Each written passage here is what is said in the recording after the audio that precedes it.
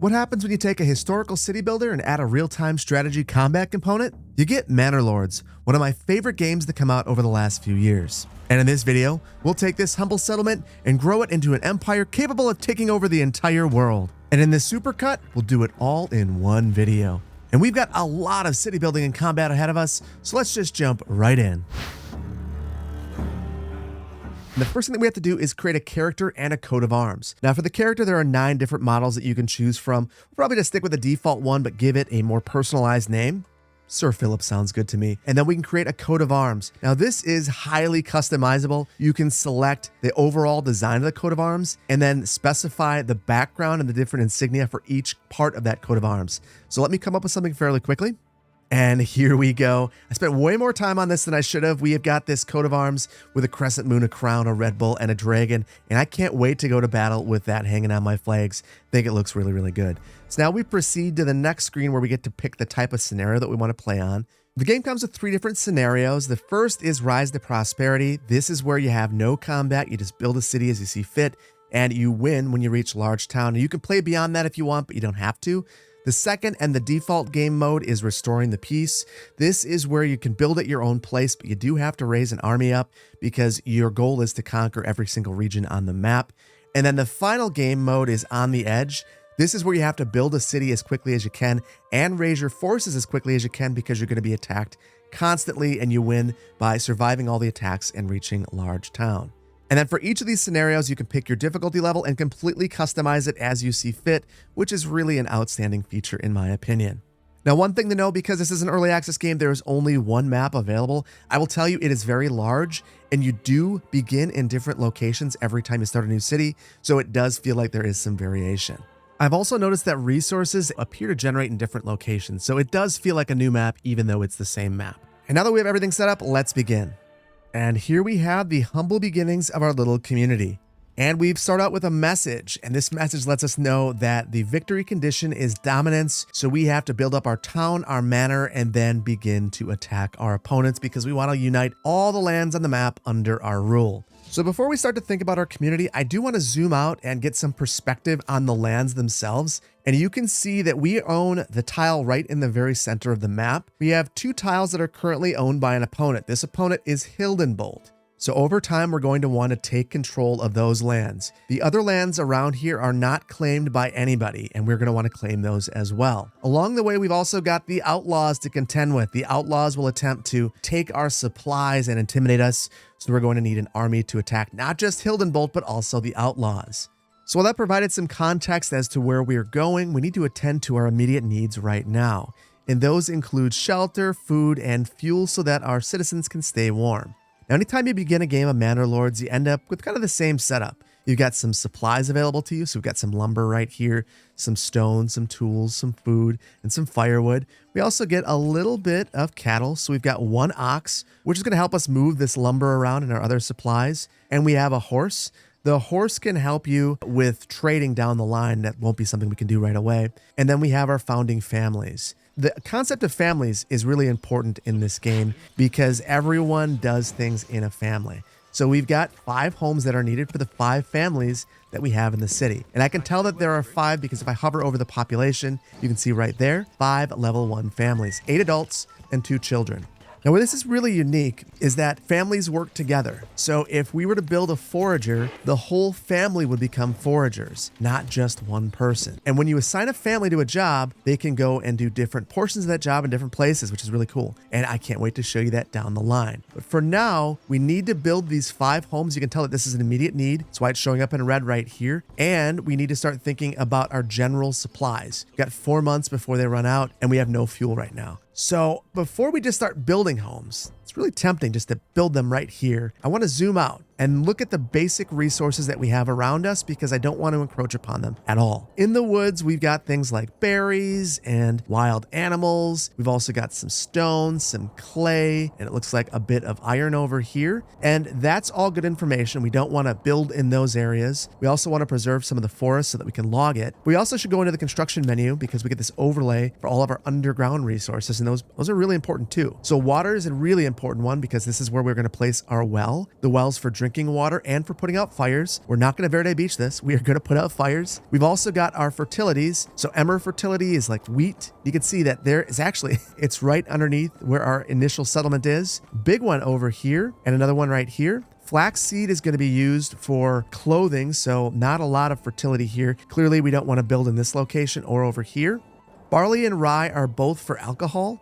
Obviously, our citizens need that. And for rye, I believe this fertility is basically the same as wheat. So reasonably, I think that this location might be our best location because it's centrally located. We've got some fertile ground next to us. We can still have a road to quickly bring our materials over here and can still hunt and collect berries over here. It's in relatively close proximity. The one consideration that's going to make this a little bit challenging is we've got this road right here, and we can't delete this. It's a King's Road, so we have to work around it. Now, with that in mind, I want to start building this little city, and I want to build a road over to the King's Road from this settlement. So I'm just clicking on the roads over here, hitting R or clicking on that button, and you can see that there are these control points. I'm going to build a road over to here because it doesn't cost any resources and because it'll make bringing our materials over to this new site much quicker. And the way that you build a road is you just find where you want your node to be, click there, and that can be a place that you bend from or where you kind of just keep things straight. So I'm leaving this road and kind of weaving it through, and now you can see I've got my contour lines. So I'll cut across this diagonally, and then I'm going to join up right here. When you're done, you click the hammer, and the road is immediately built. If you're not satisfied with the road, hold down Alt and then click it, and you can get rid of it. But I like the way that this turned out. Now I'm going to send a road up along the tree line here, and I want this to feel very natural and organic.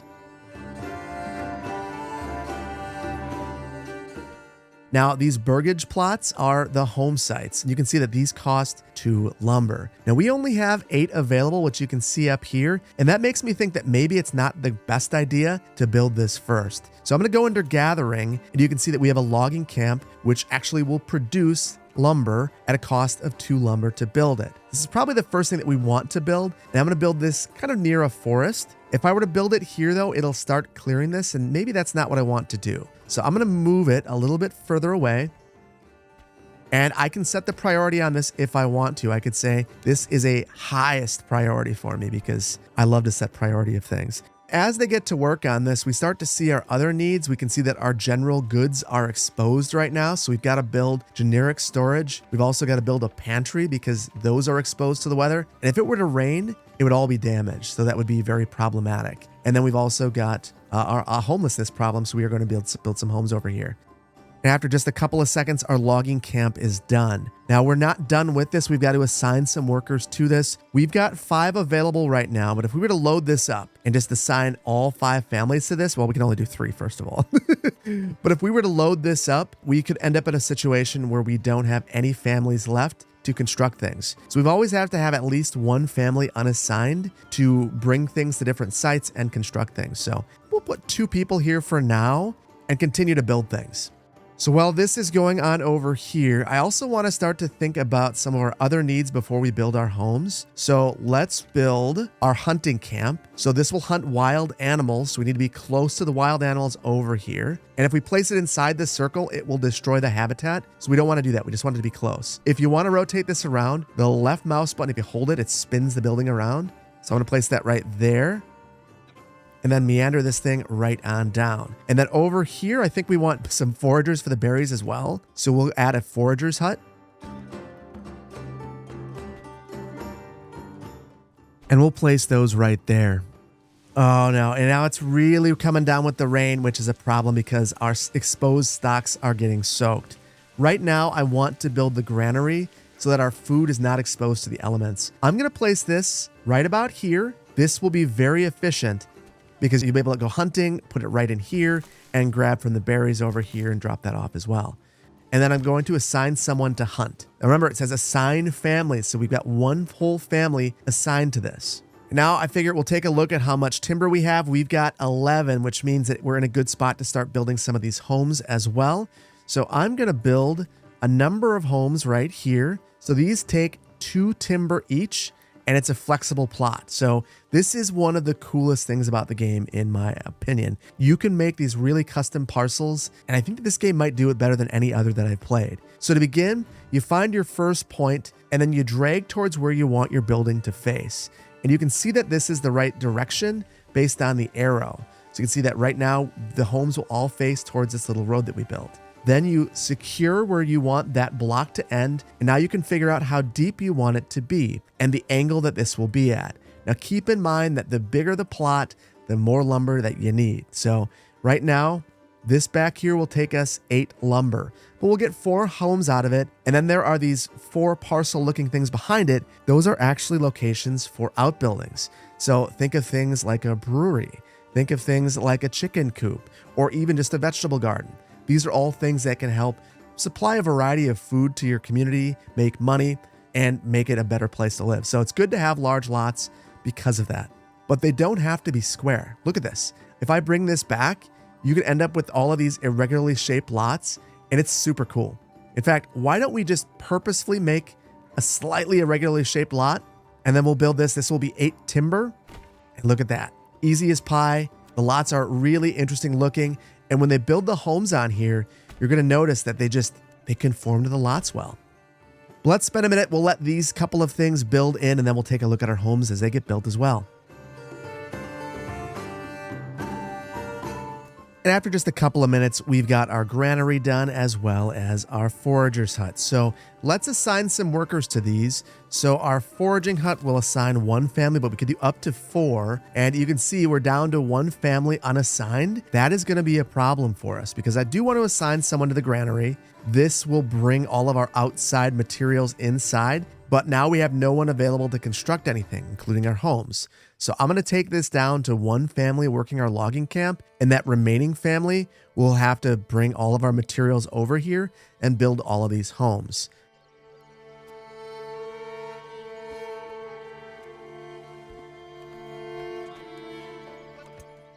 And just like that, we have our 4 homes constructed. And I want to point out one thing. The population has gone up. And one of the reasons for that is because when a family gets a home, they have other relatives immigrate to the region to live with them in their new homes. So that is kind of the first hint as to how population growth works. If you build homes, the people will come. So we are going to build even more homes because we want the people to come.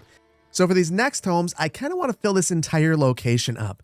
So I'm going to build a new road and I'll come up from this corner and just send it off this way. Now, obviously, this is a really irregular plot and it might seem strange to build on this or difficult, but because of the way zoning works in this game, it's super simple. So I'm just going to pull this all the way down here. And I can see that for 10 lumber, I can get 5 more homes and some outbuildings. Now, if we wanted some smaller lots as well, I could do something like this. I can see there's a little spot right there. There we go. 2 more parcels. Those do not have locations for outbuildings, but we might be able to turn these into duplexes down the line.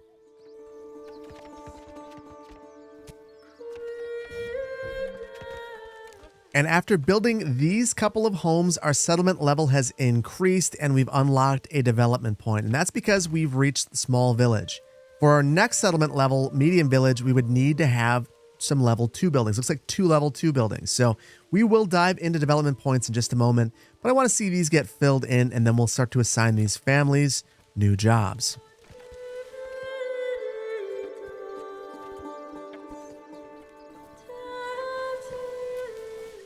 And there we go. Now we have all of our homes constructed, so we should continue to fulfill our needs. And our big one right now is exposed goods. We need a generic storage. So we need a storehouse for that. And to find that, that's under construction, logistics, and then storehouse. So this is where you put anything that is not a foodstuffs, I'd say.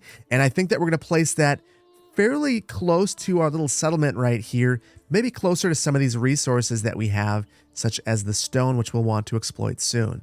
Place that right off on the side right here. And because this is the only thing that we're working on, it should be constructed relatively quickly. Now, one thing I want to point out is that as we move things away from there, this original settlement begins to disappear. The next thing to go away will be these supplies as soon as that generic storehouse is built. We could also think about moving this hitching post if we want. To move a building, you just click on this relocate button. And I think we'll relocate this to be a little bit more central to our community. This will need to be reconstructed, but it's 1 lumber, and we get the lumber back from over here, so it's not the end of the world. You can actually see right there. There's the one lumber.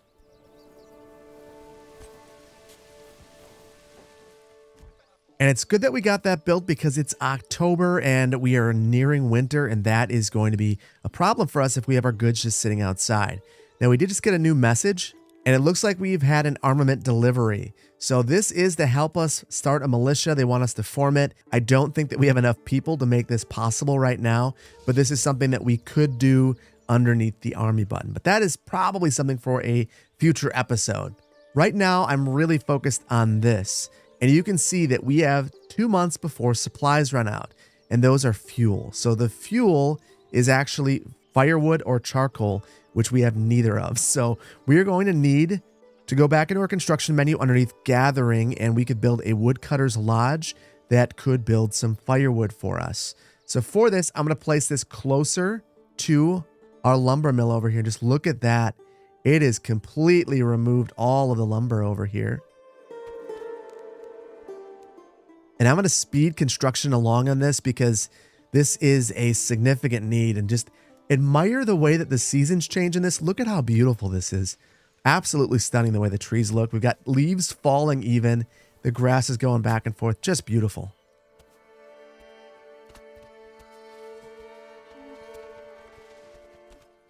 Okay, and now that is complete. We need to take a step back and reassign our workers. So we know that we need a worker here, a family working on Woodcutter's Lodge, because we need to have firewood for the winter.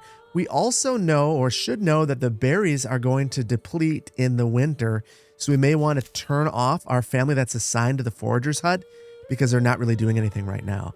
And because I want to get these supplies that are sitting on the ground into the storehouse, I'm going to reassign the family that's currently working at the granary to the storehouse, and then they should quickly get the supplies inside. After that, we can move the assignment back if we want to, but it shouldn't be a problem for the short term.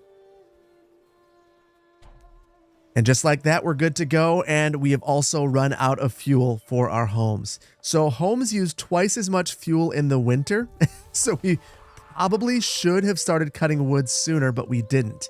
The other thing that we could try to do is unlock the charcoal kiln because it's much more efficient at fueling a home than firewood is. And this brings us to our development tree, and it's divided into 4 different quadrants. The top is everything related to farming, so these are things such as sheep breeding, tilling, orchardry. Over here, we've got things that are related to trading. These right here are things related to fighting, and this is stuff that's related to foraging. So I know that we want the charcoal burning because that will allow us to create the charcoal kiln, but this isn't necessarily where I want to go long term. I kind of want to focus on this area of the development tree so that we can really focus on farming. But this is our dire need right now. We click on that and we've unlocked it. And now for this, it's in the construction menu. It's now unlocked. This will convert 1 firewood into 2 charcoal. So it's actually producing 2 fuel instead of 1. Now, this does mean that we need 1 more family, though, so hopefully we attract another family soon. You know, and alternatively, I think it's so important that we start producing charcoal that I am going to assign 1 family to work on this, which leaves us no overhead. I'm likely going to remove the family from the storehouse in a little bit, but one thing that keeps popping up here is that a family is requesting a market stall. Now, this is a really cool component of the game. So if you have a family assigned to work at any one of these other sorts of buildings, these work buildings, such as the charcoal kiln or hunting or foraging, they want to have a place to sell their goods, and that is the market. So what we'll do is create an area that we can have the market in.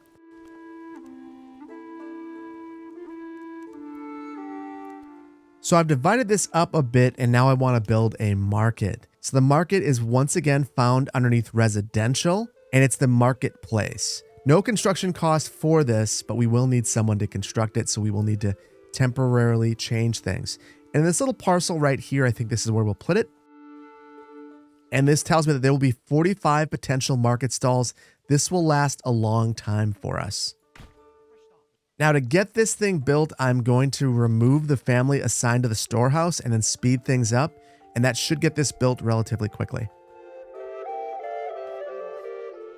Now, an interesting thing about this is they're actually constructing individual buildings right here, so it's individual stalls. So we have a food stall right here and a firewood stall That's what got built. So now all of these folks that live right here, rather than going way over here or maybe even going to our storehouse, they can go over to the market to get the wares that they're looking for. So this is much more efficient. So now I want to draw your attention up here because there are a couple of interesting things that we can take a look at. First of all, we have our overall approval rating, and it's currently at 44%. And that's because in the last 30 days, we've had homelessness. So that will pass, and then we'll be at 50% people are just fine. So there are ways that we could improve this. We can improve their quality of life with a church, for instance. But the real way to figure it out is to click on a building itself and see what their requirements are. We can see that they want water access, church, and clothing. So I think that the water access and the church are probably the easiest ones for us to resolve right now. For water, we'll pop back in the construction menu underneath residential. We can build a well, and the well has to be placed in a location that has this underground water.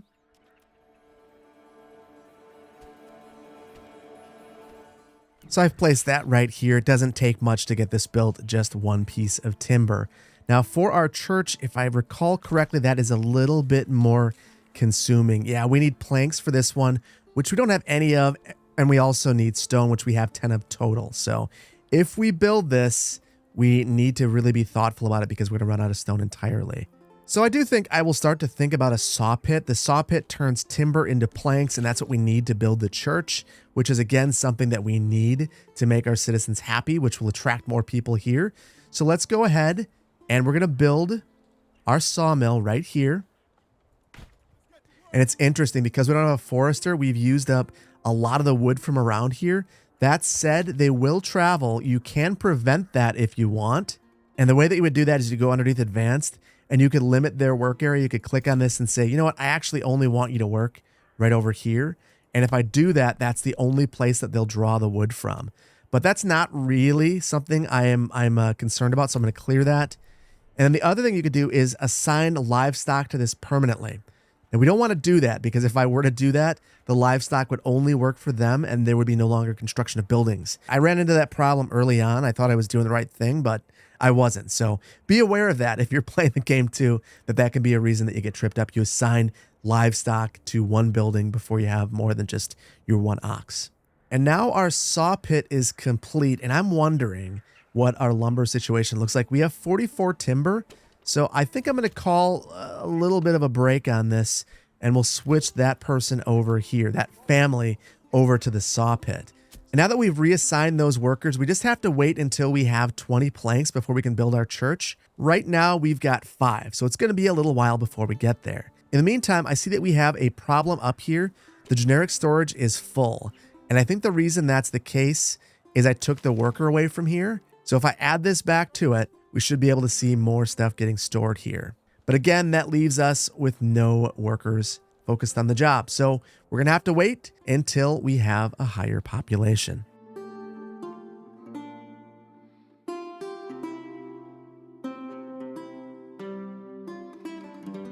Now it's March and things have thawed, including people's hearts and minds towards myself. It looks like they're happy about the market variety in terms of the food and the resources that are there, but they're still thinking about the homelessness that they used to have in the last 30 days. So understandable. What we're going to do is remove this person from the storehouse. And rather than worrying about that right now, I want to get that church built because we should have enough resources for that. Look at that. We've got 60 planks now. We're completely fine. So I will place that right here looking across from the market. And let's get this thing sped up. This is probably going to take a little while to construct because it needs quite a bit of material. We got 10 stone, 20 planks, and 5 lumber to build this thing. Oh my goodness. There is an army coming up here. We don't have an army formed yet. I don't know what they're doing. They need to stay away. Hopefully they don't come over here. We actually don't have an army drawn up, and I don't know that we can yet. It looks like we can create a militia, a spear unit, so I will create that. We'll rally them. We'll place them right here. All 10 of our troops. And oh my goodness, what's going on? You better get out of here. You better get out of here. And I guess that's that. Maybe it's for the best. They're just kind of walking through here. I think I can disband this unit, so we'll just let them go back to their daily lives. Right mouse click that to go away. Get back to work. Nothing to see here. Nothing to see here.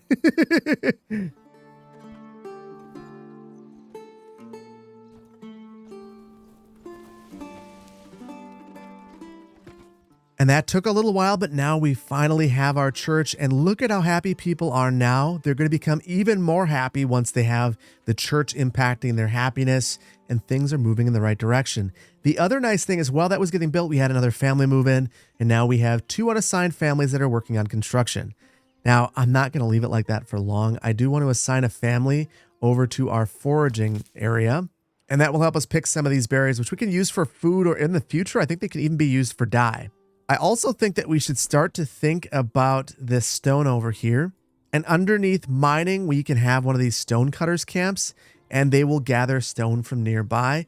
We're not going to necessarily have this operational right away, but I see no harm in building it. Speaking of building things, I want to start thinking about this area over here. So we've got this granary over here, the remains of it. I'm not exactly sure what this takes to build. We'll hit rebuild, and it's actually a large granary. And to figure out what we need to build this, all we have to do is click on it, go to the question mark right here, and we can see that we need 5 lumber, 10 planks, and 5 clay.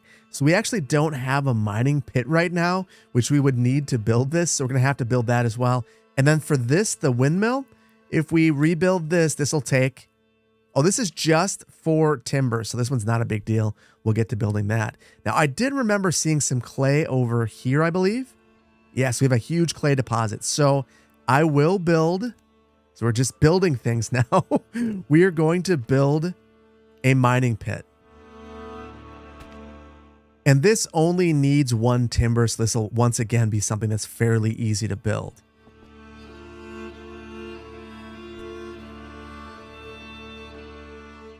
And we've had a bit of time pass now, and both our stonecutter camp and our mining pit has finished construction. And the other nice thing that's happened is we've had 2 families move into the community. So this means that we can assign one of the families to work at the church, which will increase our happiness. And we can even start to think about farming. So I'm really curious about farming. I want to go over here. We know that this is very fertile, and I want to build a farm. So to do that, we go underneath construction, and then we have this farming tab, and there are a few options here for us. We can build a field. This is for crops, including wheat, flax, and barley. We can build a farmhouse. This actually is what employs people in the field. So if we want to build a field, we have to have the farmhouse. We also have pastures. This is space for livestock. For livestock, to get livestock, you have to be able to trade for them. And we don't have that ability just yet, or we haven't built the right buildings for it yet. So that's not going to work.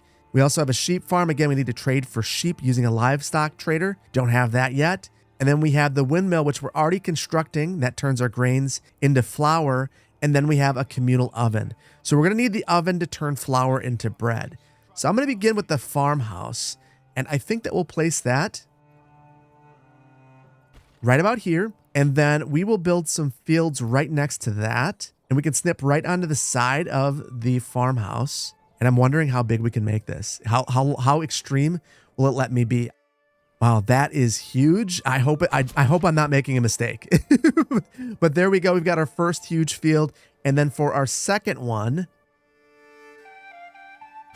so there we go. We have 2 fields right there. Right now it's at the fallow, and I think that if we leave it like that, it'll regenerate the fertility. We don't really care about that though in the long run. So I'm going to have crop rotation on, and we can choose what this does in the second year and the third. So in the second year, I think I want to grow wheat here. In the third year, I'm going to grow flax so we can have some linens. Over here, I'm going to grow, in the first year, I think I'm going to grow wheat. I'll have it fallow in the second year. And in the third year, I'll grow barley so we can have some ale. Just making sure we have wheat in back-to-back years. Those 1 year with wheat off, barley once, and flax once over here. Now, before we can do anything with these fields, we do need to have our farmhouse constructed. And that's just one of a few things that we're working on right now. The other thing that we're going to need is the communal oven. This is how we're going to turn all of that flour into something usable, bread. So I'll place that right here. And then I'm going to make the priority of the farmhouse really high. I don't think I can change it for these. They're already built, so it doesn't really matter. The farmhouse is all that matters to get this thing going. And then the other thing I'm thinking about is we needed, to be able to build our granary, we needed a bit of clay. So I'm going to assign 1 worker to our mining pit, and that should give us some clay so that we can finally get that thing built. The other thing I'm starting to think about is our timber, and you can start to see our supplies are dwindling. We have a lot of planks, which aren't going to be super useful. So I'm going to turn off our saw pit, and we've got plenty of fuel. I think I'm going to turn off our charcoal kiln and our woodcutter's lodge. I'll turn on the logging camp, and then I want to make sure that we have folks here at the storehouse, and we can actually upgrade this at this point. So I think we're going to do that because this has been a problem. And I want to build some more housing. So I'm going to go right along here and build a bit of housing facing the market. And now I need to settle down and let things finally build out.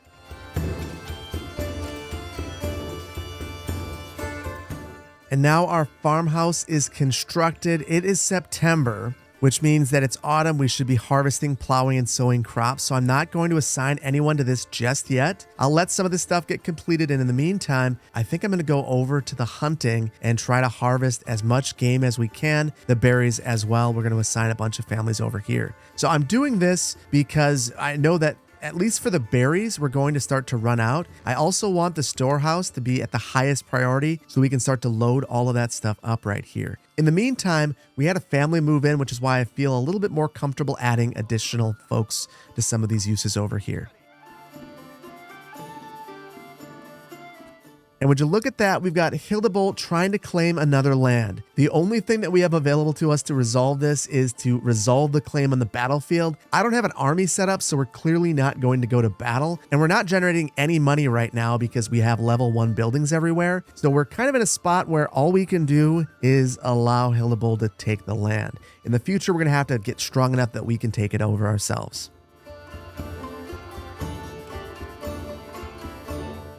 Now, after letting a bit of time go past, we have our new large storehouse finished and a few more families have moved in. So I want to go back over to our foraging hut, and we'll remove these families at this point because really there's nothing to forage in the winter. So we'll get rid of that, and we do have 2 families over here hunting, which is good because there's still wild game available, but we still have 5 unemployed workers at this point, or I shouldn't say unemployed, I should say unassigned. So they are working on construction. For the time being, I think I might be okay with that, but I want to take a look at the number of months before supplies run out. It looks like we've got 8 months. Our fuel is our limiting factor. Probably not a huge deal. I'll assign 1 family to the stone cutting camp, and then I'm going to leave the rest of the families unassigned so they finish building things out here.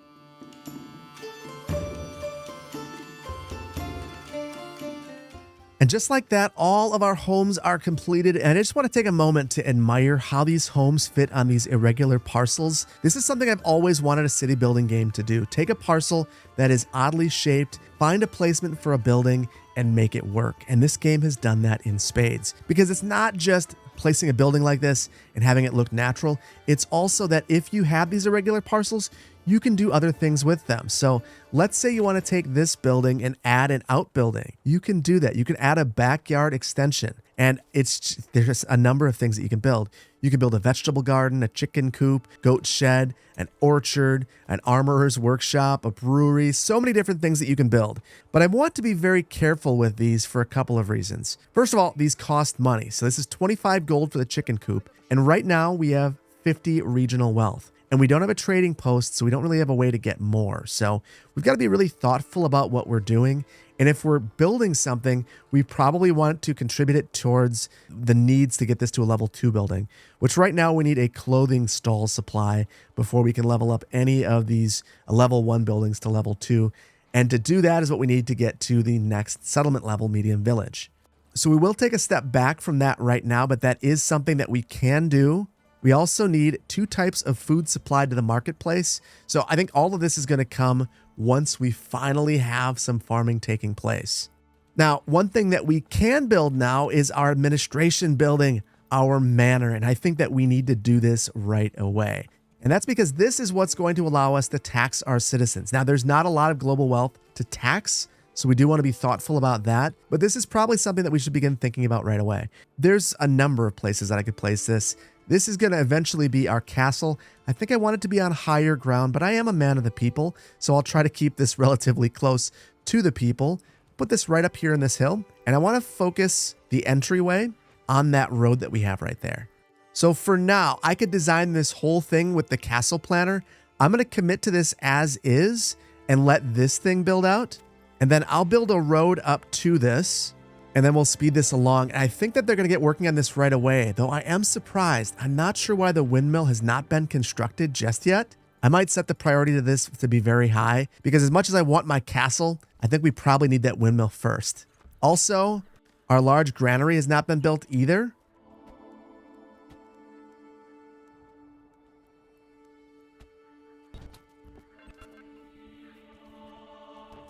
Oh, and funny story, I had both of these paused. That is not why they weren't getting built, so that was all my fault. And would you believe that guy claiming another chunk of land? And again, I still have nothing that I can do, so we are going to have to really make this a powerful settlement so we can take him over. Would you look at that? Our farm is finally complete. So now I want to make sure that we've got some employees assigned here. We've had a number of new families move in, so I'm going to load this thing up, and we'll have... I think we'll load the entire thing up. Well, actually, no. We'll take this back because we're going to need a family at the granary. And we're likely going to need someone at the windmill eventually, as well as the communal oven. Thankfully, even more families are moving in and joining the settlers. So we are in a good spot with our population. And you can see now that we've adjusted this, we've got a whole bunch of workers out in the field getting things going. And I'm pretty pumped about that. It's going to be a wheat field over here. And over here, it's a fallow year. So that'll be a year where we're just trying to improve the yields and replenish the soil right there.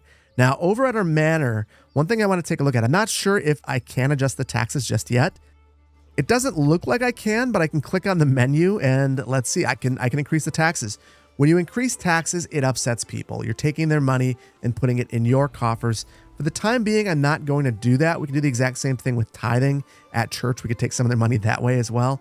We're going to just leave that for now. And in the meantime, I do want to open up the castle planner. And this is kind of something that's really fun about this game. I can go ahead and completely plan out a castle around here. So I could grab some garrison towers and add those to the outside if I want. The first thing you want to do, though, is actually plan out your walls and your gate.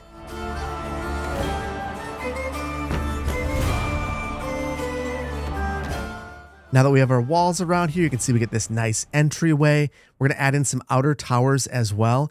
And I believe that these will just clip to the side.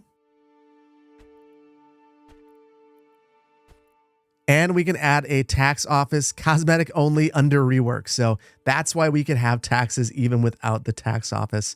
We'll place this right about here. And I'm going to add one more of the outer towers. Now the outer towers provide garrison space. The garrison tower increases your retinue size by 12.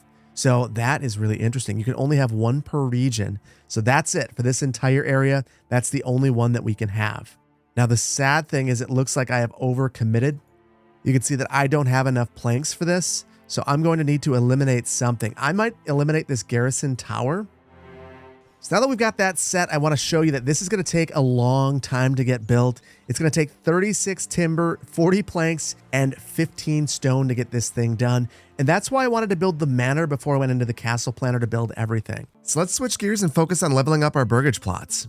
Right now, these are all level 1. And what that means is that a family can live here, but they won't contribute at all to regional wealth. Now, regional wealth is really important because it's what you can use to purchase a chicken coop for the backyard or even trade with a neighbor. And you can tax regional wealth so that you can fund things like a mercenary army or even purchase other regions on the map. So really, regional wealth makes the whole world go round. So to get regional wealth, our burgage plots need to be at least level 2. If they're level 2, they'll look a lot nicer and they'll generate regional wealth. And if we get them to level 3, multiple families can live on a burgage plot. So it's really in our best interest to start leveling these up. Now, unlike a game like Anno, where when you level this up, you get a different type of worker, you only will get artisans and craftsmen if you upgrade a certain path once these have leveled up. So we don't have to worry about that. We just need to get these things leveled up. Now, to figure out what we need to do to level these up, all you got to do is click on one of these and we will start to see the requirements. The general requirements for amenities are water and church. It's already got both of those. And then a certain number of stalls in our market. So we need a fuel stall, 2 food stalls, and a clothing stall. So we're missing one of the 2 food stalls and we're missing a clothing stall. And once we add those, we should be able to click on this button and upgrade these to level 2. The other reason why this is important is if we get 2 level 2 Burgage plots, we'll upgrade to medium village, which means that we'll get more development points and we can specialize our town and make it much more efficient. And we're going to use those to ensure that trading is as efficient as it can be. So let's begin by building a tannery. Now, the reason I want to build the tannery is we're already producing hides at our hunting camp, and we can use those hides to produce leather, which will fulfill our clothing requirement at our marketplace. So I'm going to build this a little ways away from our town.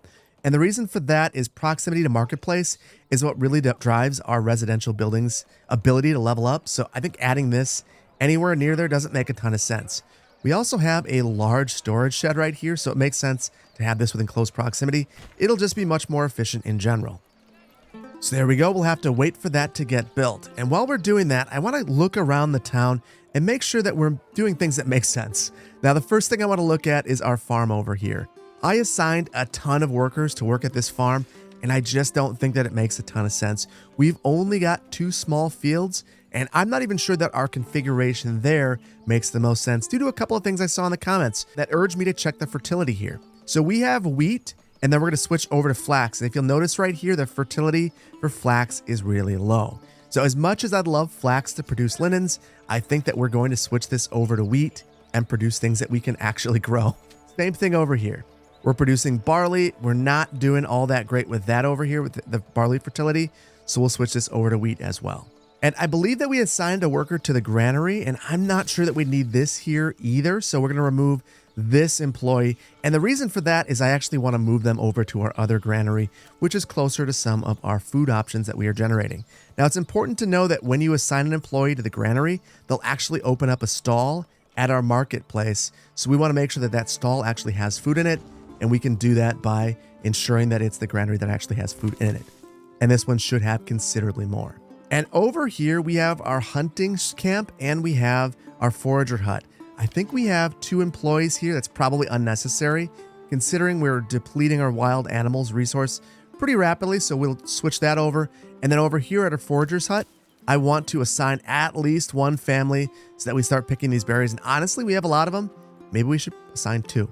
And then finally, I want to make our way over to our lumber industry area because I made a pretty big mistake. So I never added a forester. And what that means is that we basically cut down every single tree around here. So I'm going to grab the forester's hut and I'm going to, we'll tuck that away back here a little way. So it feels like it's in the woods.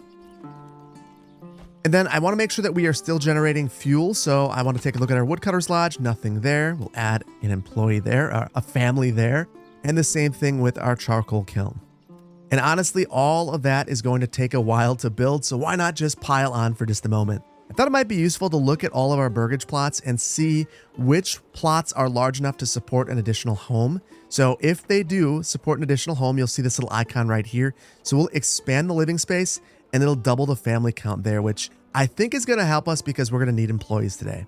So I'm going to go through the rest of these and see which ones we can add a family to. And there were a few of these that we could expand, so I've gone ahead and done that.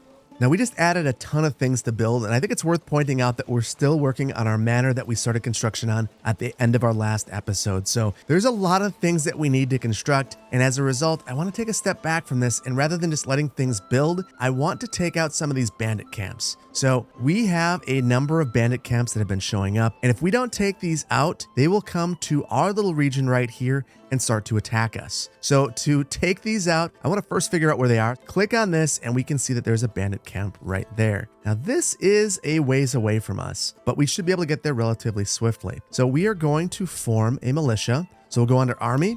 I'm going to create a new unit, and I know that we have enough weapons to form a spear militia.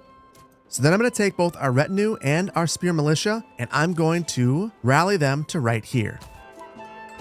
And now here we go. We've got our retinue and our spear army, so I think it's time to go after them. So I'm going to just select all of these and then zoom out. And if we right mouse click to where we want them to go, they will start marching over here. Now I'm thinking that we want to come up here first, and then we're going to go down to this clearing right here because I don't want to start attacking from the woods.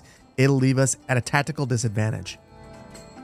The other nice thing about bringing them over here is you can see that our retinue was a little bit slower and they're both fatigued because we've sent them on quite a long trek. So I'm allowing them to recharge their batteries a little bit before we send them in to take out the bandits camp. And now that we've given them time to recharge their batteries, I'm going to send them right in. Now, the bandits are going to start coming at us once we get close enough, so it's important that we try to make our way over here. You can already see them coming out, and we are in the clearing, but they're not heading towards us. That is bizarre. So I will get them from behind. They're going after our retinue, and I think they completely missed us. Oh my goodness, what are you guys doing? Go get over here. Go help out. Go help out.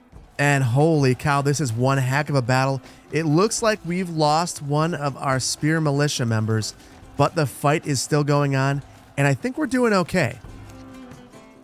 And I think you can tell by the cheering, we have succeeded. Now, we need to go and actually go to the bandit camp, even though it's empty, and that's because we want to clear it.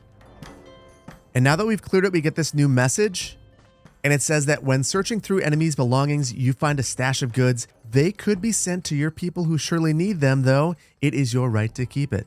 So this is a tough one, because if we send the resources to our town, we will get a ton of money that we could use for trading. I'm thinking that this belongs to my treasury now, and you can see we now have 173 gold in our treasury.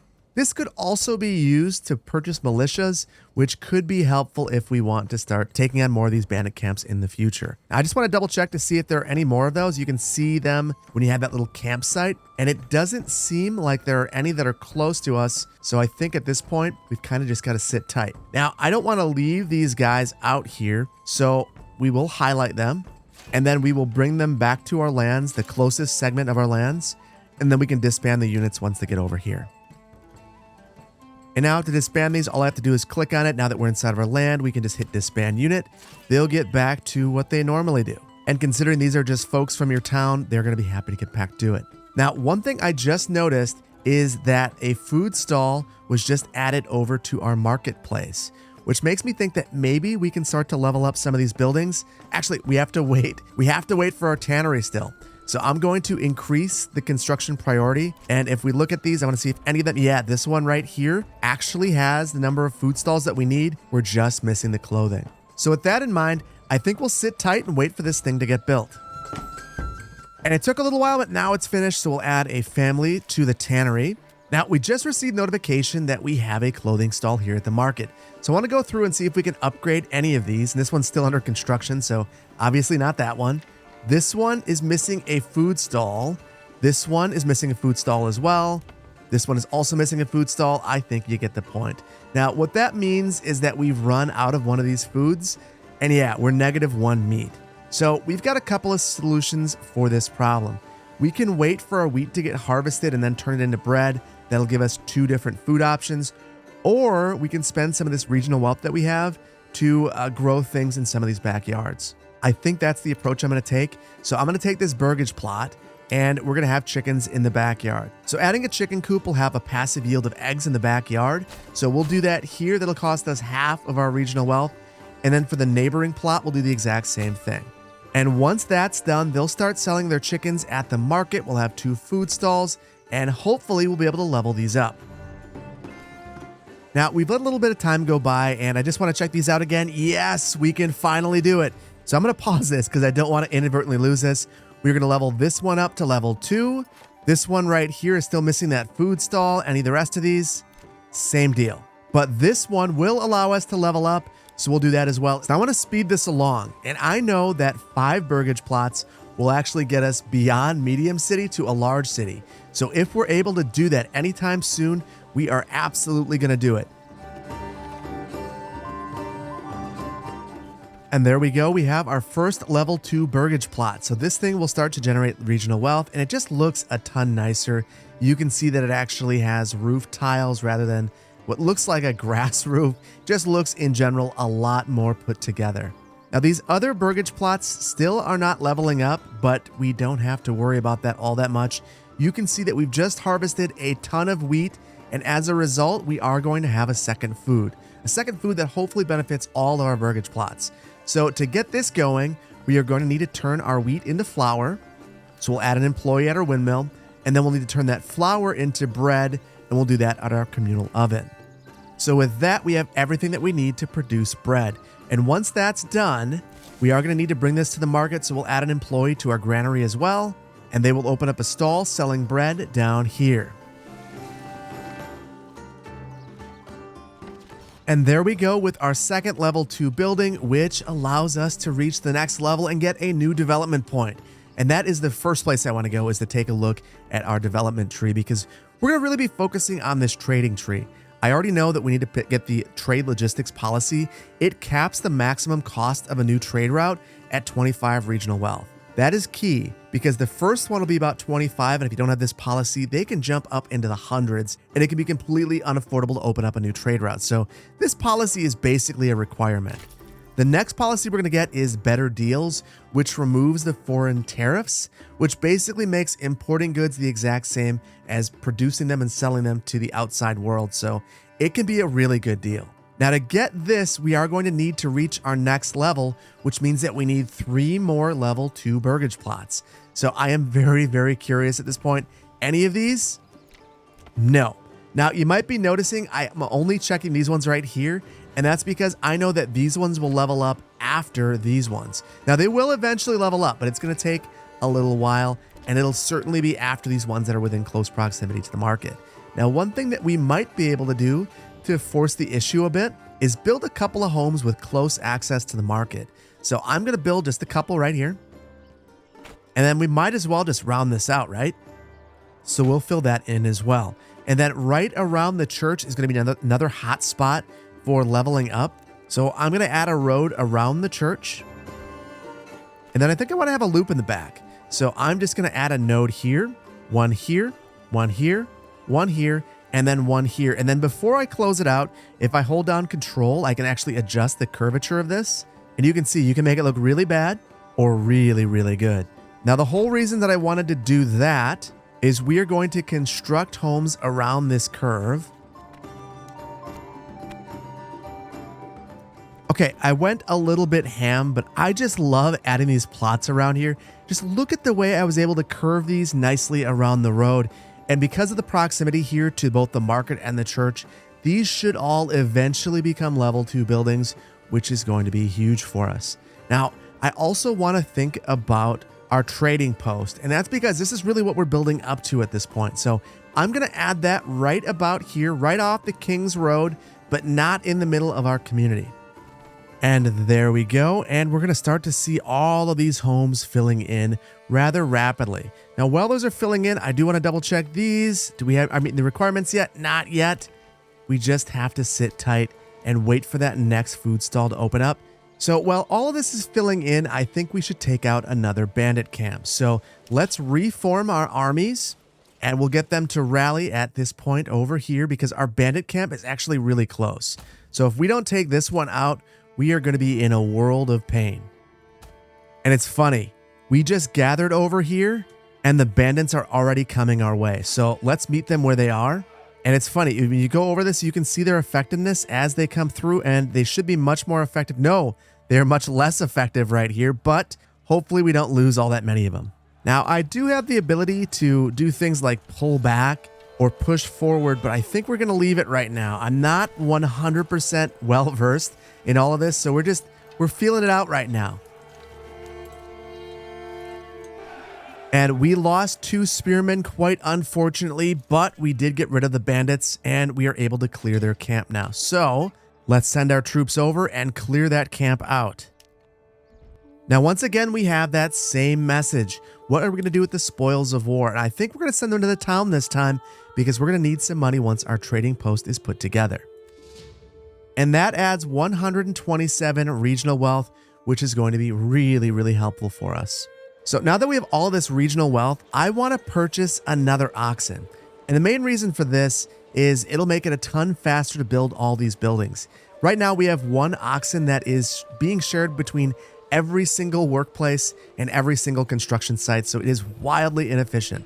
So we'll purchase a second one, and I'm going to assign someone to the stable space to increase the efficiency of that as well. I desperately want to upgrade this. I know that I shouldn't, considering the number of projects that we have going on, but I'm going to do it, and I'll set the priority to very highest. It'll be our highest priority. Now, I mentioned all of that wealth that we have in the treasury, and it makes me think that maybe now is the time to start to think about hiring a militia. So to do that, we'll hit create new units, and then we will hire mercenaries. So now we have 3 different types of mercenaries that we can hire. We've got some that are 45 and they go all the way up to 90. For 45, we get some Frenchmen who don't mix with the locals and spend what money they have at the taverns. We also have for 60, some brotherhood of men that wears very tight hosen. And then we also have these reformed band of outlaws sporting fashionable green hats. So I'm thinking that maybe we should go for the Frenchmen to save some money for now. And if we have to, we'll hire some others in the future. And there we go. We've hired some mercenaries. And you can see, look at that. That gives us a ton of troops. And honestly, it makes me want to find even more of these bandit camps. And one of the main reasons for that is it takes 1,000 influence to claim a region. And we are very, very close. But unfortunately, no bandits anywhere in the region right now. So we'll just have to sit tight. But the moment that we see one, we are going to go and attack it. And oh my goodness, we just learned a very expensive lesson. Apparently we have to pay the mercenaries every month and it is 45 gold. So even though we haven't used them, we just spent a ton of money on them and we're not generating any money in our treasury. So in about 2 months, less than, we're not going to have enough money to afford them. So that is going to be a problem for us. Hopefully we can start to level up some of these buildings. Oh, we can. But pause it. We'll level up every last one of these that we can. Which was 2, just this one and this one. That leaves us 1 away from reaching our next level, which is going to be absolutely huge for us when it comes to trading. Now our trading post is complete and we are going to focus on this immediately. First of all, it says that we are disconnected from the major trade routes. So that means that we have to buy some trade routes. So the first thing I'm going to do is add a family, assign them to the trading post. Actually, we'll assign 2. And then I need to purchase some trading routes. So purchasing trading routes is how you are able to actually trade things along these routes. So the first thing I want to do, you can see we are running out of food. So let's trade for some food. So I'll purchase a bread trade route. This is going to cost us 24 gold. And that comes directly from our regional wealth. Now, there are a couple of ways that we can handle trading. So if we click on this, we can import the item only, we can export the item only, or do full trade, which will look to find an equilibrium at all points in time. I know that we are going to be producing bread, so I want to reach an equilibrium. And I want to have at least 25 bread at all times. And if we go above that, we'll sell our bread. If we go below that, we will look to purchase it from an outside vendor. I also want to buy some things that are potentially a little bit cheaper. So let's buy some meat, and this will be the exact same deal. And we'll go for 25 again. Now I'm keeping this relatively modest because if we hover over here, you can see the export and the import price. So the export price of this is 2. The import price is 12. And that is because we have a tariff. We can remove that tariff if we get 1 more level 2 building. The moment that we can do that, it'll cost us 2 gold to import meat and 4 gold to import bread. So it's going to be incredibly important that we actually find that next level 2 building. And look at that. We have another Burgage plot that we can upgrade to level 2. And another one right here. Let's see if we have these ones. And now our limitation is actually timber. That honestly is a great place to be in. So we're going to sit tight and wait for some of these buildings to get built. Then we'll adopt that new policy, which will make importing all of our food that much cheaper.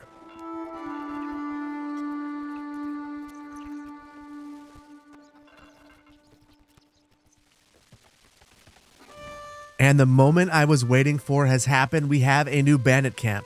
Now, unfortunately, I believe that, we've lost all of our hired help, but still, we are going to take out this bandit camp and make some money. Now, they are right over here, which is pretty close to where we are, so this should be an easy attack. We're going to rally right over here, right at the edge of our land. And then once we attack them, we should be able to have enough influence to take one of these territories. And now we're at the border and look at, they're already coming for us. That is amazing. I think we're just going to wait here and wait for our batteries to recharge and see what happens. And I can't believe this. I cannot believe that they came right at us. What is going on here? This is bizarre. Are we running away? Yeah, they're running away. I can't believe that. Don't run away. I didn't tell you to run away. Go after them. Get in the fight. Now, I'm not going to lie, that was pretty frustrating. Even though we won this, we lost a couple members of our retinue.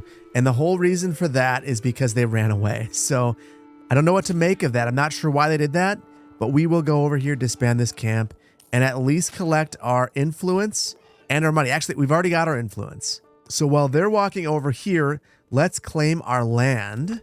And there's 3 lands that we could claim right now. We could claim either this one that we are currently walking through, which honestly has some good resources. It's got a rich deposit of wild animals and iron. It's also very large and close to us. And then this one over here is a rich deposit of berries. Not as concerned about that. I think we'll take this one and we'll claim that with influence. Now, if I'm not mistaken, Hildenbolt could decide to declare war on us, but I'm guessing that he won't. I mean, reasonably, he's claimed half the world at this point. We should probably declare war on him, but we have no troops. So now let's figure out where our money's going. I think this goes to the treasury, and we're going to save this. The next time that we need some mercenaries, we'll pay for it just when we need them. Just-in-time delivery of mercenaries.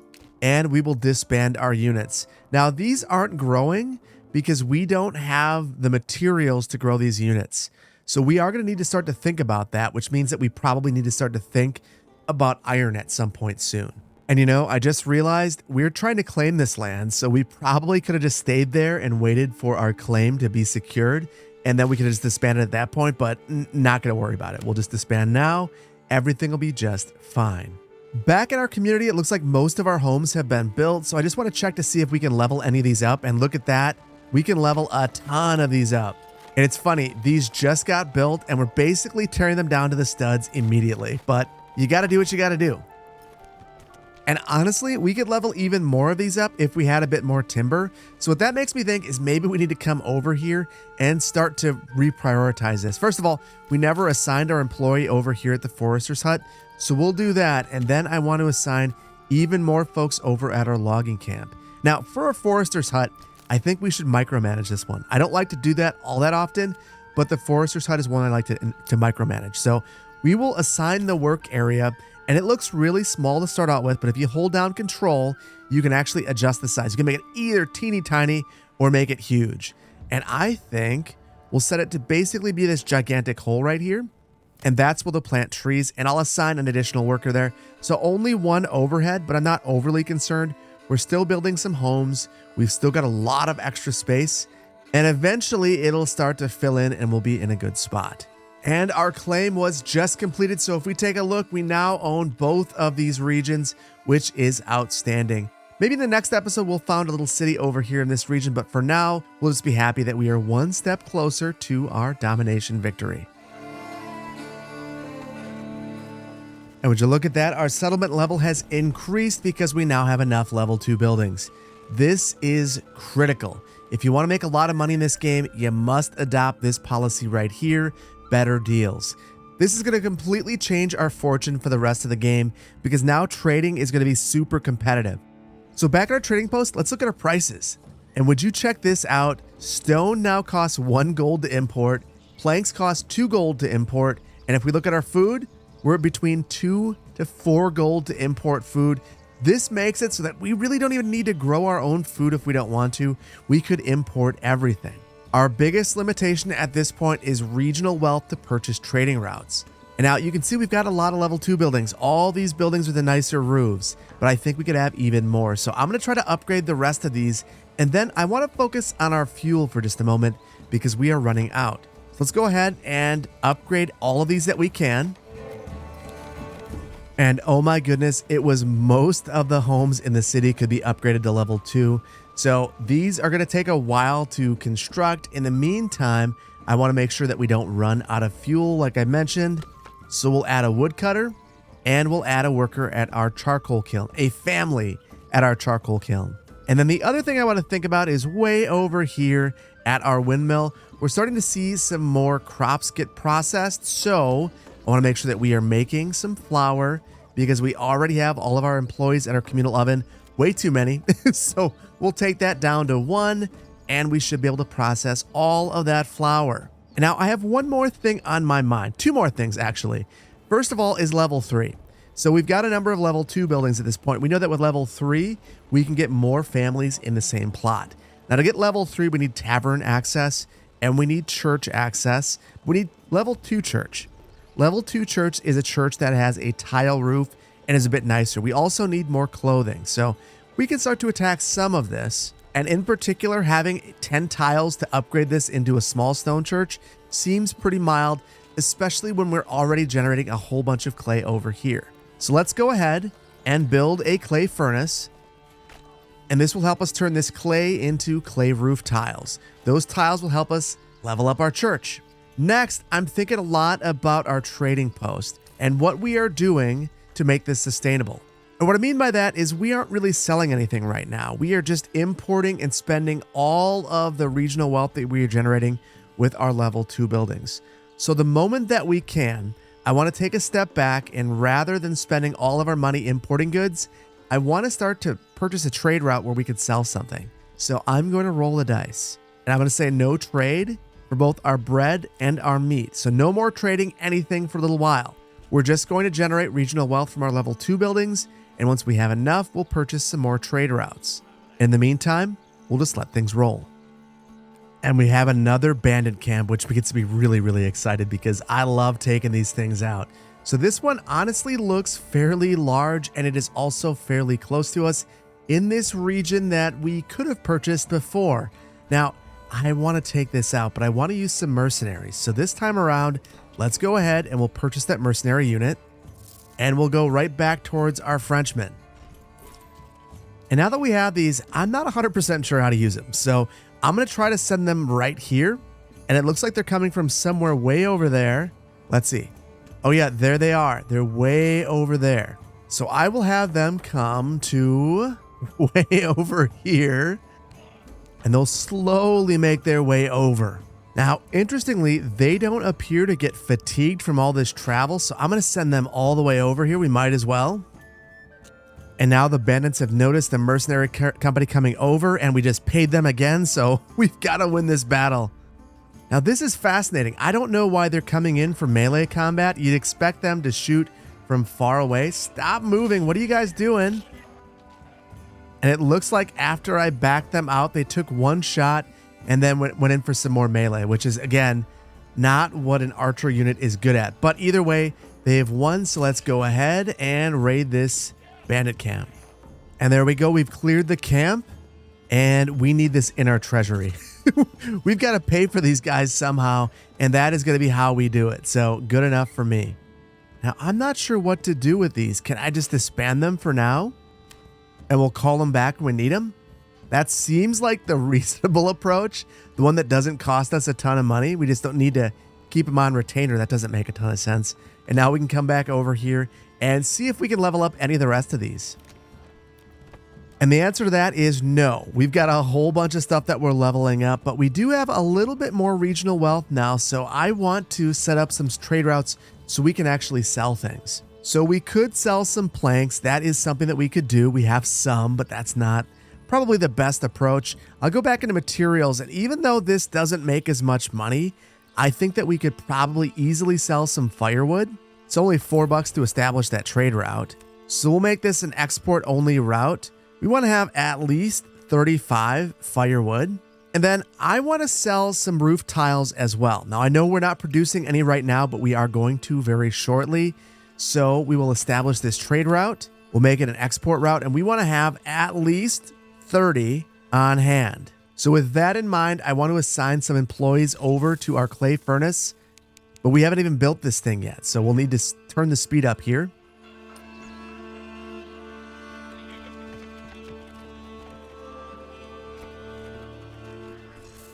And now our clay furnace is finally complete. This looks a lot like our tannery, which is pretty interesting. I'm going to assign a couple of workers here, and these workers are going to take all this clay that we've already mined and turn it into roof tiles. And then we'll be able to sell those. I'm also going to add one more worker to our mining pit because this is going to be how we generate most of our money. And now you can see that we are starting to generate some decent regional wealth. So we should probably make sure that we aren't going to run out of food or fuel. So I'm going to take the rest of our employees and we'll assign them to our woodcutter and our charcoal kiln. And that will help out with our fuel. And then you can see we are generating a ton of revenue. So I want to go back in here. And first of all, we're going to order a new horse. The horses are used to actually bring things to and from the trading post. So by buying a horse, we are making this building more efficient. So we'll do that. That's 30 of our gold. And then we will re-enable some of our food trading routes. So once again, full trade on our meat, full trade on our bread. And then you can see that we don't have enough hitching post space. So we are going to add a new hitching post. And that's right here underneath logistics. And if we didn't have this, we could have our horse that we just ordered abandon us, which would be terrible. So once again, we will make our construction priority here the absolute highest that it can be. And there we go. We have our hitching post with our horse, but I want to upgrade this thing right away because that's who I am. We'll make this a small stable. And I'm thinking that we'll order a second horse right off the bat because we've got a ton of money, but I want to slow things down because there is something else I want to order. If we look at this, what's going to make this a level 3 building is having a tavern. We need to have a tavern and we need to have additional clothing. So I think that we should start working on our tavern tree. And the first thing that we need is going to be barley. So we'll take the barley, we'll turn it into malt, then we'll brew it into beer, and then we'll sell it at our tavern. But we aren't growing barley right now, so we will import it. And we'll have a full trade route because in the future we may grow this, and I want to import 50 barley. Now, knowing that we're doing this, let's go ahead and build our malt house. And again, I don't want this to be too close to all of our stuff, so we'll place this just a little bit off the side.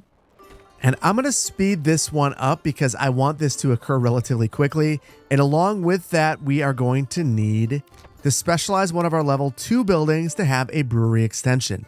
So this costs 5 planks and 5 gold, but it takes the malt and turns it into ale.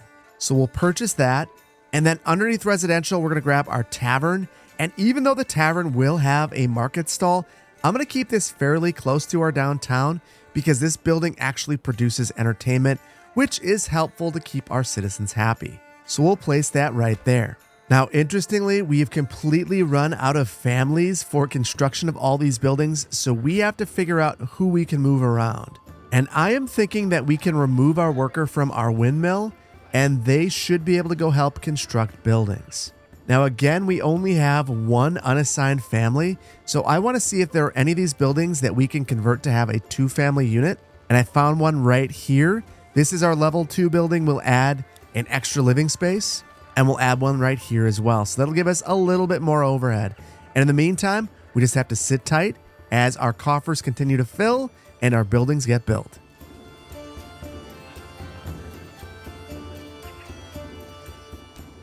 And while we were waiting, we made a boatload of cash. We currently have 400 regional wealth. So I want to establish another trade route and purchase another horse. So this will be our second horse, and I'm going to assign them both to this building.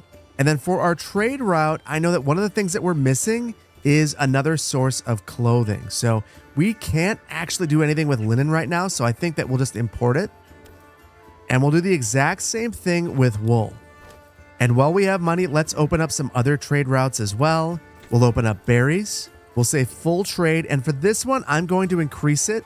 We'll have 100. Honestly, we'll do the same with all of these. We want to start having some decent overhead with our food. And we'll do the same thing with eggs and vegetables.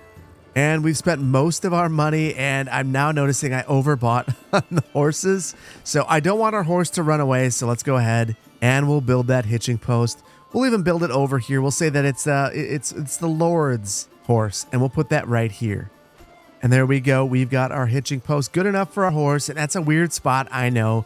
But eventually, we're going to really expand this thing out, and it'll be inside of the gates. Now, I just noticed that we found another bandit camp. So you better believe that we are going to go take that bad boy out.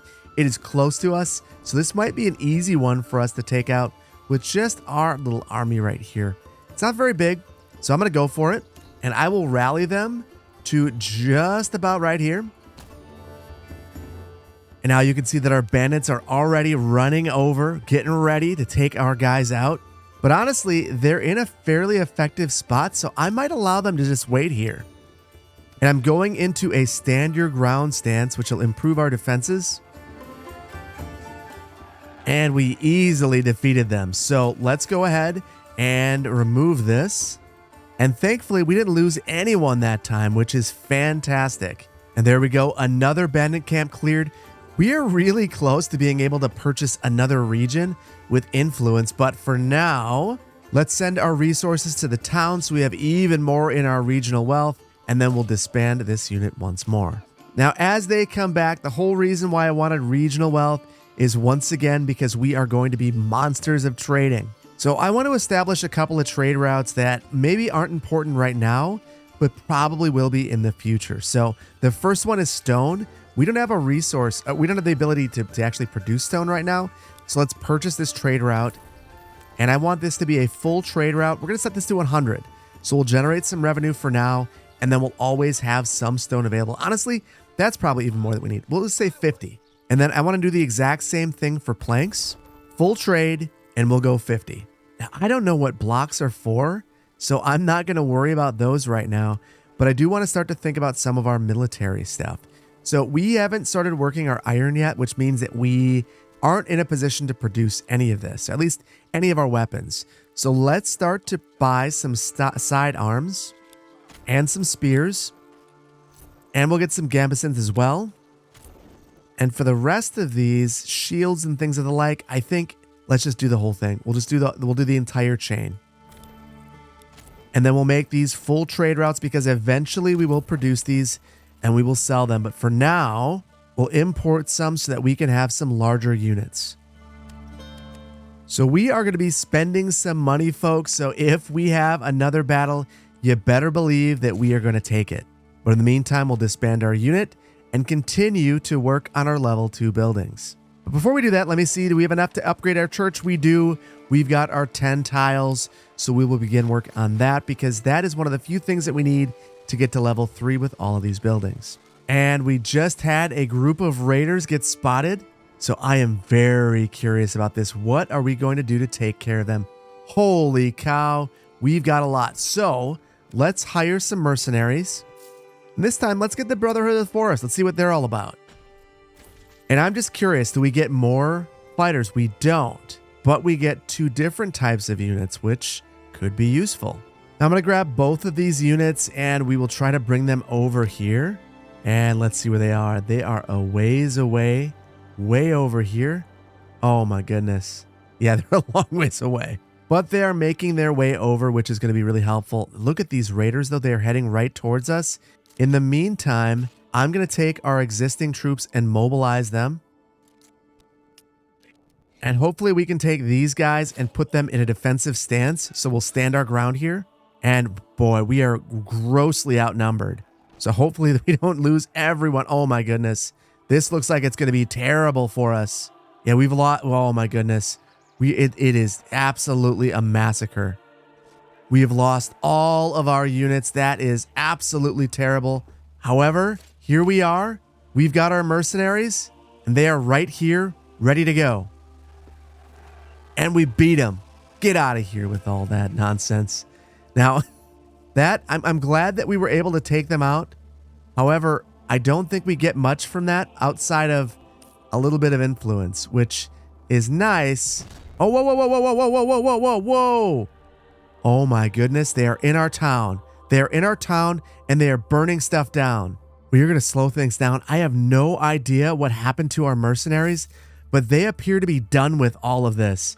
So let's hire this company and hopefully they can come help us out. It feels, I don't know what happened. That is absolutely crazy. But our whole city is now getting burned down because our mercenaries have fleed us. Oh my goodness. Where are you guys? Where are you guys? I think they're a long ways away. They're so far away. Maybe this is why you keep them on retainer. Would you look at that? They're just lighting things on fire. What are they doing over here? Oh my goodness. They're just walking through town. They're chasing people down. Now, thankfully, I finally have control of our mercenaries again, and they are finally making their way over here, but not before a bunch of buildings were lit on fire. Now, I'm a little bit concerned that we don't have the money for these mercenaries, so I'm going to slow things down for just a moment, and we're going to start to tax people. I really am sad about this, but we're going to have to do it. Now, the sad thing is we're taxing 1 gold. So I don't know that this is actually going to be worthwhile, but we're going to do what we have to do. And the enemy has spotted our mercenaries and they are coming this way. I'm going to take these guys and have them come and fall out to this location. Hopefully it'll be easier to find them then. And then as soon as they get over here, I'm going to take a defensive posture and hopefully be able to shoot at them from distance. And you can see it is an absolute melee right now. And honestly, we have more troops, but we shouldn't be like this. I'm going to try to give ground and back up so that we can shoot from distance.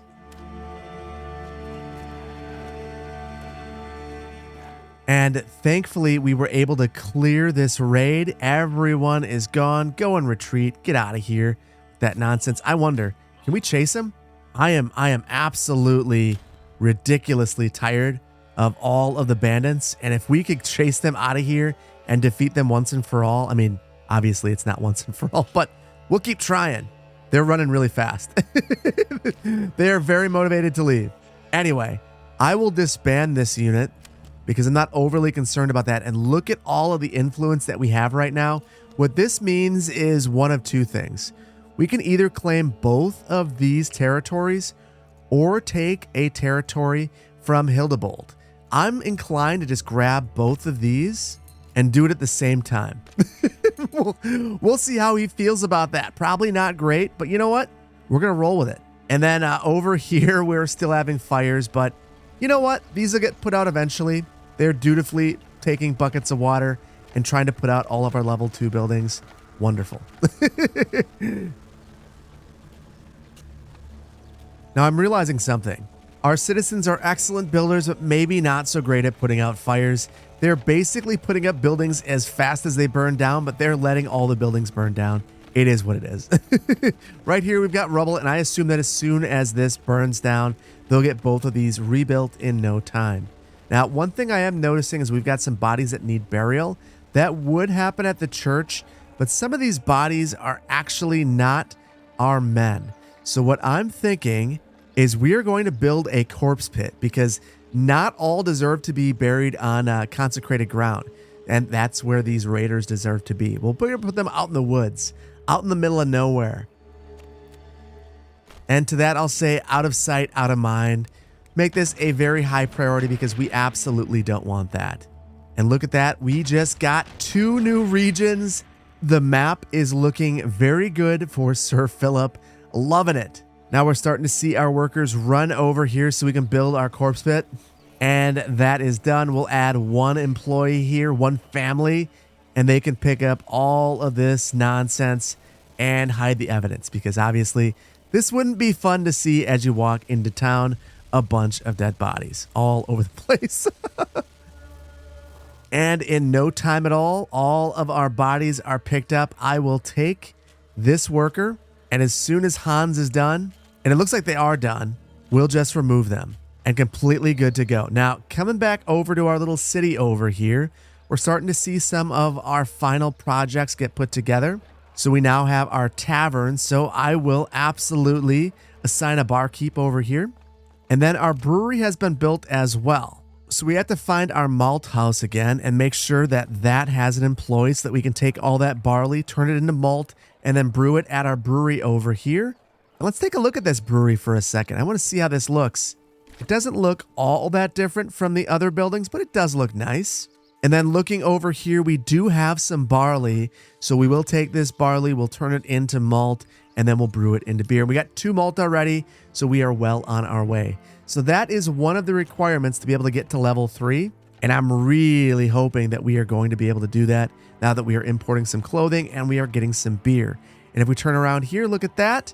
Our church is nearly complete. Now, we're completely rebuilt from the fire, so let's see if we can upgrade the rest of these buildings to level 2.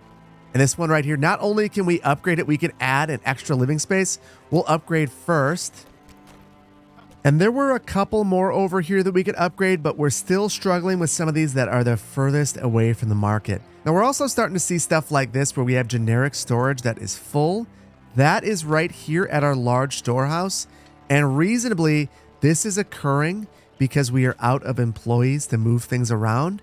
So I'm going to add an employee here, and I want to come back over here to our field. And oh my goodness, we have more rubble. So we've got to rebuild a couple of things. And in the meantime, let's remove the employee from this granary, and they will help rebuild all of this stuff.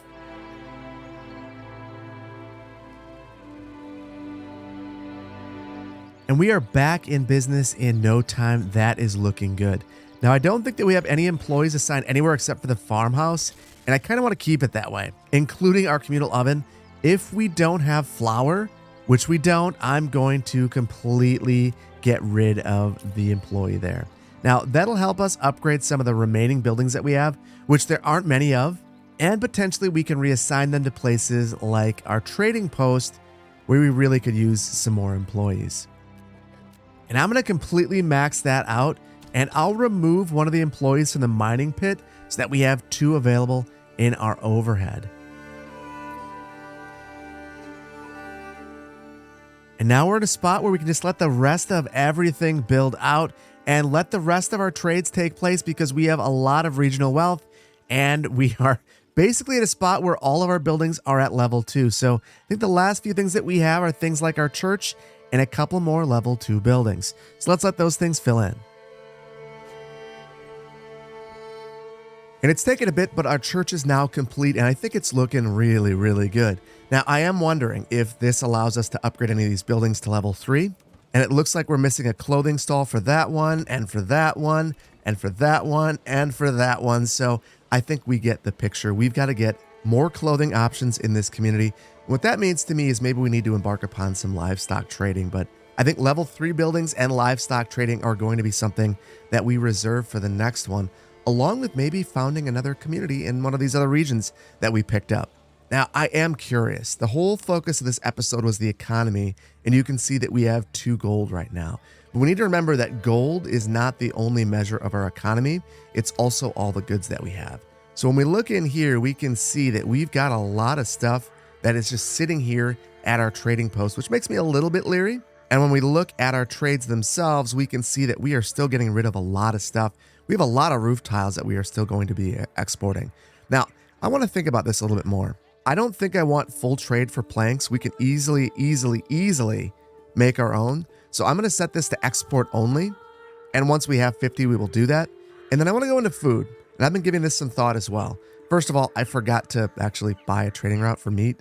No big deal. We'll get that eventually. But I have full trade for all these, and I think I just want to import. Once we have a baseline of food, I don't want to go below that. And my fear is that by having full trade for all of these, we're never going to have a large supply of food. So that's a problem. And then over at all our military stuff, we're not producing any of this right now. So it doesn't make a ton of sense to have full trade. I'm going to say import only for all of these. And then lastly, I want to look at our materials because I believe that we are exporting wood. Yeah, but we're exporting firewood at 35. Let's bump this up to 150. Let's give ourselves a bit more overhead than we were. Now, I'm inclined to let this run for a little while to let all of those trades happen. But before we do that, knowing that there's kind of a glut of goods over here, I want to adjust our large storehouse. We'll give a couple of employees there. And then I also want to go over here to our granary. And we'll add an employee over here, and we're going to upgrade this to a large granary. And what that will do is allow some of our goods to be transported back and forth between these buildings. And now I'm inclined to let this run for a little while to see if we can balance out our economy and make some money.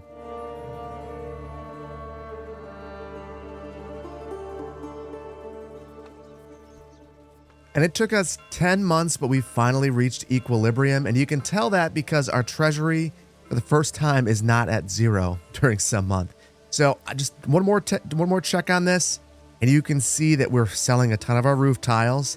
And for our food, we have a little bit of everything in stock. So we are importing some things, but it's not a total import, and we're not exporting our berries. Now, looking over at our military equipment, this is probably one of the areas that cost us the most. We aren't producing any of this, so we had to buy everything from our spears to our gambesons, to our sidearms. We got a couple of things that we didn't buy that I'm not sure why I didn't do that, but we might want to take a look at that in the next one as well. But all of these have now been filled up. And with all of that, we've got a really good surplus at this point in time of our main materials, our food and our fuel. We've got some military equipment, which means that we should be able to form some new armies. And the last thing I'm really curious about, we had some level 1 Burgage plots over here. Yes, we could upgrade these Burgage plots to level 2. So let's go ahead and do all of these. And we were able to upgrade literally all of these, which I think is outstanding. The other thing I want to do before we end today is I'm noticing that we're seeing some huge fluctuation in our wheat storage. And this has me wondering if this is expiring and maybe we need to make sure that we are processing this, otherwise it starts to go down. I noticed this in particular while we were waiting for our economy to stabilize, that the supply was going up and down, and considering that we weren't producing any flour or making any bread, that's a bit concerning to me.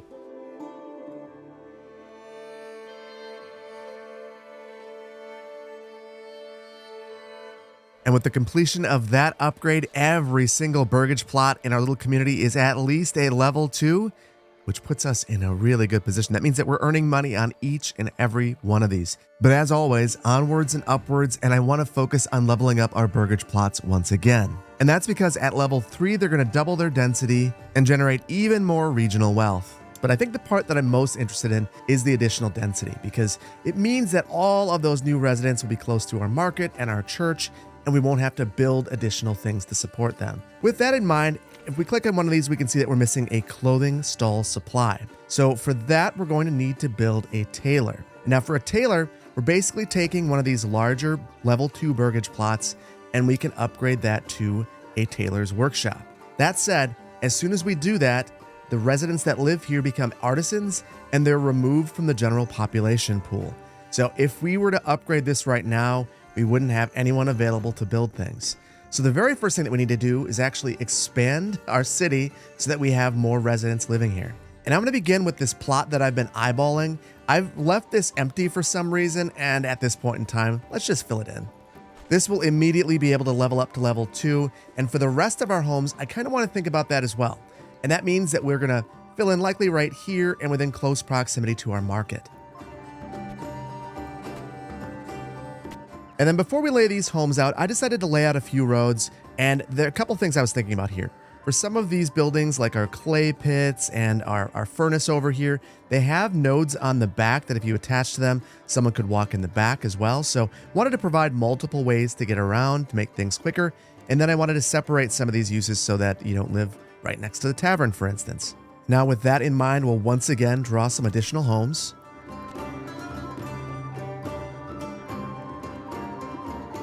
And there we go. That is a ton of new housing. So I think we're going to sit tight and let some of this fill in before we do anything else. I took a bit of a mulligan. I decided to change the orientation of the buildings. They were all facing the King's Road, and considering no other buildings are fronting this road, I thought it made some sense to change the orientation. But while we were building all of this stuff, I noticed that we had an enemy unit get spotted. So I want to find this unit and we got to take care of them. Oh my goodness, they are incredibly close to us. I'm going to pause. Let's mobilize our troops. And we've actually got a decent number of troops right now because, from my understanding, as long as you have the materials, you'll be able to form a militia. So we've been bringing in all of the spears. We've been bringing in all of the armor. Well, most of the armor. So as a result, we'll be able to rally the troops. I'm going to rally them right about here. And I can't rally the retinue because we don't have at least 5. You have to have 5 to rally any of your troops. So we're kind of in a rough spot there. And I'm going to look. I don't believe that we can create any of the rest of these, but we'll give it a shot. We actually can. So I will call these 2 up as well, and we'll rally all of our troops over here.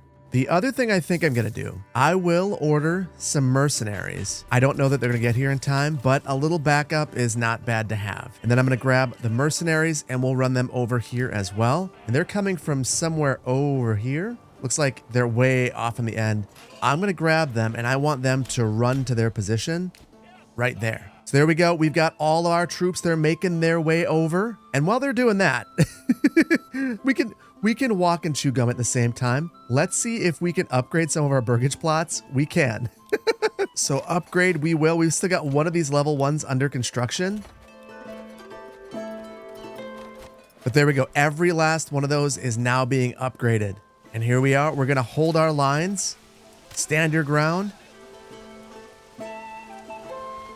And it looks like this unit right here, our spear militia, is not doing so well. And they're running away. What are they doing? Don't run away. Don't run away. Stay over here. Oh my goodness. Oh, and you know why that's happening? It's because I have them selected along with our archers. So we absolutely don't want that. And we've got, oh my goodness, we've got some more of our outlaws are over here. So thankfully, we're going to have these archers, these mercenary archers, meet up with them and hopefully attack them first. We are going to just stand our ground right here and start shooting. And oh my goodness, this is not where the archers want to be. I wonder if we can get them to fall back. So we'll give ground. I want to do this twice. I want them to fall back so they can shoot because they are just being destroyed.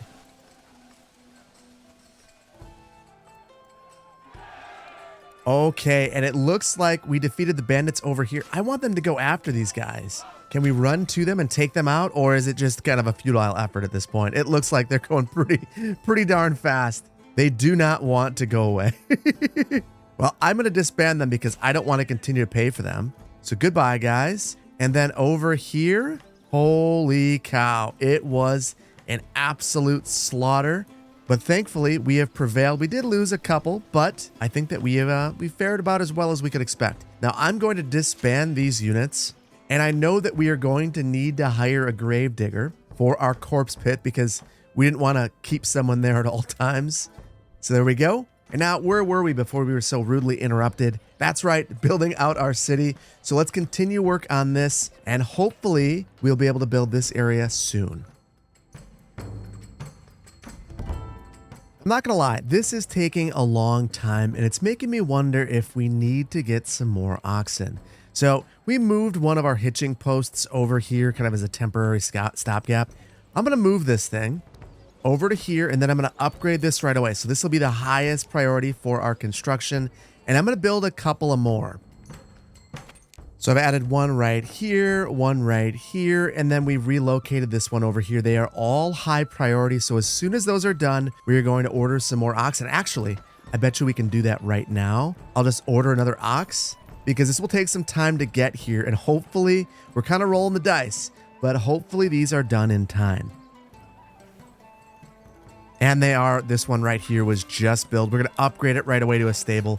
We'll do the exact same thing with the other two as well. Now, interestingly, I went to go and upgrade this hitching post and I can't do it. And that's because we are out of planks. And that makes me wonder what we're doing over here. We've got no one working our saw pit, which means that we are not producing any planks. So I'm going to assign at least one family there. And while I'm over here, I have a little bit of curiosity. I want to know how much I can finesse this forester's hut. So basically, I want to plant some trees to separate our homes over here from our clay mine. And I'm wondering if I can relocate this way over here. You gotta be kidding me. I can. And I can even micro target this. Oh my goodness. There's not a lot of detailing options in this game, but I just found one. So we're gonna roll with it. And would you look at how quickly those trees grew in here? That is outstanding. But there's one thing I'm curious about from anyone who's played a lot of real-time strategy games like this. Do the trees help me with defense or is it actually more of a problem?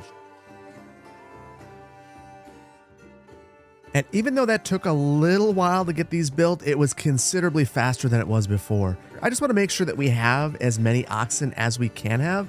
And if you hover over this, you can see the amount of stable space that you have and the amount of total livestock you have dedicated to your stable space. So we have 7 out of 10 right now. I think we are going to order some horses. The horses are used for the trading post and maybe one horse and 2 more oxen and get everything filled up. Now we finally have that familial overhead that I was talking about, so we can start upgrading some of our Burgage plots downtown to have some specializations. So this one is going to be one of our tailors, and I think that we're going to need 3 of these. So I'm going to just go ahead right away and upgrade 3 of these. We'll get this one upgraded. This was a level 1 building.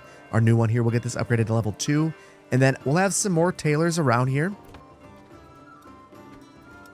Now, the other thing that we can do is work on some shoes. So we'll have a cobbler shop over here, and we've got an empty one over here. I think we're going to have a bowyer's workshop to make some war bows. And then next to that, we are going to have a blacksmith's workshop.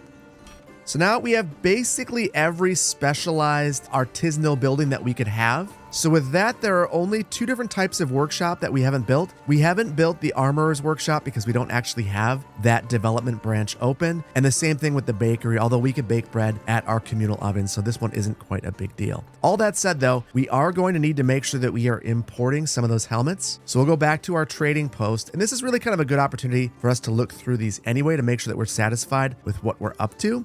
And I think because we have some money, we are going to set everything to import to at least 25. And we've already been importing our helmets, so we don't have to worry much about that. Now, back to our commodities. We have a whole bunch of stuff that we are not importing and we are not producing. So I think we'll set up some trade routes for these as well, including tools, which we really need to establish our supply chain for that because we have everything that's needed for that. And we'll do the same thing with all of our clothing and our shoes. So we are going to burn through some money now that we're importing all of this stuff, but I'm not overly concerned because we will be able to produce this stuff soon enough, and then hopefully we'll be able to export some of it. And a bit of time has gone by, and I'm just double checking. It looks like most of these have been built at this point in time. So I want to go and look at the tailor's workshop in particular to see if we can customize this. Yes, right here we can focus. So right here we have gambesons, which looks like some sort of a jacket being produced. We've got 2 other tailors. So for this one, we will focus on, the focus is cloaks here. And right here, wow, it was smart enough to make sure that clothes are being produced right here. So that is fantastic. Now I am very curious. What does it take to actually make these? Linen and dyes. So we are importing linen, but we have no dyes right now. So I'm wondering if we can produce those ourselves. And it looks like the dyer's workshop turns berries into dyes. I believe we've got a ton of berries, so let's just go ahead and build our dyer's workshop. And I'm going to sneak this over here. We're going to start a new little industrial area. This log has still not been picked up, and that makes me wonder if this is just not going to happen for this and we need another large storehouse. So knowing how much stuff we have coming here, I think I'm going to add another one right away, and maybe we just sneak this one a little bit further off to the side. So we'll have one on either side of downtown, and we'll focus on our dyer first, and then I want to check out these other tailor's workshops to see if it's the same requirements. So yarn is needed for the cloaks, linen for the gambesons, and linen and dyes for the clothes. So we do not have yarn right now. For yarn, I believe that we need sheep, and that's a whole nother production chain. So with that in mind, let's go back to our trade, because to get sheep, we actually need to have a livestock trading post. So we're going to build a livestock trading post, and I think we're going to build that somewhat close to this area, but maybe, I think we'll keep it right over here. We'll put this right next to our dyer's hut. And then to go along with that, we are going to need a new type of farm. We are going to need a sheep farm. So the sheep farm will produce wool, and then we're going to need to turn the wool into yarn. So we're going to add a sheep farm right away.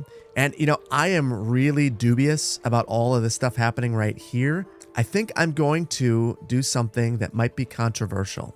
I want to look at our fertilities. You can see that this isn't great right here for wheat, but over here in that new region, that's pretty darn good. So what I think we're going to do is eliminate our farm right here. We'll call a mulligan on these, and instead we'll raise animals. And in the future, we're going to move our farms over here, and the future is going to be soon. So let's demolish this field and this farmhouse. And I think we'll even get rid of our windmill, this granary. Actually, we'll keep our granary. We can reuse that. But we will get rid of this communal oven. I'm going to construct my sheep farm right here.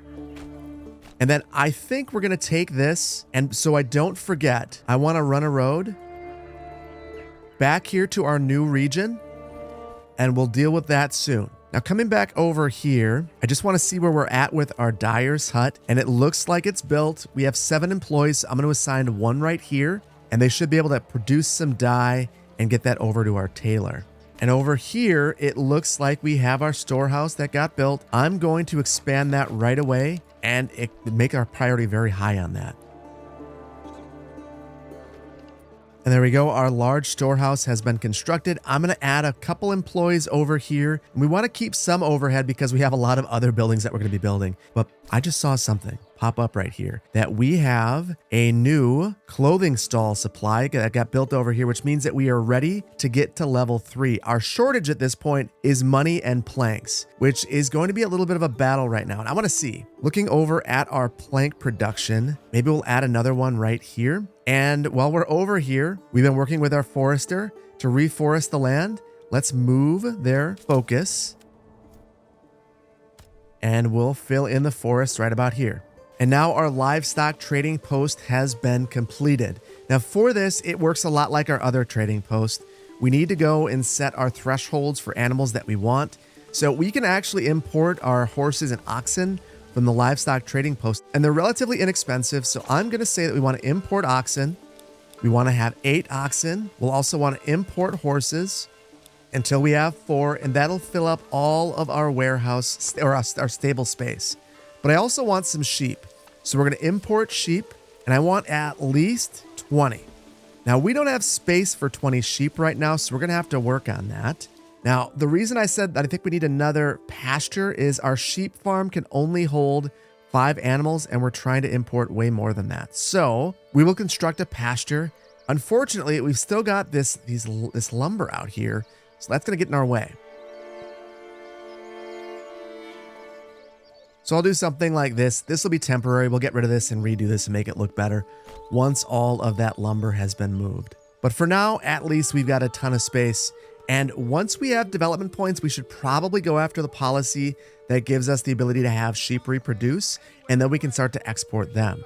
We don't want to end the supply chain there while we're thinking about it. Let's build a weaver shop. So the weaver shop can take wool and turn it into yarn. It can also take flax and produce linen. We have no flax right now, and we don't have fertility for it, so we won't worry about that just yet. But we will build one of these, again, over here in our new little industrial area.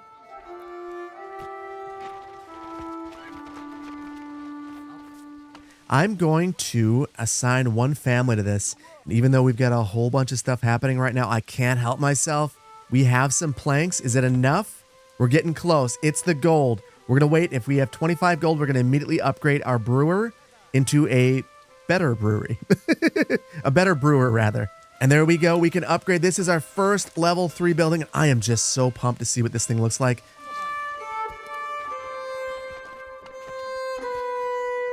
And there we go. Holy cow. This thing is absolutely huge. It's not even done yet. It's close. It's missing one plank, but we can see that this thing is absolutely massive compared to all the other buildings around it. It looks a lot more like the church that we leveled up as well, and I like the look of it. So I'm really excited to start leveling up the rest of these. And honestly, we can do a number of these. So let's just go for it. Oh, it's planks. We can do one of these.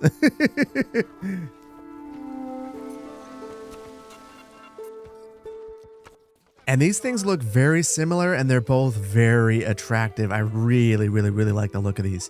So now that we've seen our first level 3 buildings, there are 2 things that are on my mind. First is if we get just 2 more level 3 buildings, we become a large village and get another development point, and that could be really helpful for us. The second is that I really want to open up our final supply chain, which is our iron supply chain. It's how we build weapons and tools, and right now we just don't have the population to support that supply chain. We've got 4 families. Now I think that these could work well together, because if we were to upgrade these buildings to level 3, the density increases, we get more families, and we can send them to the mines. That said, we've been missing supplies to be able to upgrade these, in particular planks. So I picked up this new trick. This is from Stream, and it's also from the comments. If I hold down tab, I can see if any of these buildings can upgrade. And if I could upgrade these, there'd be a little greenhouse right here. And if you don't see it or any deficiencies, then you just have to click on the building. Now for this one in particular, we can see that all the requirements have been met. We just need more planks. So before we do anything, let's go ahead and try to figure this out. And I also want to figure out our food, because we don't have a lot. We have currently 9 months of food supply available, but the moment we start adding a bunch of density, we're going to run out of food. So let's begin here at our trading post, and I want to start increasing what we're importing. So in particular with food, I'm going to open up. Oh, I never opened up the meat route, so we'll open that up. And then we'll open up a honey route as well. We'll import these. And rather than importing 100, I'm taking this up to 250.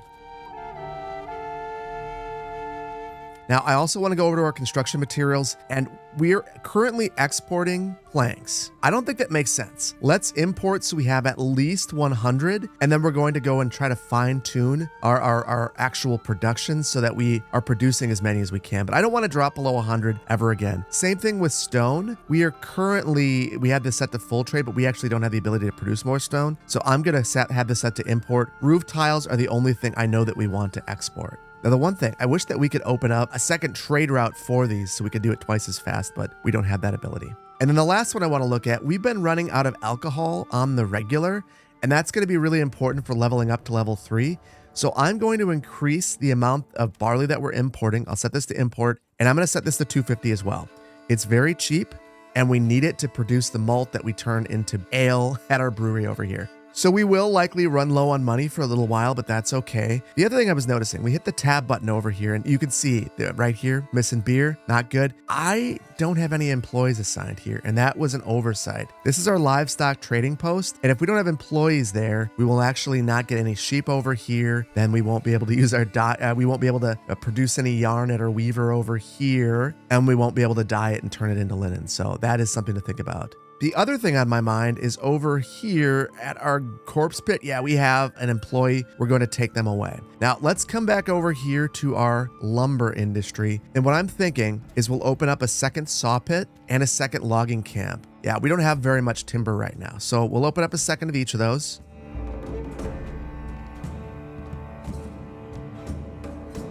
And there we go. We've got our saw pit and we've got our second logging camp. So I am going to add a couple of workers at each of these. Actually, one here and two there because that's basically all that we can do. And then I want to take one more look at our forester's hut just to make sure that we're actually foresting in a place that makes sense.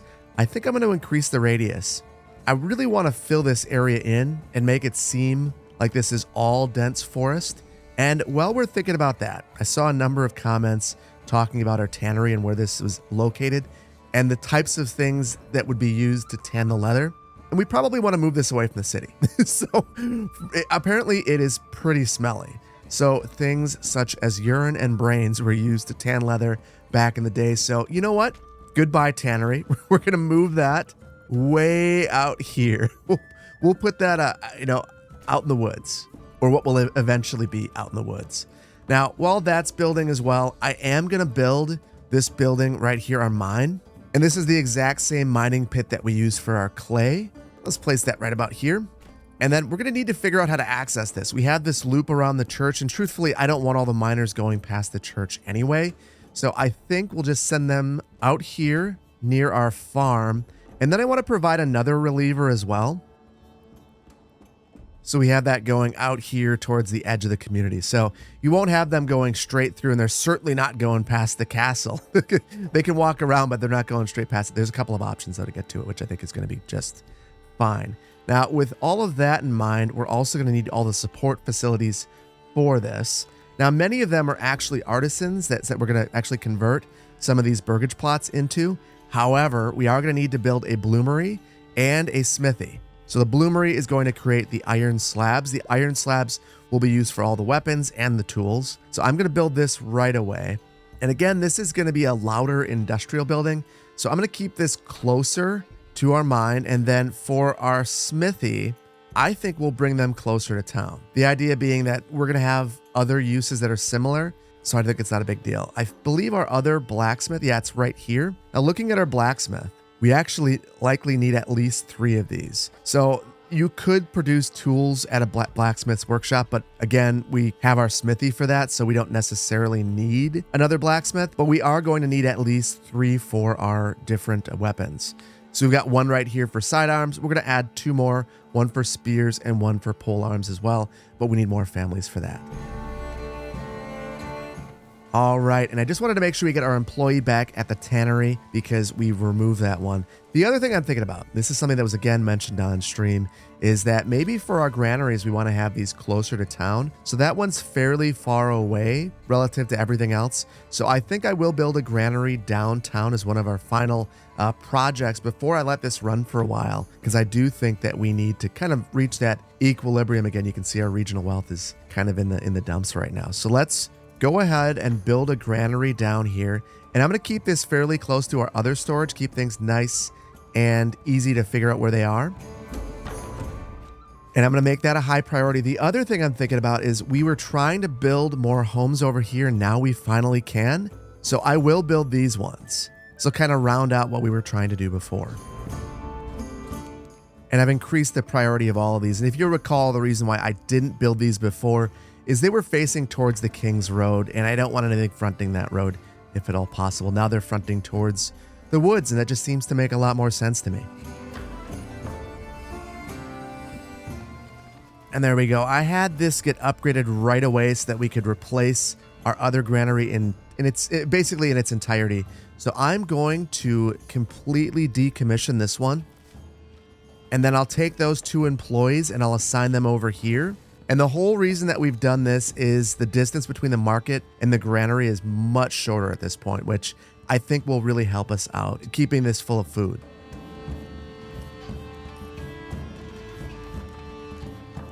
And there we go. We've got all of those houses built. I'm guessing we can level these all up. Look at the number of planks we have now. We are just kind of crushing it with our planks. So yes, we can even add in additional living space for some of these, and we're going to do it.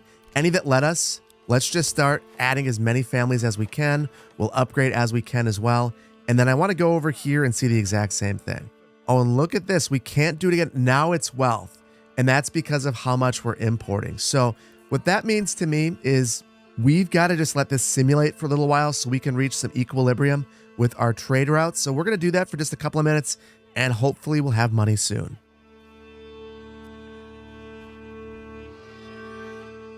And from a financial standpoint, we're doing okay again, which means we can probably level some of these up. We can. So let's level as many of these up as we can. I am a little bit concerned about our food situation though. So we'll grab a couple more of these, and then I want to see if there are any Burgage plots that we can add some food to the rear of. So I'm thinking that we'll go for some chicken coops and some vegetable gardens. The vegetable gardens are cheap. They're not going to help us this winter though, so something we have to keep in mind.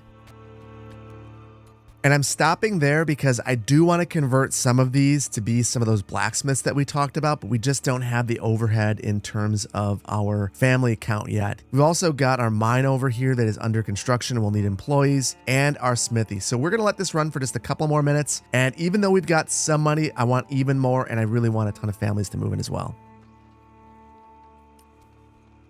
And we've just had our settlement level up, which means we have another development point, and I absolutely want to use it right away. So there are 2 policies that I'm really interested in. The first is sheep breeding. We're importing all those sheep right now, and we'll be able to breed them and potentially sell all the extras. So that one's pretty appealing to me. The other one that is really interesting to me is our foreign suppliers. Now I'm inclined to go with this one. I've never tried this, but what this will allow us to do is basically have a foreign food cart and a foreign firewood cart. The firewood cart's not all that interesting to me, but the food cart is. So we're gonna give it a shot. Hopefully this helps us with some of our food issues that we're having right now, because you can see it's just not going up just yet. The other thing is we're very close to being able to have our next settlement level, small town. We just need 7 more level 3 Burgage plots. And we are already building some of these. So I might just see when we can, if we can just get a couple more going and reach that next settlement level and get the other policy that we wanted as well. But in the meantime, once again, we are going to try to hit equilibrium with our trading.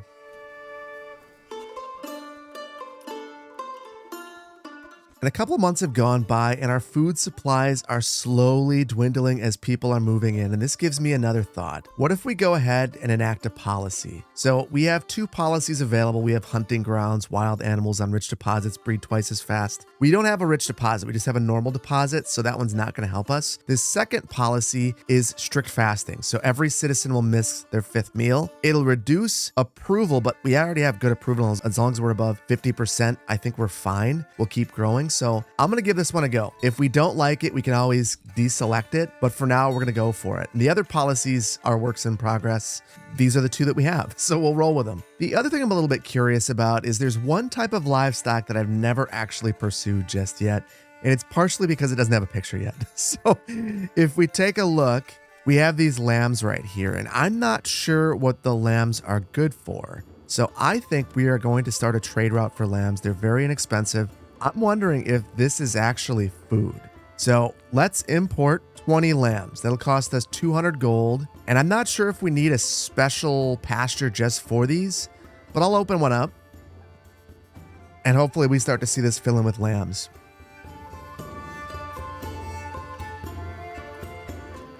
And another month has gone by and we still are running out of food, but we at least have a few new families. So I'm going to get this new supply chain working. We'll have one person assigned to the mines, one assigned to the bloomery, and then one assigned to our smithy. So this will help us start to produce tools, which I'm hoping are going to make basically everything that we're doing much more efficient. And maybe we'll even produce more food at some of these buildings out here as a result as well.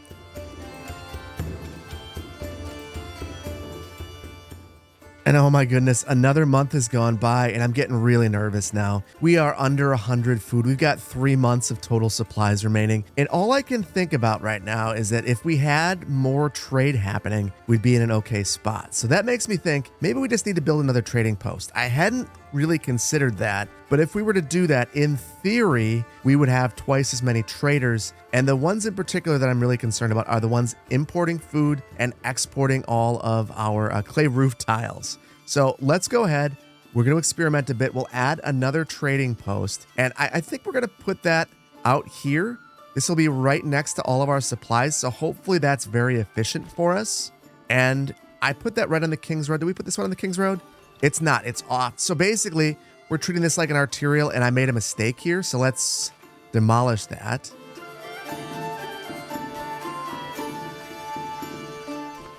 Holy cow.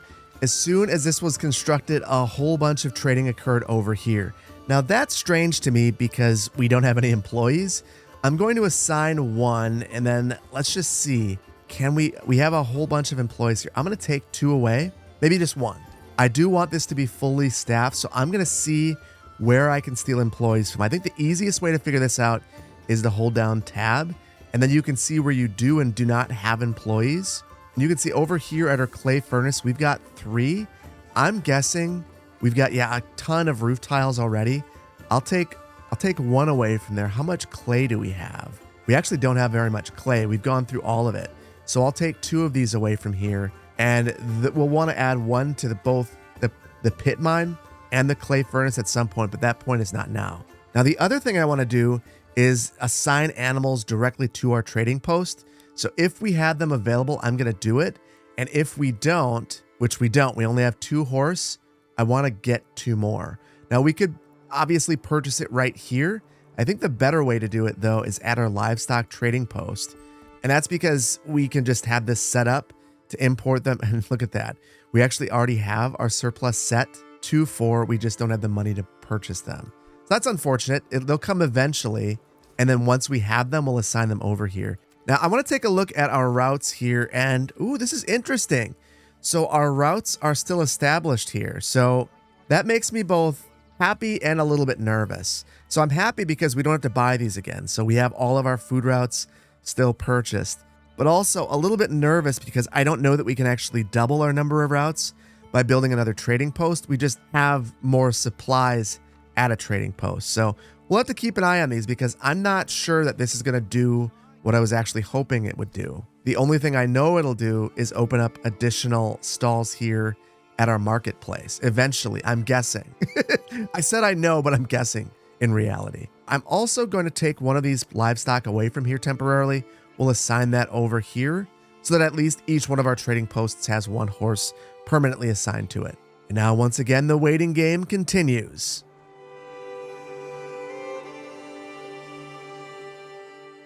Now, I'm starting to feel a bit more hopeful. You can see that the amount of food that we have is really climbing. It's at a steady clip, and we're gaining more families, so we're in a good spot. We've got a 4-month supply of our materials, which I think is going to be fine enough for now. So let's go ahead and start to specialize some of these Burgage plots. So we'll turn these into artisans and get all of our weapons production. And then I want to start upgrading some more of our level 2 lots as well. So I'm going to pause this because I don't want a trade to go through that will take all of our money as we're doing this. Now I want to look at the blacksmith that we have right here. They are producing sidearms. I want 2 more. And I know that we have some lots over here that we can add a backyard extension too. So right here, this will be another blacksmith. And then we need one more. I'm going to put that side by side. And then knowing that that's kind of what we need for those, I'm going to add backyard extensions to the rest of these. I'm going to alternate between having vegetable gardens and chicken coops. The idea there is this will help us with our food supply. The chicken coops will help us right away. I'm not sure if we're going to get any vegetables up front, but they're significantly cheaper. So we'll go for a number of these as well. And then I did upgrade a couple of these. It was inadvertent at first, but now that I've upgraded 2 of them, I'm going to go for the 3rd one so we reach our next milestone. And then we'll add a couple of more backyard extensions and wait for these to build out. Oh my goodness, the enemy has been spotted. This is not the ideal time for that. Now, I really wanted more weapons and equipment. Let's see where they are. Okay, they are right on the border of our land. Now, that said, it's not very much. Oh, they're still spawning. Okay, so there are a couple. Let's go ahead and take a look at our army. And here's the thing. It looks like they have weapons. Their armor's not great.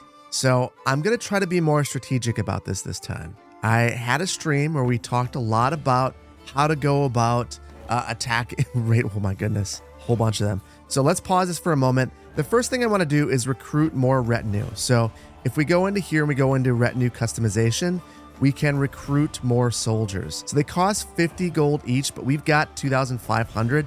So I'm not overly concerned about that. So we are going to load this thing up. We will make sure we've got 12. And then for each of these, you can see they've got some basic weapons that they get as soon as you recruit them, but they don't really have a ton of armor. So I want to pay, it's 8 gold to give them armor. And you can just see this guy looks a lot more tough. So we're going to do that for all of them. Now we could customize these completely. It would make me feel worse if we had this completely customized and we were seeing what they were looking like. You can change the color, but at the same time, it's a lot of detail, a lot that I don't want to do right now. So we'll just go ahead and give them the armor.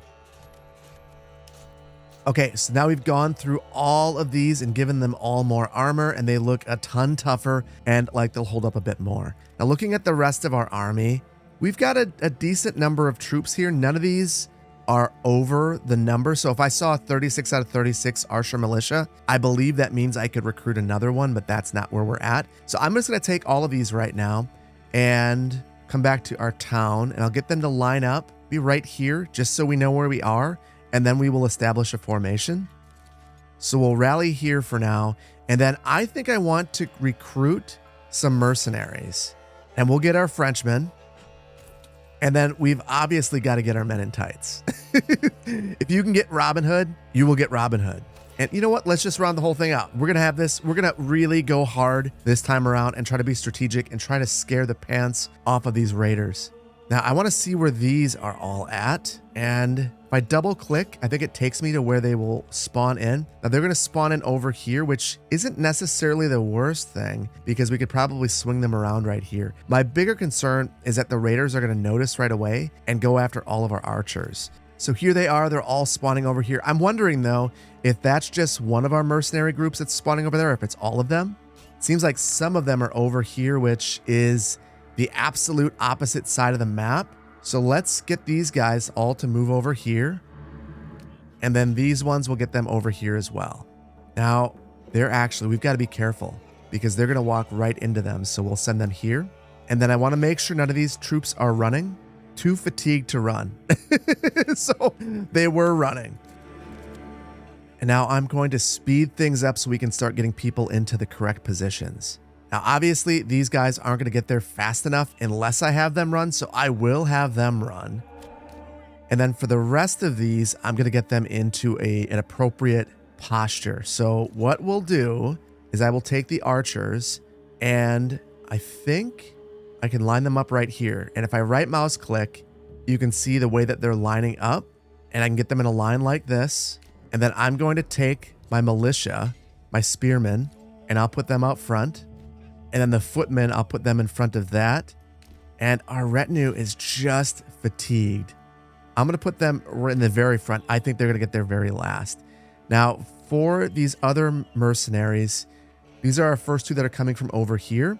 I'm going to have them flank from this side. And then we'll take our archers over here. We'll do the exact same thing. And I want them to run.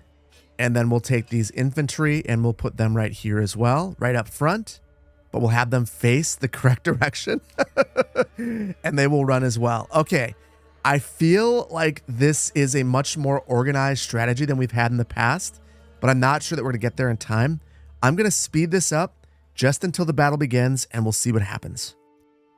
Okay, so I'm pausing this for just a moment. It seems like they saw what I was doing and adjusted accordingly, so I'm going to attempt to adjust as well. So again, we are going to take our spear militia. We'll move them over, or rather our retinue. And there we go. I basically tried to force them to stick right here. So let's go and we'll see what happens. And they are heading straight towards all of our archers, which is not what we wanted, but they've got their back turned to us. So what I think we can probably do, I want to highlight all of these troops that are right here and send them right in. And they're not even going to see what's hitting them. And look at, they're just running straight. And we'll have these troops all run. Just go straight in. Oh my goodness, we're going to get them from the behind. That is going to be perfect. And they don't even see it. They're running towards our archers, which isn't great, but we're getting them from behind, so that is. And are they running away? Are they already running away? They are. That is perfect. And oh my goodness, when you are organized, it actually works. And there we go. I think that's the rest of the outlaws just running away. As they should. Get out of Dodge. Get out of Dodge. That worked really, really well. So I appreciate all the feedback from the comments of the previous video and all the help in the stream. We obviously overwhelmed them as well with all of our mercenaries. I'm going to disband all the mercenaries now. The way that we do that, we'll just select all of these and then we can just disband the unit. And then for all of our soldiers, we'll just select them and head them back into our land and then we can disband them. The nice thing about this is I want to say that this entire battle happened in Hildebolt's land, which means that we don't have to worry about cleaning things up. So we're good. Now that everyone's back in our land, we just hit disband unit. They'll all go back home and continue to work on the things that they're supposed to. Now back to town, we'll watch the rest of our buildings get constructed.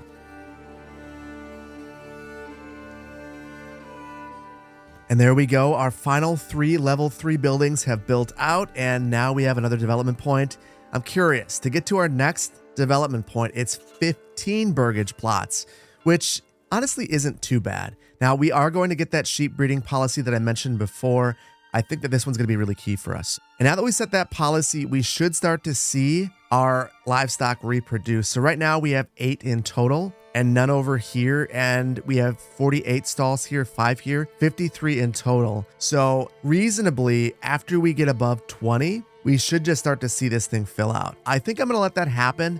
And then once we have a number of sheep, we will start to actually start to sell them. Look at this. We are in a rough spot with food. We're still not where we need to be. I'm going to see if there's any places that we can add additional accessory uses, but I think we're kind of built out. Now, the easiest way to figure this out is just to hit the tab button, and then any of these buildings that have the green hammer can have an accessory building. So I'm going to add chicken coops to as many of these as I can. And I think I can get 4 more. So hopefully over here we got 4.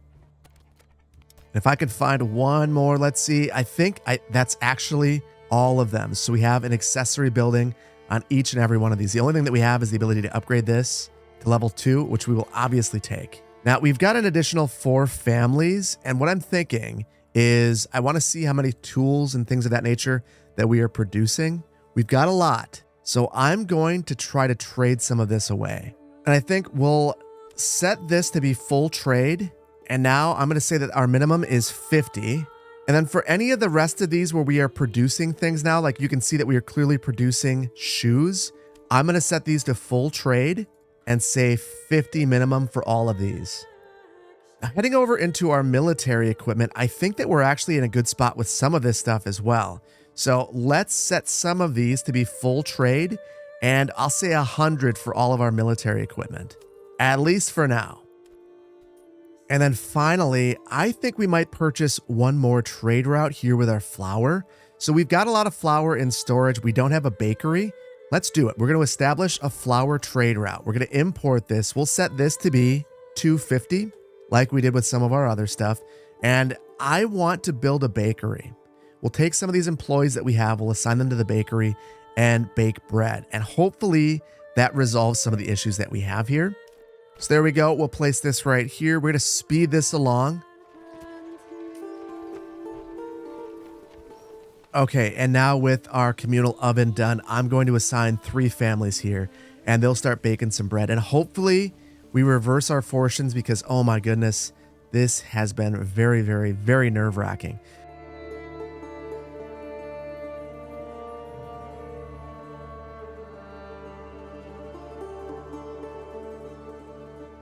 Okay, and we're starting to reach a spot where I'm feeling a lot more positive about where the city's at. The one thing that I'm noticing is that we're currently at 2 months of supplies, and it's no longer our food, it's now our fuel. Now, if I recall correctly, we've been trading off our fuel. So let's go ahead and modify that trade because that's probably not very helpful for us anymore. And sure enough, we are exporting our firewood once we hit 150. So I am going to stop this. No more trading our firewood away. And I'm going to even purchase a trade route for charcoal. And I'm going to set this to be a full trade route as long as we have 300. If we have 300, we are going to start to sell it off. But that'll make sure that we have a ton of this available. And then I'm noticing that we are 5 level 3 Burgage plots away from Medium Town. And we've got a ton of money. So I'm going to pause this for a moment. And I'm going to see if we have 5 to upgrade. Look at that. We have a ton to upgrade. So we are going to upgrade 5 of these and reach our next level. And I am tempted, as tempted as I am to upgrade even more of these, I think I'm going to hold back because you can see that we've already got some plots that have issues with food. So we're going to hold back. And then the other thing I want to do is build a couple of small markets. So now that we have some of the foreign food stalls, I'm wondering if we add a couple of markets, if they will begin to populate these and solve some of our food issues that we're having. So I'll add one over here, and I'm going to add one over here as well. And now that we've made those couple of adjustments, I'm going to let this run for a couple more minutes and see where we end up. And just like that, we have increased our settlement level once again. Now that gives us one more development point, but at this point, I want to calm down. And look at that. Actually, we've reached our maximum settlement level. So that is interesting. So that makes me wonder if we need another settlement to be able to unlock more development points because we are not all the way through our tree.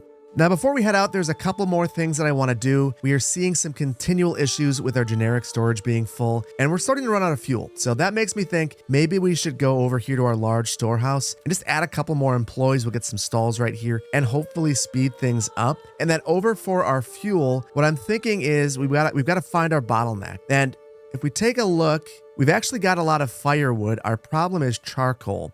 So I'm inclined to build another kiln, and I'm going to build that right over here.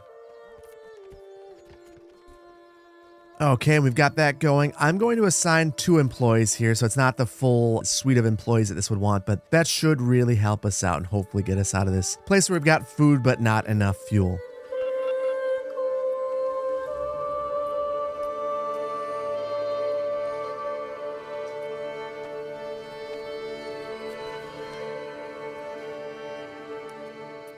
So I've let things run for a good long while now. We're in December, and you can see that we are finally at a spot where we are starting to bank supplies and have a good 5-month-long surplus at this point in time, which makes me feel good. And I keep seeing these numbers go up for both fuel and food, and that is exactly what we were looking for. So this city is in a good spot to be self-sufficient, not just now, but in the future, and we built all the supply chains within this city.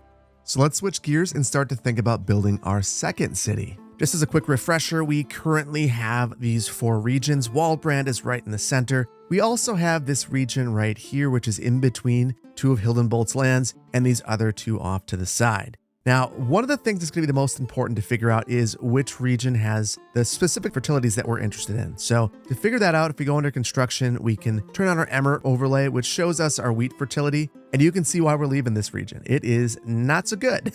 But over here, this region is incredibly fertile. You can see It's green, dark green, basically everywhere, but a couple of small locations right here. This region to the south is not so good. This looks a lot like Waldbrand, so probably not the location that we'll be picking. And then this other region over here, I want to say that this is River's Edge. There's a stream or something like that right here, so it makes sense that this is very fertile. Now, the other fertility that I'm interested in, flax is obviously important for linens, but I'm okay importing that. But barley is something that we've been running out of. So we've been really suffering when making ale, and this is a good location for that. And over here, much the same story. It looks like we could get either one of these regions and be just fine. Now, I want to think a little bit about strategy and the war. And when I think about this, it seems like this area right here along the stream probably isn't the right location for us. Thing is, I could see Hildebolt coming from the north and the south to try to trap us. And if we have this region as well, we need to spread out our army so that our army is both here, and that's not going to be so great. If we have this region and we farm this little corner right here, then potentially, we don't have to worry about that quite as much because it would be very difficult for Hildebolt to get over here. So I think we're going to settle this little area right here. So I think the first thing that I want to do is build out a couple of roads. So right here we have our sheep's farm, and we have this road that I've teed into this area. And what I'm thinking is we'll just connect this road up to the King's Highway. And after that, we have to build a settlement camp. So the settlement camp is found underneath administration, and then here it is, the settlers camp. So I believe we just place this in a non-settled region, anywhere that we want. And you know what? I kind of like this high ground right here. Let's build another road. And we'll build our camp right up here. Now, interestingly, we don't have any money because we're showing all the stats of this new region. So I'll place this right here. And very interesting. So we have these different settlement options. Only town is available, but it looks like in the future, you're going to be able to actually say what kind of village you want to form. Farming, forest, or mining. We also have the ability to set our starting supplies. Now, this is curious to me. It looks like we can either start with a modest amount of stuff, so 20 of everything, 40 of everything, except for tools, only 20 of that, and then plentiful, we get a little bit of everything. I don't know why we wouldn't go for plentiful. Seems like the easy start, so if we can afford it, we're going to go for it. The one thing that's interesting is I don't actually have the ability to see how much money we have on the screen, so we're just going to go for it, and it let me do it. So I assume we're good.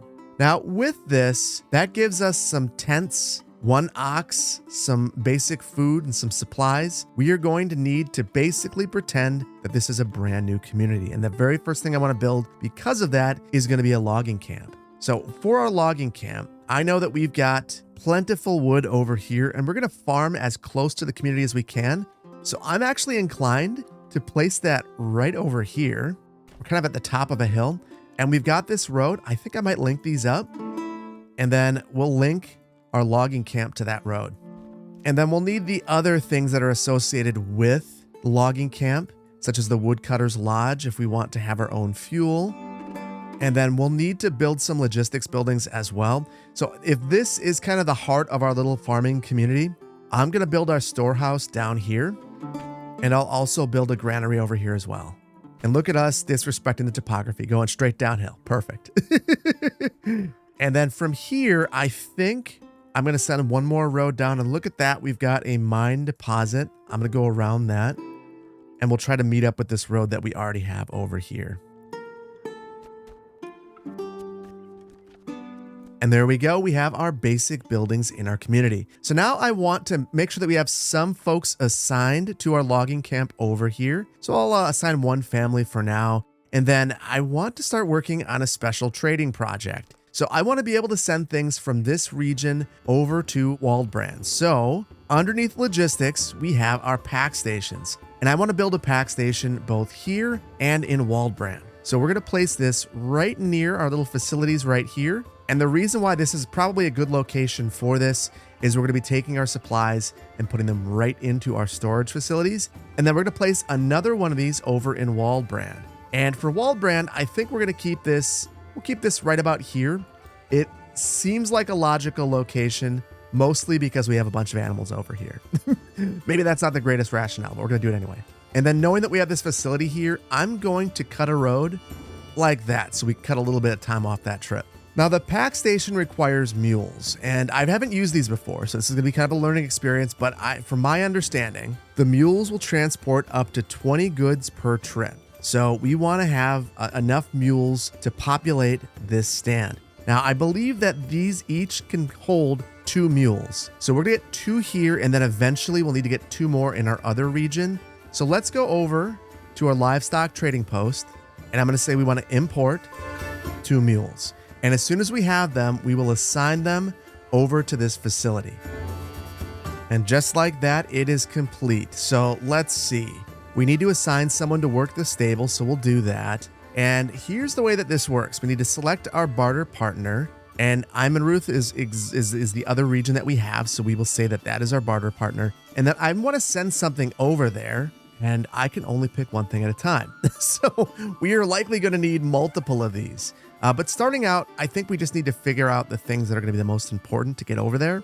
And honestly, I'm inclined to say that we need to get some planks over there. So I'm going to take planks over there, and we have to receive something. So we'll receive firewood. And interestingly, it balances this out. So even though it's staying in the region, it's balancing it out because it has to be fair. So that's going to be something that we have to keep in mind as we are doing all this farming. I don't know what we're going to send over there. Most likely roof tiles, and then we will build a trading post over there and sell the roof tiles as we're trading the food into this region. Now, over in this region, we've also built our pack station. Now, we could buy a mule, but the mules are actually pretty expensive. It's 25 gold. I think we're going to do it because I think it's important that we have this operational. Now, there's nothing else that we can send over here. We're going to have to work on that. So let's work on growing our population and giving homes and fuel to our citizenry. So what we're going to do is build just a couple of homes over here. Now, I don't want to go overboard with this because I'm really interested in building a community around a church. But for now, we'll do what we can. And there we go. We have 5 homes for our 5 families. And I'm now realizing the error of my ways. I never assigned anyone to work over at this woodcutter's lodge. So that's why everyone is cold and why everyone is unhappy over here. And as a result, they're not building a thing. So we've assigned 2 families to split wood. That should really help us out a lot. In fact, we'll probably end up going through most of our timber as a result.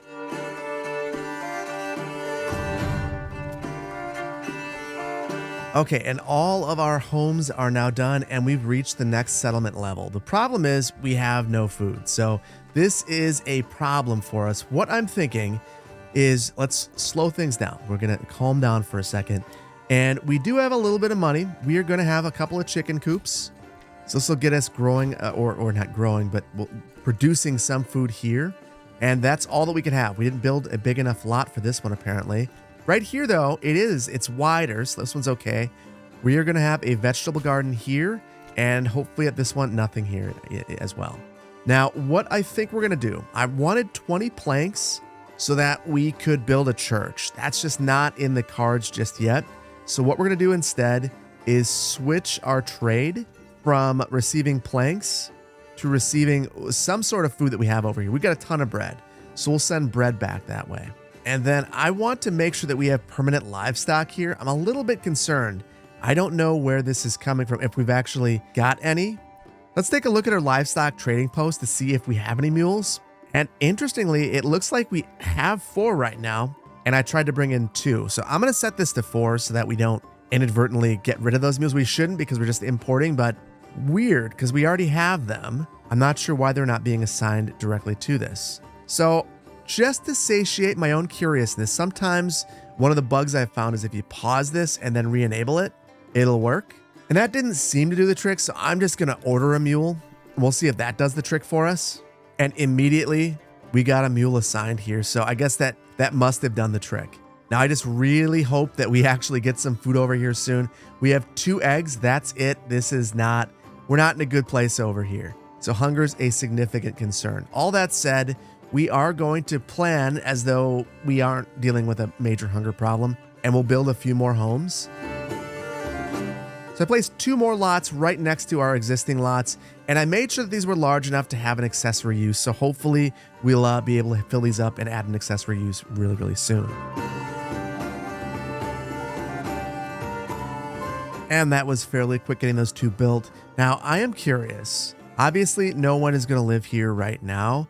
But if I were to build a chicken coop, the construction will get started there. I'm going to do the exact same thing right here. And I'm wondering, I know that this house doesn't have a chicken coop. There's no way for me to turn it off. So I can't pause this. So unfortunately, that means that these folks are just going to be there and we're just going to have to wait. But I'm hoping that we can still have a chicken coop here and someone will work it. We'll have to see. Now, the next thing I'm going to build over here is one of the last few things that we can actually build to make our folks happy. And that is a well. So let's figure out a good spot for that.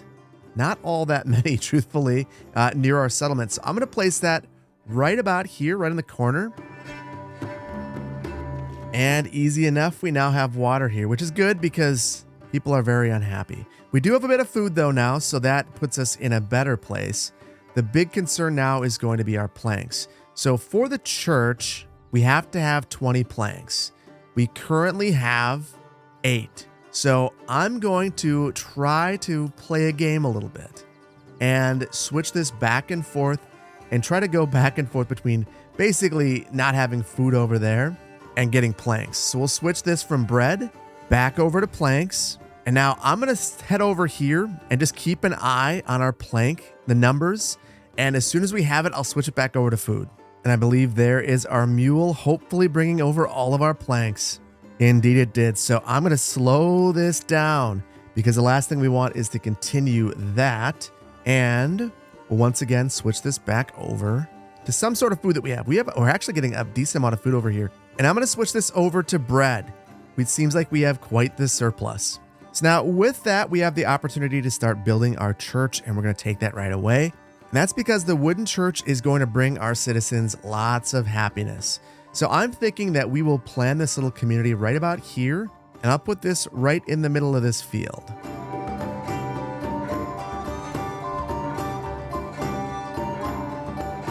And then I've gone ahead with a real basic layout here, trying to make sure that the church is very clearly the center of the community.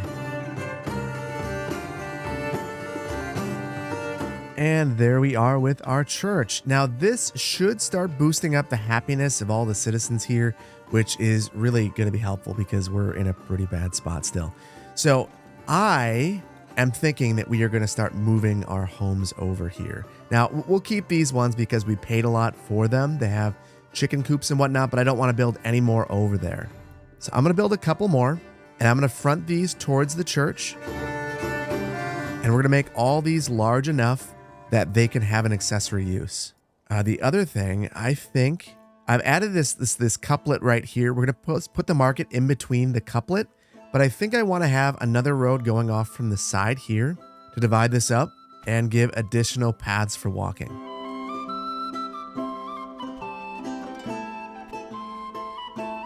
Now, we've gone pretty hard on the home building right here, so I'm going to take a step back from that and build our marketplace, which is something that we've actually seen a couple of complaints about.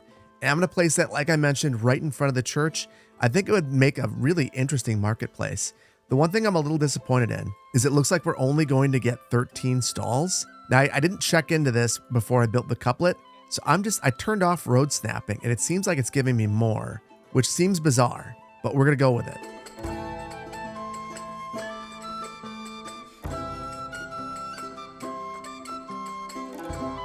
Now, interestingly, we got some really unique layouts here. So we've got diagonal stalls right here, and right here we were able to get them side by side. So I don't really know why that's the case. The one thing I can tell is as straight as I wanted to make this, it didn't quite work. And truthfully, it kind of fits the whole medieval aesthetic, so we're just going to roll with it.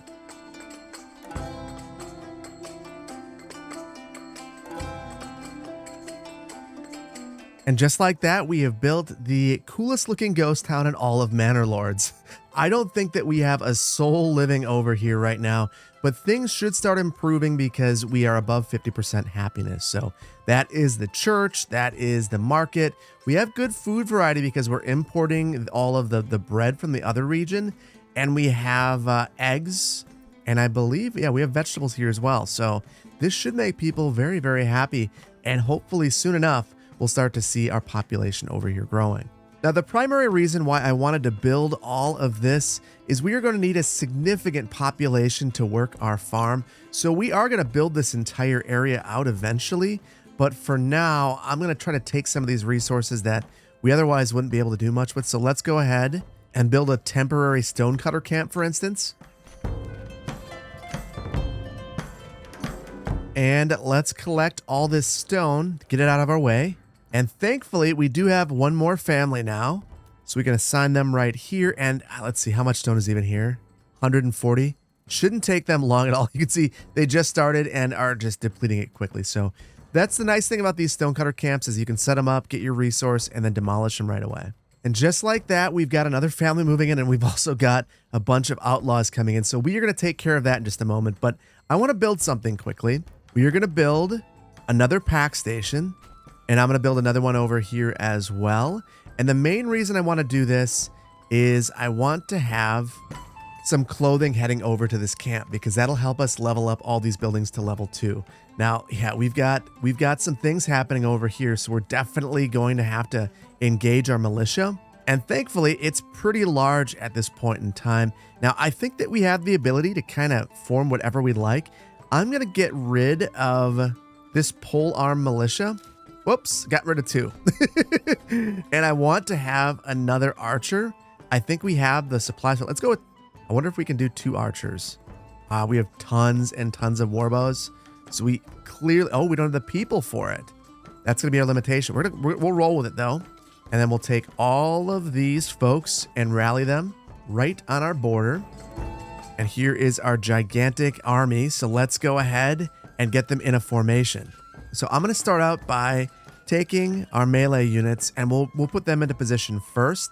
And I'm going to face them in the right direction. So right mouse clicking and holding them so we can spread them out. Now, interestingly, we've got 2 or 3 different types of melee units. So I think we will have our retinue in the front. And then behind them, I'll put the footmen. And then I think I'm going to put the spearmen on the side. And then we'll have our archers behind them. So now hopefully they'll walk right towards us. And it almost looks as if they're staying pat. So I'm going to grab the retinue and I'm going to bait them into coming over here. So I'm sending them up into the woods over here. And now they're coming this way. I'm going to pause it for a moment.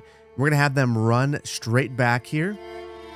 And I will have them run. Just come straight back and send them right into our trap. Now, interestingly, we've got these brigades going off to the side. I'm going to send this spear militia right after them. And then we'll have our archers go behind them. And now it seems as though they are afraid of us. Now I'm going to slow it down and grab these footmen and send them off to the side. They're chasing after our archers. And then we've got some spearmen right here. We're going to have them stand their ground. And we've got our archers shooting, so that should be very good for us. Let's have these troops run. And I'm having all of these archer militia members run away. And oh no, they are now engaged in melee combat. That is not what we wanted. Get them out of there. And they're still in the thick of it. Oh my goodness. They need to come back. We got to get them out of there again. And get these militia footmen going over there instead. And I was able to distract them. Looking good. And now we've got our archers over here. These ones, they're a little bit too far away. Okay, they're defeated. And then over here, we'll send them in to shoot as well. We'll send our spear militia in to get them from behind. Oh, this is not good for them. They're running right into us. Oh, look at that. Just a couple got away. They're trying to escape. We're not letting it happen. Or maybe we are. Go back into the hinterlands. It's okay. It's okay. You're good. Wow, they're still getting them from way over here. That is impressive. Okay, so we've defeated them. We don't have to worry about that anymore. We'll come back over here. That did give us a bit of influence, which is good. And then we'll come back into our lands and disband all those troops. And we thank them for their service and let them get back to their normal lives. Now, back to this area. Let's see how things are looking. We've got a few extra families. We are very happy. Our stone, let's see how this is doing. 45 remaining. What I want to do is now get a forester over here. Now, I know this is not where we're gearing at in the long term, but I think that what we've got to do is really set up a strong woodcutting industry, because that's what we're using for all of our trade now. And then in the future, we can begin to tone this down as we focus 100% of our resources on all of our farms. So I am going to add an additional family to our logging camp, and then we'll construct our forester's hut. We'll put that right next to this, and I'm going to speed up construction on this, even though it's the only thing that we're building. So it shouldn't really matter if we're being honest with ourselves. And I'm going to assign one family here for now. And then let's set the range that we are working in, because I want to make sure that we're replanting only in this small area, because I don't want, if they get outside of here and start clearing the trees near our fields, I guess I'm okay with that. I want to come back to our pack station for just a minute, because I think I've been thinking about these all wrong. So I've been thinking about these like I would in Timberborn. So in Timberborn, when you have multiple districts or regions, what you end up doing is having the equivalent of a pack station and then a place to receive the goods on the other end. Now, I don't think that's how it works in this game. In fact, I think that if I turn these off, the other end will still work just fine. So I think we actually have twice as many of these as we actually need. So what I'm going to do is turn these off. And then on the other end, we're going to set up all of our trades to occur over there. And then we're going to see what happens over here to see if we still get goods. So for our first pack station, we are trying to send over bread and in exchange for firewood. And for our second pack station, I want to send over some sort of clothing iron so we can level up some of the buildings over there. So I'm thinking that we are going to send over some yarn. Now, the reason I want to send over yarn is we should be able to produce yarn with our sheep here and send that over easily, and yarn counts as clothing. So in return, we'll send firewood again, but we're probably going to change this. We also need to order another mule and hire someone for this station. Now, I want to check this whole supply chain because I don't think it's right. In fact, I know it's not right. Beginning right here, we have no one working our sheep farm, which means that we're not picking up wool. I'm going to assign one worker here. And then the other end of this is our weaver. And I believe that we've already got someone working at our weaver. Yeah, so we should be fine. As soon as they have some wool, they'll produce some yarn. I'm a little bit curious though. Does it make a lot of sense to send over some of our food to this other area when we really don't have any over here ourselves? It says that we've got 7 months, but there's 260 people here, 261. That'll go fast. What I think we're going to do is turn this to something else that we're going to need over there. That's going to be planks. We don't have a sawmill. And you need planks to level up basically every building. Now, I really want to watch and figure out if a mule does leave here. We're going to pop in and take a look at this a couple of times, but there's a few other things I want to take care of. It was mentioned in the comments of the previous video that I never actually did the thing that was necessary to take advantage of the foreign suppliers policy that we enabled in the last video. So you actually have to build a firewood cart or a food cart for this to work. And I never did that. Now, these are interesting in that you have to place these in a market and you can only place one. So I'm going to place one of them over here. So I'll place one right there. And then we've got our firewood cart as well. And we'll place that right there as well.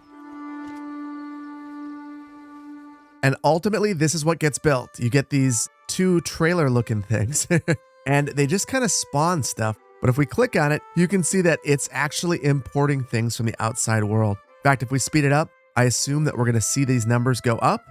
Indeed, they are, for the cost of a little bit of money.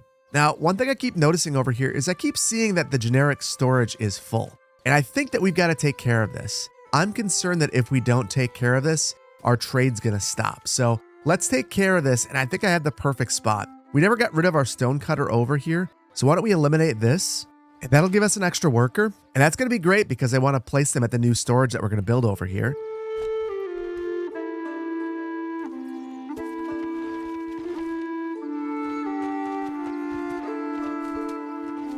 And there we go. We now have our second storehouse. So I want to completely fill this up with employees. We've got enough for 3, but I think we can do one better. We have a lot of fuel. I'm going to take a bit of this away. So we have a woodcutter's lodge. Got 3 people here. Let's take one away from there and then assign that person right here to our large storehouse. So I know that this doesn't seem like it matters, but I think that by doing this, some of the bottlenecks that we're seeing at places like our trading post and in our market and different buildings will clear up. And hopefully it just means that we'll still be able to import food. I feel like at this point, we should have more food, and we don't. And it's not because we don't have we don't have employees here. And that makes me wonder if that's part of our problem too. So maybe we'll focus on that for a moment as well. And bluntly looking at this, there aren't really places that we can pull employees from. So I'm inclined to do something I'm not super excited about, and that is build a few new homes. Now, the thing about that is our happiness is not very high. So I'm going to lower our taxation here. And then I'm going to add just a couple of homes on the edge here.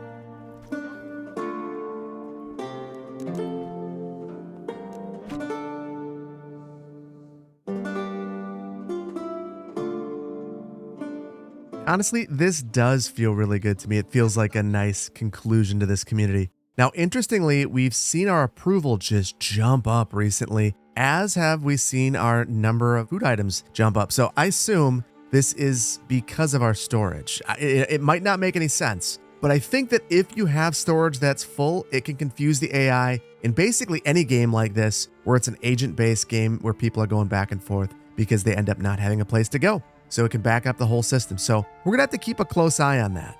Now, in terms of all these buildings, I would love to level these up. Oh, look at that. We're gonna be able to right away. And we were able to do that all except for the end pieces over here. And you know what? That's completely fine. We will leave those. Now, I do want to come back over here, and it looks like our mules are gone, which in my mind is a pretty good sign. Now, if we wanted a true test to see how this is working, we could either see a mule on the path, which we might. It's not looking promising though. Or if we have planks over here now, which we do, we have a ton, then we know that everything has been working correctly. So that is wonderful. Now, with that in mind, the reason I wanted the planks was to upgrade our storehouse and our granary. Let's go ahead and do that right away. Look at that, it's already full. And then planks are also used for your hitching post. So if you want to upgrade it to a stable, you have to have 2 planks. Now, we have to remember that we eliminated all the food coming over here, and we're not currently producing any food here, so we've got to do something about that. And I've got an idea. So I noticed that there is a rich deposit of berries out here, and then right here, we've got a wild animal deposit. Pretty standard, 20 out of 20, but that'll also give us some clothing, or at least an item that we can trade with Waldbrand for something else. So I'm going to build both of those right away. So we'll place our forager's hut maybe right about here. And I believe that there's already a road down here. We can connect right up to that. And then we want to also add in this hunting camp. Now for the hunting camp, I'm going to increase the priority of this one. So you could see the snow actually getting thicker on the ground. It isn't just a snowy layer that was covering things. So that was super cool. We got to attach this to the road, and then I'm going to assign 2 workers here right away. We've got a whole bunch of workers, which is outstanding. Let's set our hunting limit. Something I forget to do with these, but we'll hunt down to 5. And then with our 2 hunters here, we'll eventually take this down to 1. But with our 2 hunters here, we will get a bunch of meat right away, and then we'll get some hides as well.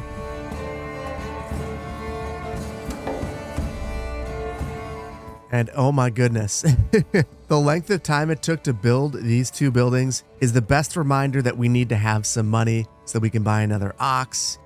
So I want to assign a couple of employees here so that we can start to get some booths over here at our marketplace. So we're going to take and assign at least 2. And for our granary, the exact same thing. They'll set up a couple of stalls. I'm hoping at some point we start to get some clothing here so that we can have that set up over here as well. It's probably one of our limiting factors to upgrading. It is. For now, we're just going to deal with this being level 1. And what we're going to do is try to get enough workers to completely fill out a farm. So that's at least 8. We also need the support workers. So we need the folks that are going to work at the windmill and they're going to work at the bakery. So what I think we're going to do is kind of systematically go through this area and fill it in with housing. Now, I want these all to be large lots because I look at each and every one of these as another opportunity to farm. So let's do the exact same thing all the way around here. But before we begin, we do have our stonecutter camp over here still. There's no more stone, so what I think we'll do is decommission this. And then I'm hoping that these workers that we just placed here will go pick up all that stone. Maybe we'll encourage them. We'll juice this up a little bit. We'll add 2 more workers temporarily, but for now, this will be just fine.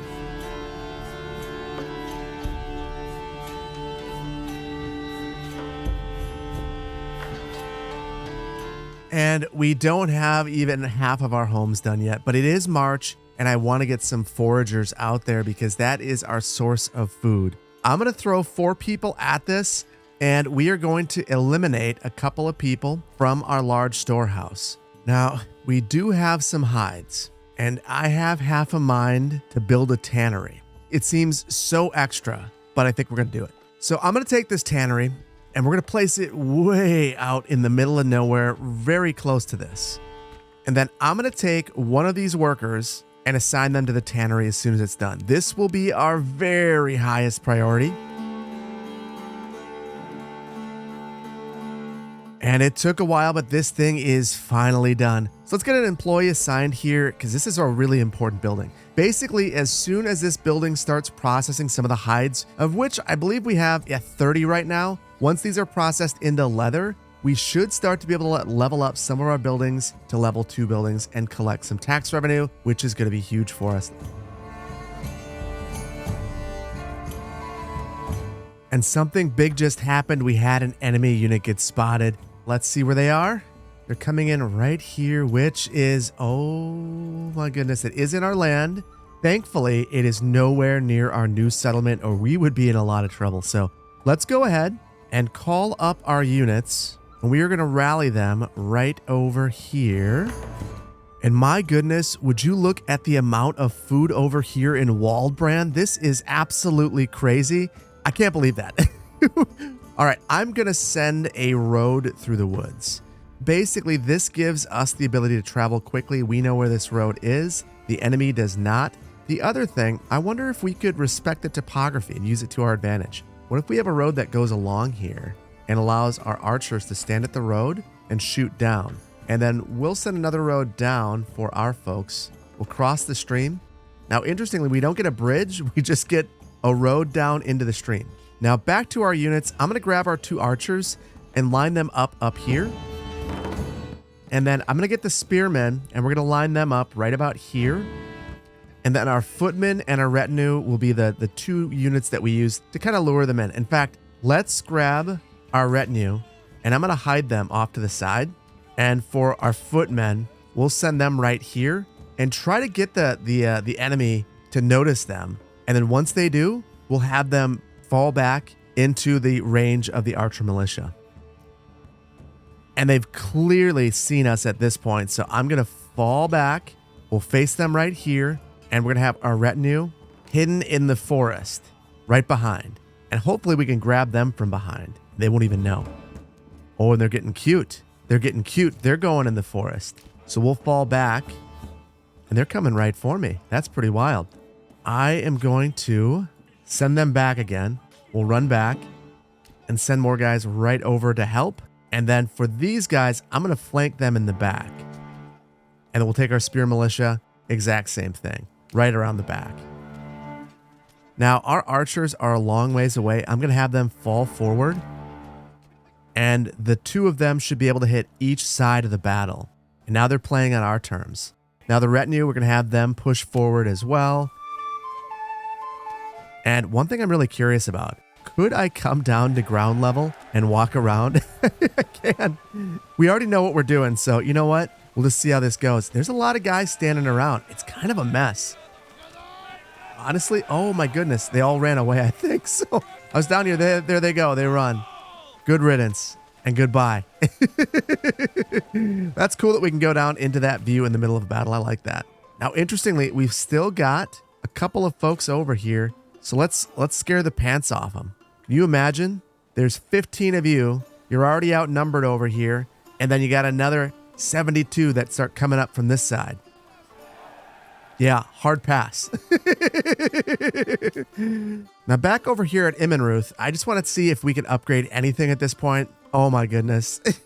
We finally can. So I'm going to pause this because there's the potential for a couple of things. First of all, if I go ham and I upgrade everything, I'll end up in a spot where I tank the happiness here. We're at 91% happiness. But you got to remember, level 2 Burgage plots require a lot more from us. So they won't be as happy with the meager offerings that we have, which is fine. We just need to not do too many then, because these other buildings are much happier with less. We'll go for 5. We're upgrading 5 of these all at once. And then while these are going, I did drop the tax over in Waldbrand. Now, I didn't want that to be a long-term thing. I just wanted to grow these buildings over here. So I am going to adjust this and give ourselves some taxes again. Remember, this tax is what we are going to use to pay for our mercenaries in our big war. So we got to make sure we've got a ton of money. And then I'm noticing one other thing. So you see, if we go over to Waldbrand, you can see all of our Waldbrand stats up here. And then we've got our stats for our treasury and our influence. And if we come over here to Immenruth, all of this changes. And now we have our new food that's localized to this place. But you know, what hasn't changed is our influence or our treasury. And that gets me curious. So the whole point of this village is to farm for influence. So we are going to have lots of farm and give away our excess food and get influence. You have to have a manor to tithe food for influence. So I'm wondering, can we build a second manor here? And if we can we tithe at this manor specific to this region? Could we just kind of cut out that whole trading thing that I was planning on doing? And it looks like we can. So I'm going to give it a go. And if we can do it, I'm going to put it right here. It's going to let me. And we won't do anything fancy. We'll just leave it like that. As long as it gets built, I'm happy. And I'm going to do something very uncharacteristic of me. Low construction priority. When we get to this, we get to this. And that's because I'm in a spot now where once we're done with some of these buildings, I want to start thinking about our farm. We've got a lot of employees that are unassigned. And once we get to 8, we could completely fill up a farm. I know it's August. It might not seem like it makes a ton of sense, but honestly, I don't like to time the farms. I would just as well get it set up and let it do its thing. Every time I've tried to time it, things haven't worked out appropriately, and I've ended up wasting a year.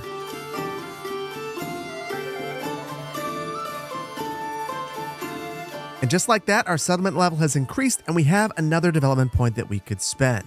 Now, we've got our 2 Burgage plots, and that has started to generate some tax revenue, and now we have 25 regional wealth. And as much as I care about the policies, I think I almost care about the regional wealth more. And that's because at 20, we can get another oxen, which is huge. So, oh my goodness, we so desperately needed that. That is going to speed everything up for us. And right away, I'm going to build another one of these hitching posts. We're going to build this one over here near our logging camp. And we will speed that along because as soon as we have another 20 gold, we're going to buy another ox and we're going to upgrade this thing.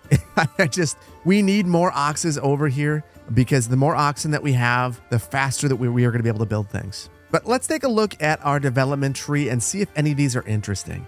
And honestly, there are 2 policies that we can unlock, and I know that there's one in specific that I'm super interested in. So we have this heavy plow, which adds the ability to have oxen at a farmhouse. So this should make it faster to plow and faster to bring things to the market.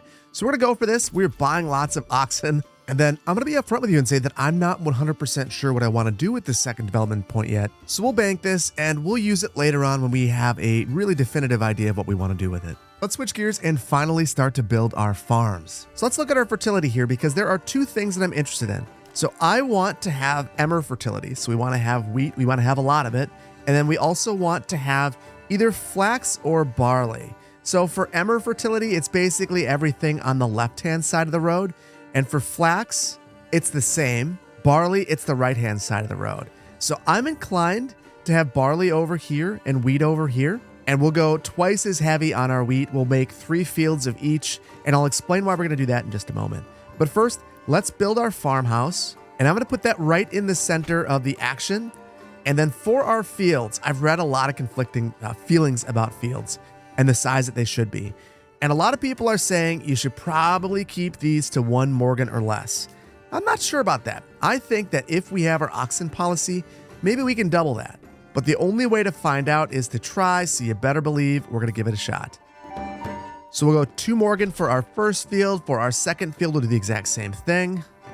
And for our third field, I think we'll go across the road. Now, all 3 of those are 2 Morgan, and those 3 will be our wheat fields. Now, across here, again, we're going to go for barley, and we will go 1 Morgan for all of these. And there we go. We've got all 3 of those, and we leveled up again another development point. We are just flying through leveling up this settlement, which is pretty wild. I didn't think this was going to be so big, but we got 72 people already.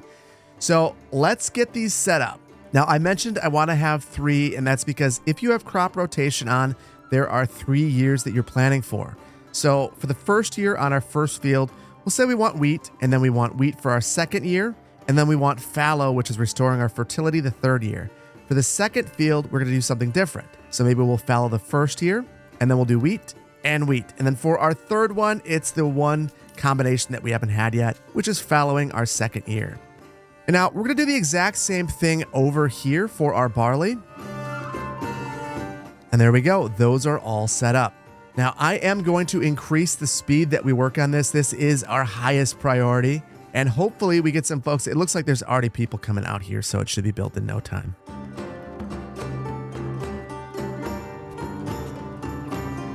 Okay, so this is built, but I want to upgrade this immediately because I want to think about the oxen. So that's adding a plowing station up here.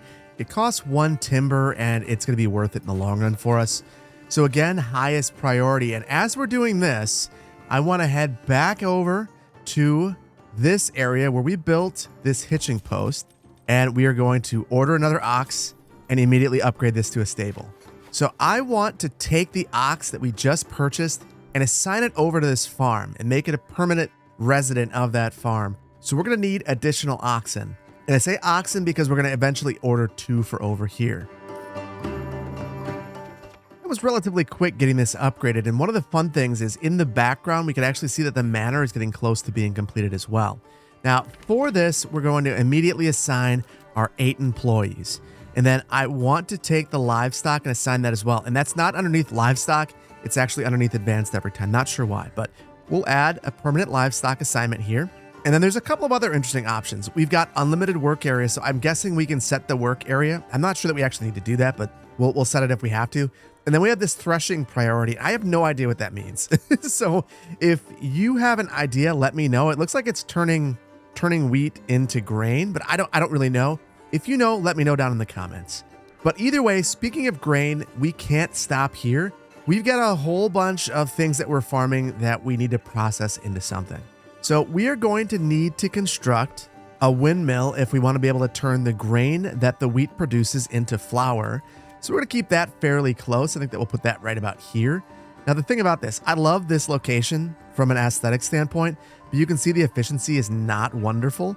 I'm going to turn off road snapping and see if I can find a location where this is better, or maybe it's just not as bad. 94 right there, 93, we'll go with 93, and then we'll connect that up right away with a road.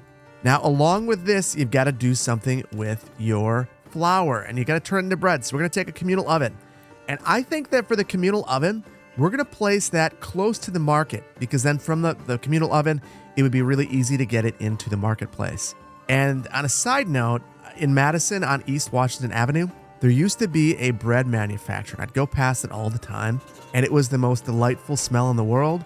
And I would like to give that to all the citizens here, the smell of fresh bread. That few things better.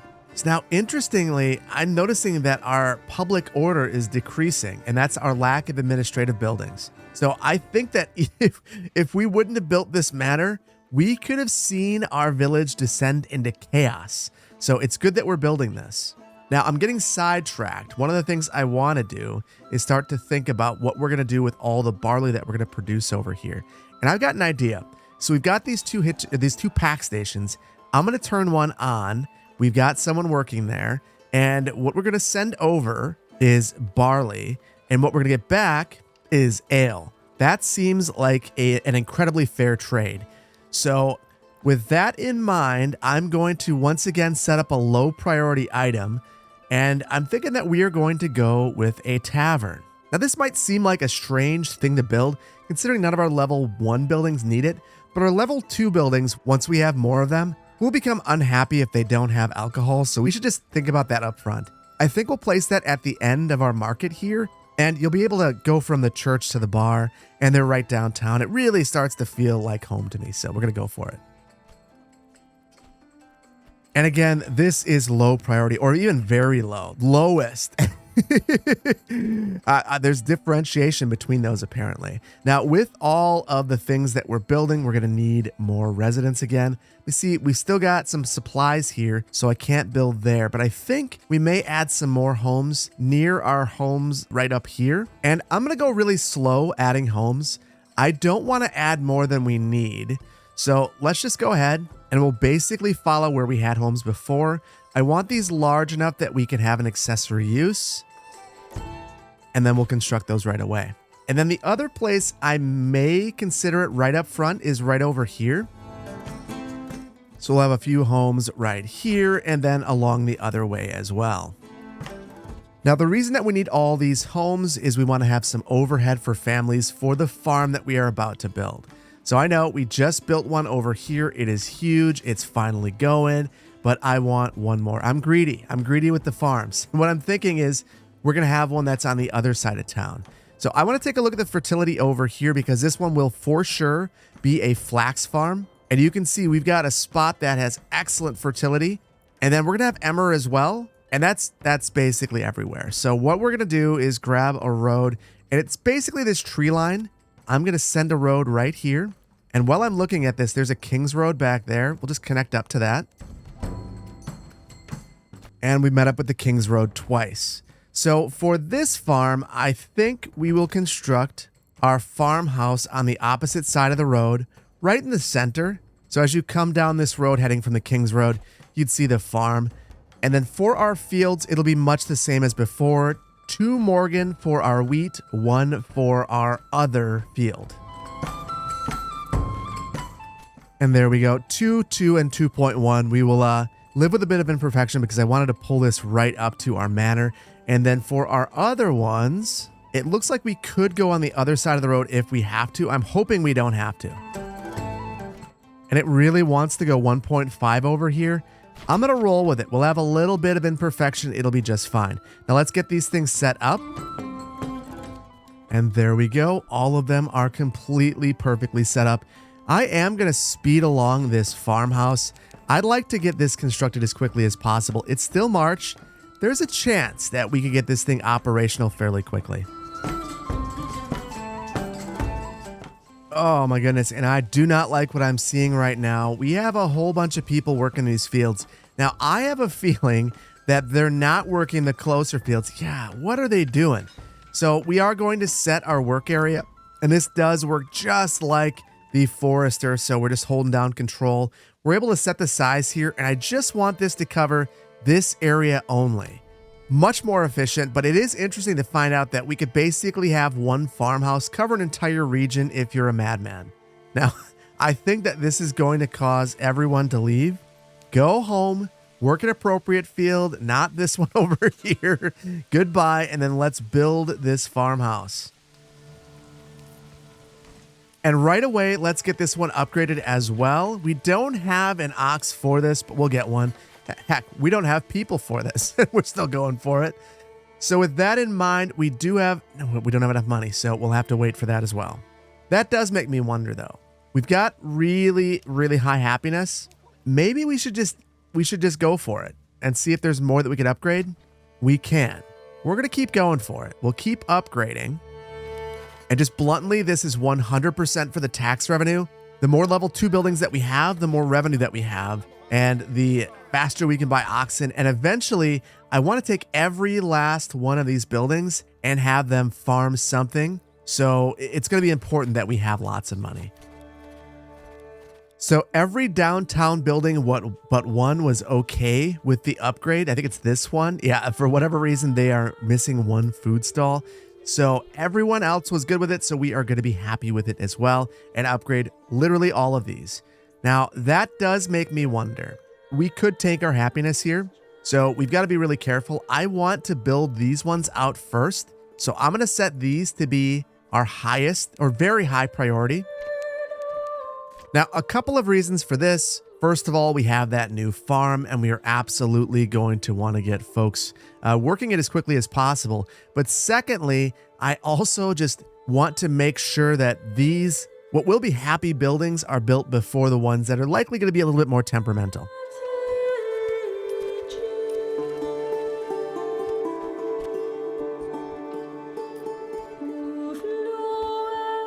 And I've just got to point out how beautiful it was that all of these buildings had their materials there before the workers ever got there to build it. Makes everything so much faster. That was just wonderful. Now, we are seeing some issues here. We have excess food that needs to be moved to a granary. What's going on with our granary? It looks like maybe we don't have enough employees here. We are going to have a lot of families moving in.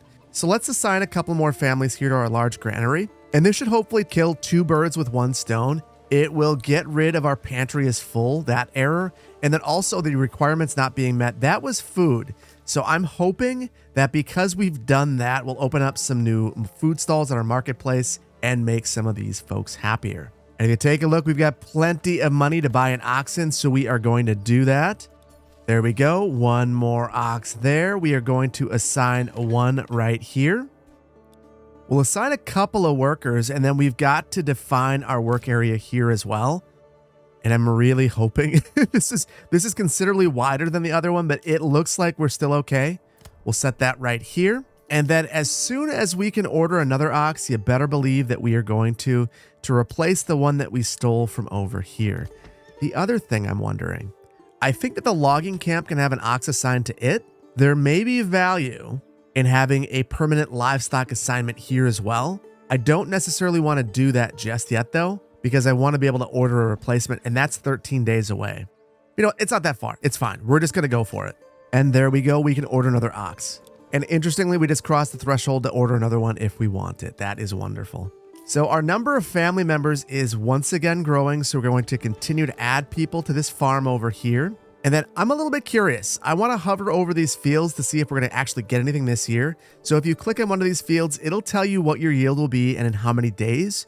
So we're actually going to get 43 wheat in 40 days, which is outstanding. Over here, 35 and 38 days. And then for our barley, 41 and 37 days. So feeling pretty good about that. I'm not sure why this one's so much worse. I'm not sure if it just got further behind. It looks like they're about the same in terms of the location, and the fertility is about the same too. It's just, for whatever reason, not yielding quite as much. I want to get to the bottom of that at some point in time. If you have any ideas, let me know down in the comments. And oh my goodness, we are not complete on this supply chain. We are going to set this to very high, or highest rather, because we absolutely must have this done when we start harvesting our wheat so we can turn the grains into flour. I'm not 100% certain on this, but it seems to me like the grains will go bad and disappear if you don't process them. Don't quote me on that, but it seems like I've had grains and wheat disappear if I don't turn it into flour, which lasts indefinitely. And boom, windmill.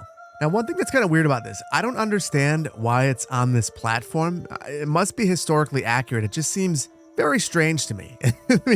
How do you even get up to that thing? Do you raise it up? Oh, there is a ladder. So very interesting. I want to know the history of this. If you know it, why it's on this platform like this, let me know down in the comments.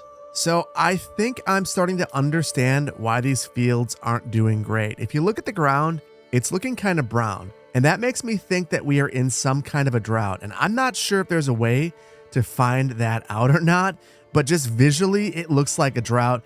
And that is potentially why these aren't yielding so much. Oh my goodness. The yield is 7 there, 14. This is brutal. Now, I know that there is a policy which allows irrigation. I wasn't necessarily going to go that route, but I kind of want to now. So let's go ahead. We'll get orchardry, and then we will go after irrigation. And I'm not exactly sure how this works, but let's see. We'll click on our farmhouse. Is there anything that we have to do here? Doesn't seem like it. Looking at this, it doesn't seem like it's improving. Actually, did you see that? The yield went up 1. Isn't that impressive? I guess enabling this at the end of the season probably isn't super helpful, but it did seem like the ground got a little bit greener right here, and our yield is continuing to improve. So you know what? We're going to take it. We didn't get much. It's unfortunate, but we have irrigation now, so we should do better in the future. Now, we do have some extra workers. I'm going to send them right away to the windmill. We'll just have 1 go there and 1 over here at our communal oven. We don't really need much more. We're not going to get much this year, unfortunately. And then for our extra employee, we'll send them over here to our farmhouse. We're going to continue to fill this up until we have this completely filled. Now, I am curious. How do we do over here? Wow. This is just terrible. And the next one is next year, so not so good for flax. I don't know that we got anything. I think we got nothing, which is a huge, huge bummer. Well, onward and upward. There's not much that we can do about it. Droughts happen. At least it looks better now. You can even see the ground is just greener than it was before. So we're going to take our wins where we have them. Speaking of wins, we have the opportunity to get another ox, so we will absolutely take that. And that should completely fill us up. We'll have ox everywhere. It says there's not enough stable space, but I think that's a lie because we have one assigned over here, one over here, one over here. So that's 3 and then 4 stable space. And yeah, we should be fine. I'm going to ignore this. We'll see if that's a mistake. And I've let this roll for a while and it doesn't seem to be improving. So I think I'm going to do the thing that I don't want to do. We're just going to build an extra one anyway. We'll see what happens. I would much rather have an extra hitching post than lose an animal. And I think that we'll take that hitching post and place it right here next to these homes. It's still fairly close to our logging camp, but you can imagine that maybe one of these homes is the owner of the oxen, and that's why they have it right here. And I'm really pleased we now have enough families here to completely load up this farm. So now we've got an ox there. We've got 8 employees. We are good to go. And I'm very curious. Oh, look, we're harvesting something. It's not a lot, but we've got a little bit of flax that we're harvesting. So with that in mind, we should probably start to think about building a weaver here. So the weaver's workshop takes flax to produce linen. So we've got to build one of those over here. I think that we'll place this right next to our communal oven. And again, that's right by our market. So it's really convenient to get directly there. And while we're working on this, I think that this could be a cash product for us. So let's start thinking about trade as well. And I'm going to build a trading post right across the way. And I'll back this out a little ways, give that some space.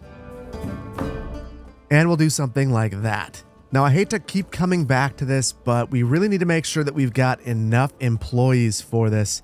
And what I'm seeing is we've got 37 families and 39 homes. So we could get 2 more employees, but we're going to need at least 1 right here, at least 1 right here, and at least 1 right here, if not more. So what I think we're going to do is build just a couple of more homes. So I'm going to build right here towards the mine. And honestly, we're doing really well with all of our resources at this point, so I'm not going to be overly concerned about it. Okay, this lot right here is outstanding. That looks like a real world lot. The one that you'd see in a modern day development. So I love that this game can produce that kind of lot. That's so cool.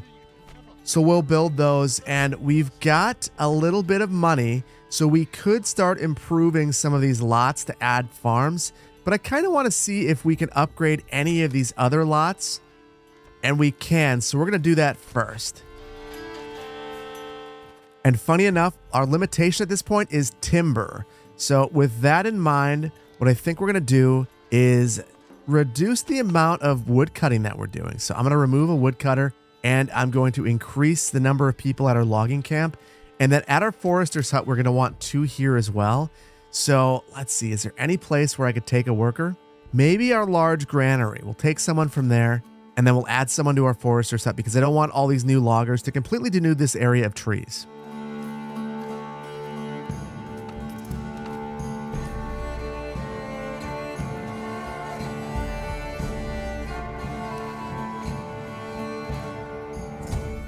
And there we go. We've had almost everything get built out. And I just saw that that piece of wood that's been sitting out here for literally years, waiting to get picked up, just finally got picked up.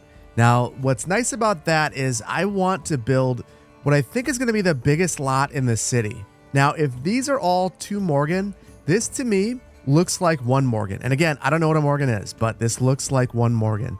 So what I want to do is build a gigantic house and have a vegetable garden here. And speaking of that, we've got a ton of money. That's the game plan for the rest of these, just to have a whole bunch of farms in town. So let's do it. Not enough goods. We don't have enough lumber for this. That is brutal. Okay, let's turn off the woodcutter's lodge entirely for just a couple of minutes. And then, my goodness, we have a ton of planks now. I'm kind of thinking that maybe rather than trading away all of our firewood, we're going to change this back to planks. I wish that we had some way to limit our trades, but we don't right now. So rather than trying to limit our trades, what I'll do is just change what it is. And you can take those planks back. And over here, I think our major trading asset is going to be, here's where we're getting planks and setting firewood. We're going to stop this. And I want to get roof tiles. And in exchange, I'll give barley. In fact, I think barley is going to be the thing that we trade most of the time. Now, interestingly, the thing I was afraid of is happening. Look at this. We've got a ton of reproduction happening here. And sheep are just like not able to go where they need to go. So I've got an idea. I'm wondering if we go over to our livestock trading post, let's add a couple more traders. Maybe we're just not getting the livestock here fast enough. And then let's look at our trading. We're currently importing lambs. That makes no sense. That's a baby sheep. So no trading for that. We'll export at 50. And hopefully that does the trick for us. And it says we have 85 and we just don't have enough space for that. Let's see what we actually have space for. 57 here, 46 here, and 5 here. So I'm going to add another temporary pasture. And then I'm going to add another livestock trading post right here, right next to this place.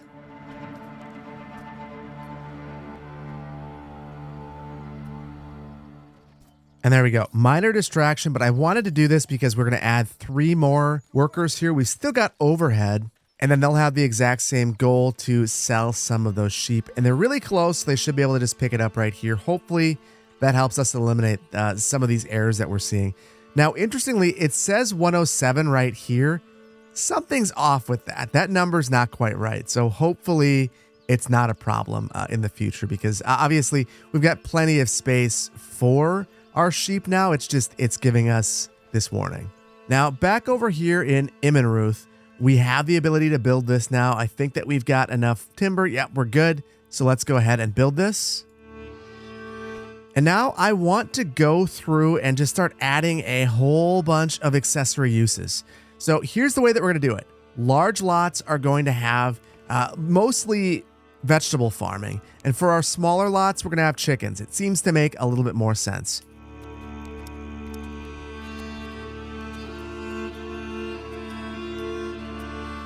Okay, and we're finally starting to see some of these things get finished, and we have also unlocked some policies here, which is interesting, and that's because we have now reached the next level, large village.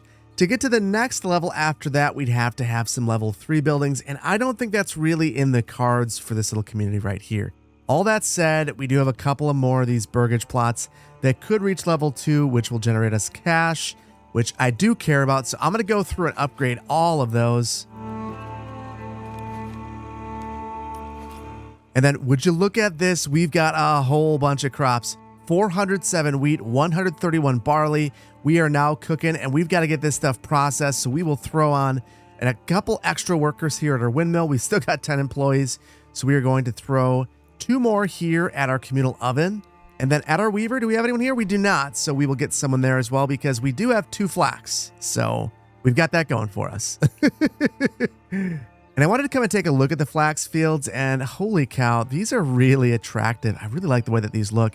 So these have not yet harvested. They will harvest in a year. So it must take a little bit longer for these to actually grow. Not a big deal. They look great in the meantime, and it's completely fine. We have clothing. It would just be great to have more.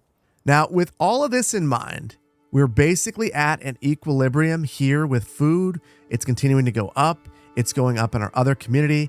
And I'm thinking that this is the time that we start to think about tithing.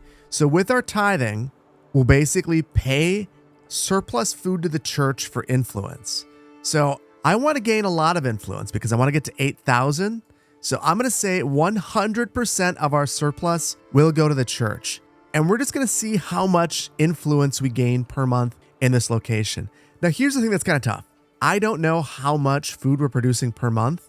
There's not a way for me to figure that out. And there's not a way for me to figure out how much the surplus is and what that surplus translates into in terms of influence. I'm sure that will be added in the future, but right now it's kind of just a guess. And oh my goodness, we have another group of enemies that have been spotted.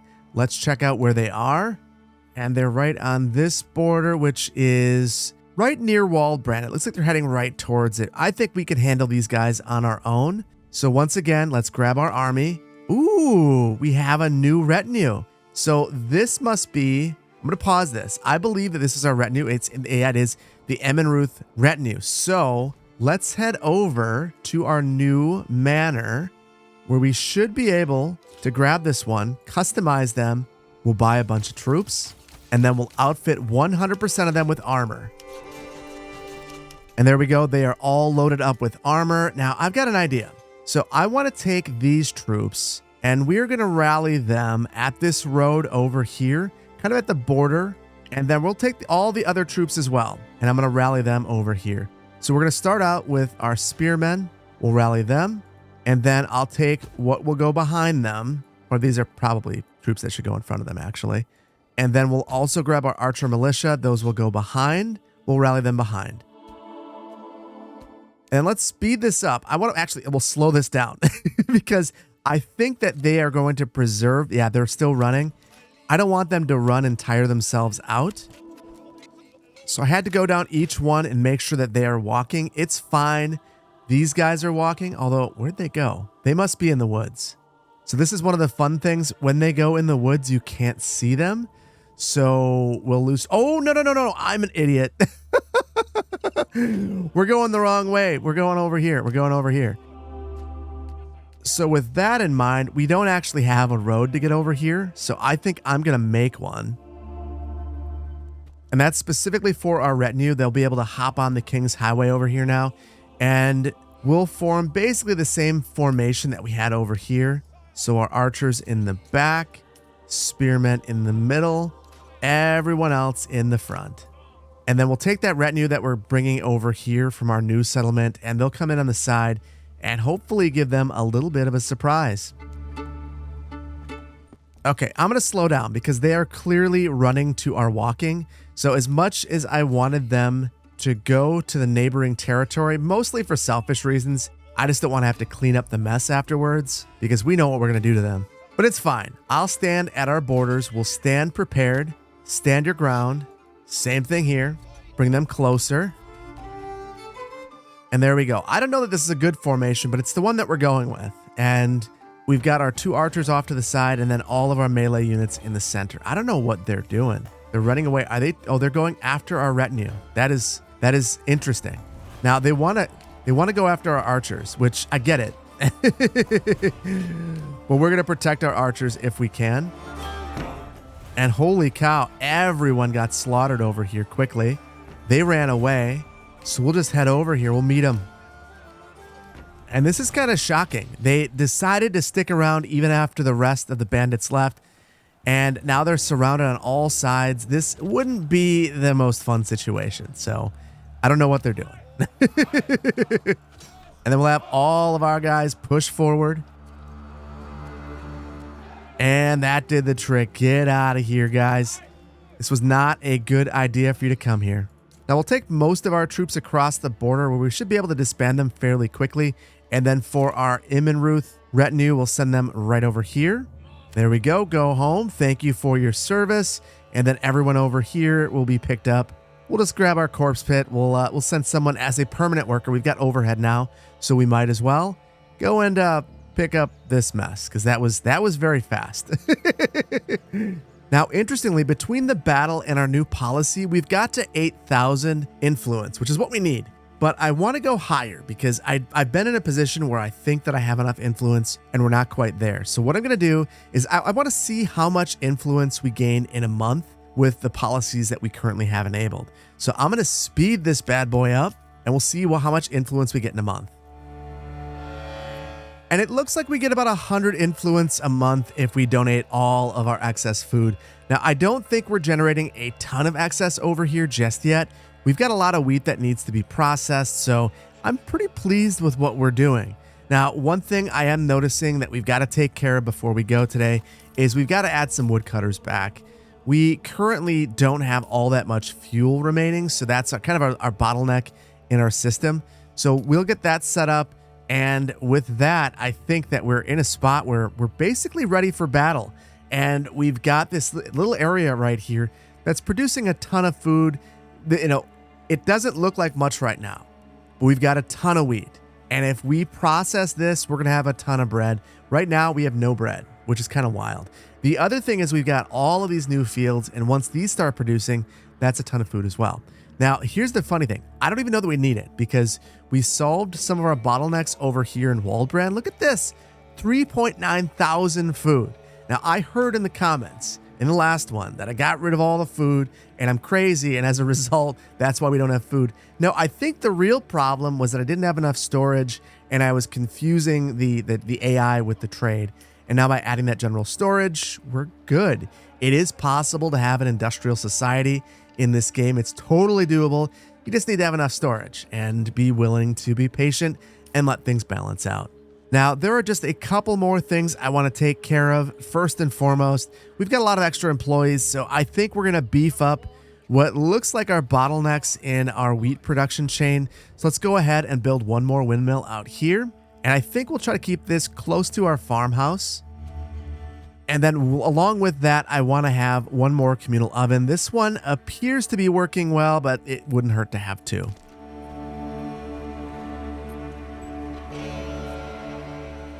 And then we'll assign some workers here. And then we'll do the exact same thing at that communal oven once it's done.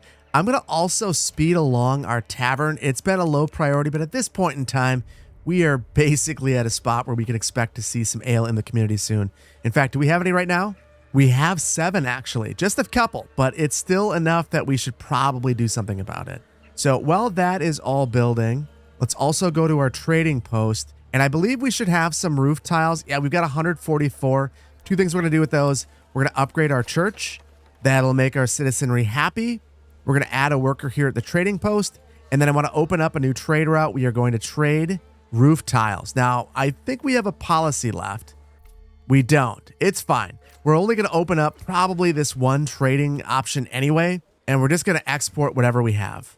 We'll keep 10 on hand. That'll be a fair amount. And now I've gone through and I've made sure that we have some sort of farming option at every single house in this community. I've made sure that I've leveled up every single building to at least level 2 that would accept it. I've added workers to our tavern, to our extra bakeries over here, and I've also made sure that we've got employees over here. We should have as large of a surplus as we're going to have in this community right now, or at least this year. So I'm going to let this run for a little while because I've noticed that our influence stopped increasing. And I'm hoping that now that we've got all of these other food options and things are fully built out, we should be in a spot where we can finally see how much influence we can generate here.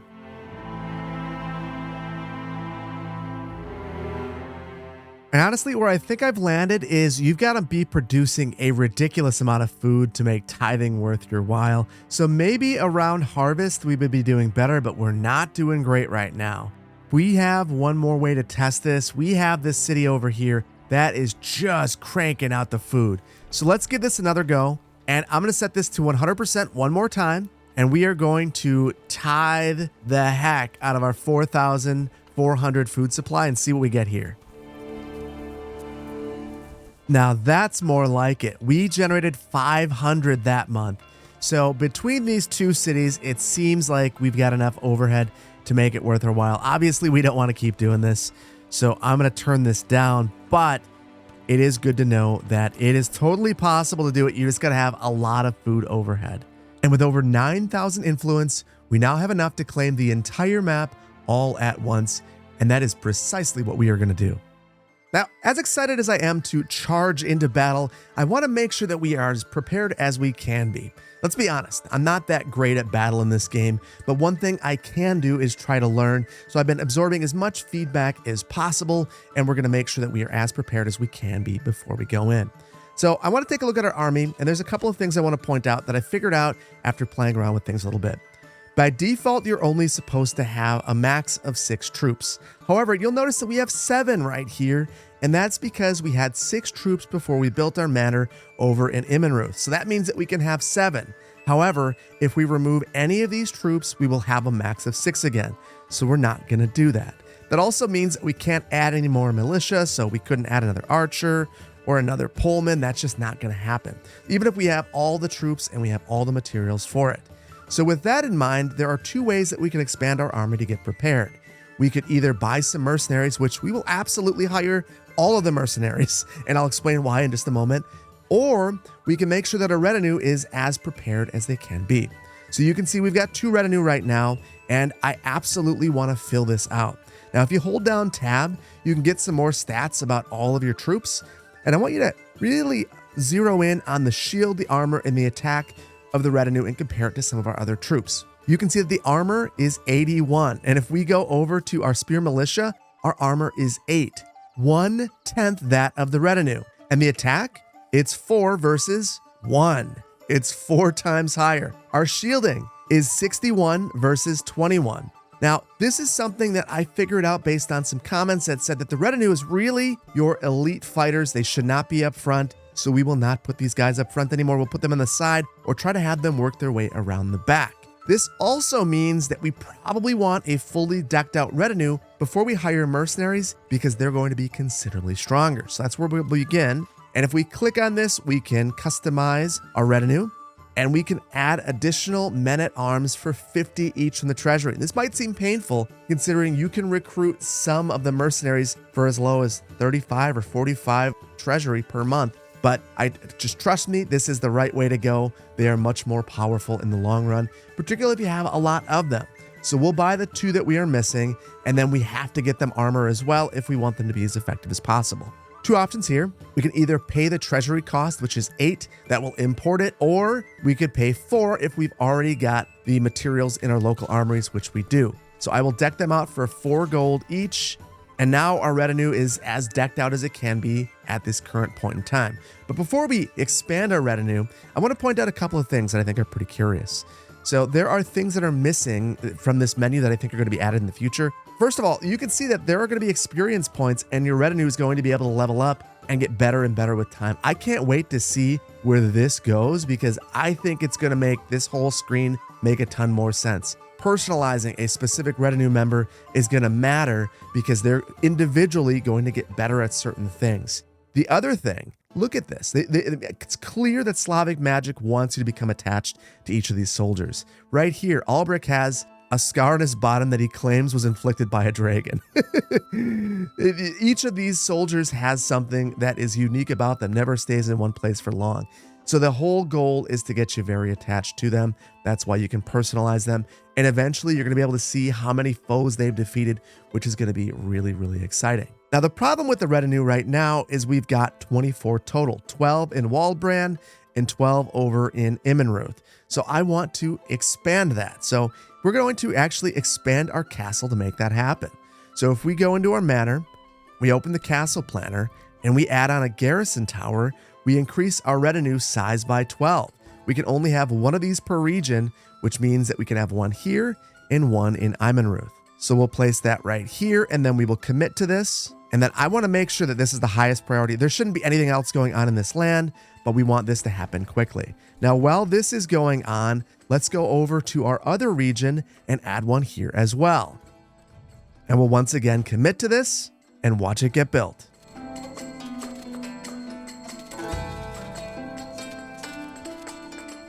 And there we go. Our manor has been completed, which means that we can now add our additional retinue. So for that, we'll go into a retinue customization. And then once again, we're going to be spending 50 gold per unit out of our treasury, and we're going to load this thing up. And now for each of these soldiers that we just purchased, we're going to need to get them armor as well. And I want to point out, it costs 18 gold to import the armor here. And that's because we don't have the policy enabled that removes the tariff. So it's 10 gold more per soldier. So that might be a reason to enable that policy if you were going to go ahead and deck every single soldier out with armor. And then I went through to make sure that the rest of our retinue was completely decked out, and they are. So we have a fully uniformed and full retinue. Now, back over in Waldbrand, you might be surprised to see that we are not done building our castle yet. Now, one of the reasons for that is it appears that there's a bug in the game right now where the tax office gets rebuilt every time, as do some of our outer towers. So these were built before, but we're rebuilding them, which means we got a whole bunch of extra materials to build our garrison tower here. So it's going to be just a minute before this is done. And honestly, it's kind of wild how much faster things are constructed over here in Waldbrand with all the oxen that we have. But here we go. Castle is complete. So with that, let's once again expand our retinue. And just like that, our retinue is completely filled out and everyone has armor. Now, you might think that we should also expand our castle all the way around our city before we go to battle, but I'm gonna caution you from doing that. I'm not sure if this is a bug or not, but if you were to do that right now, your entire city would become the manor. And you can kind of see that right now. So we've got this little castle right here, and we can't do things inside of it. You can see I can't draw a road. The castle is considered complete. The only way to modify the castle is from within the castle planner. And there are many things you can't do from within there, like draw roads. So don't draw a wall around your entire city, otherwise you will not be able to modify it anymore. Now, before we go to battle, I want to go into each of these units and I am going to draw them out. So I'm grabbing all of the Waldbrand units and I'm going to have them rally. So we'll rally everyone right here. And then I want to go through each of these units and they're currently retaining the settings that you had from the previous battle. So I just want to make sure that we are not running. And then I actually want to take a look at this retinue right here. For whatever reason, it says we have 21 out of 24. So if that is the case, we are absolutely going to disband them. So we'll disband them quickly. Look at that. Now it says 24 again. Now it says 23. So I guess we are waiting for everyone to rally and not everyone can make it, or we're encountering a bug. One of the two. Now we'll do the exact same thing over at Immenruth and we are going to rally them. And I'm wondering, can we rally them over here in Waldbrand? We can. That is fascinating. But once again, we're getting 19 out of 24, not all of our units. Very interesting. And then I want to take all of these units and let's divide them up by their troop type. So we'll grab our retinue and we'll place them right here. And we'll grab our archers and place them right here. And then for our footmen and our spearmen, we'll place them together as well. Now, interestingly, as we've allowed everyone to rally, we're getting some of these missing troops to come. You can see that we actually have the full Immenruth retinue now. And it looks like there's only 2 soldiers missing, which isn't all that bad. Now, I am tempted, very tempted, just to claim all the land right now, but I want to actually create one new unit. I know I said that we couldn't do this, but we can actually hire mercenaries and we're going to do it. Now, the reason why I want to do this is not because I think that we need them, but because I don't want any of these to be purchased by our adversary. So I'm going to purchase literally all of them. So there are no longer any mercenaries available. If we go in the menu, they're all on our side. So I'm going to take all of them and have them rally up with all of our troops. Now I'm separating these by type so that I can easily just grab them all as one cohesive unit.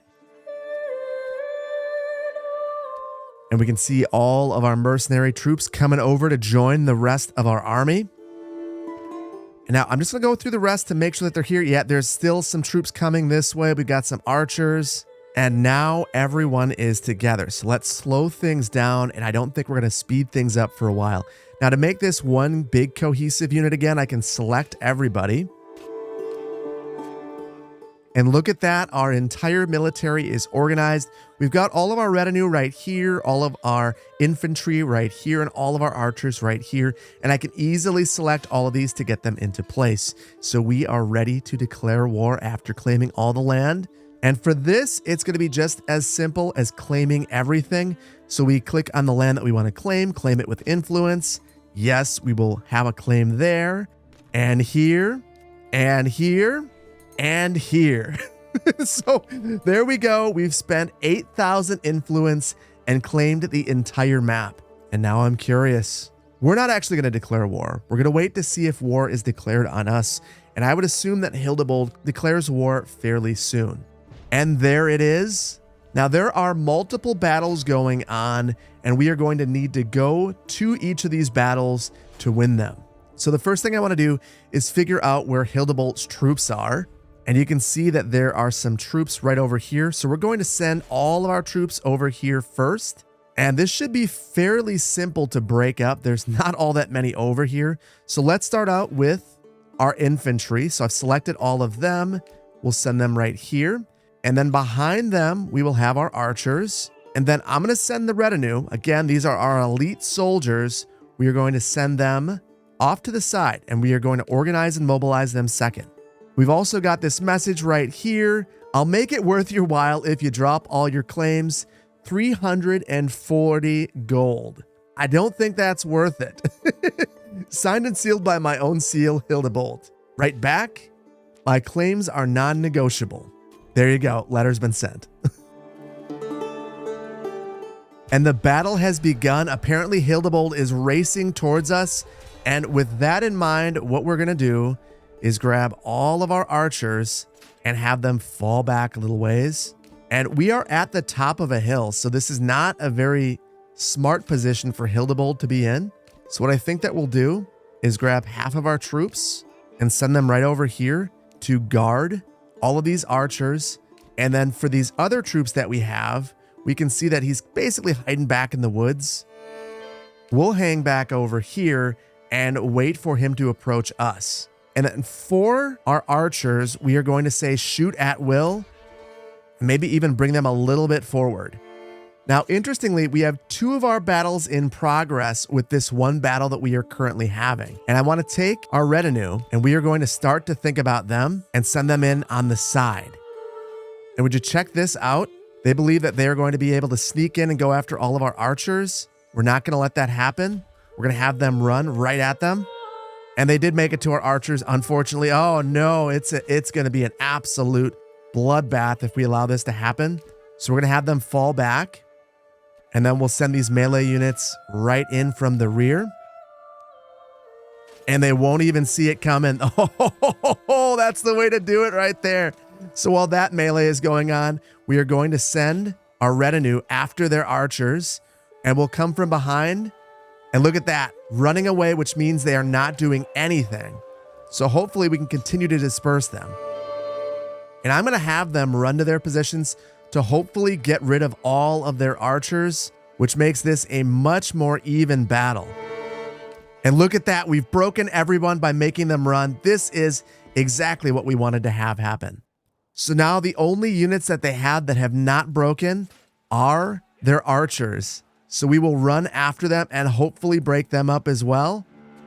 And we've got our retinue going after them. Now, while this is going on, we are going to send our other troops over into the other lands that are at war. So that should be the other half of the map.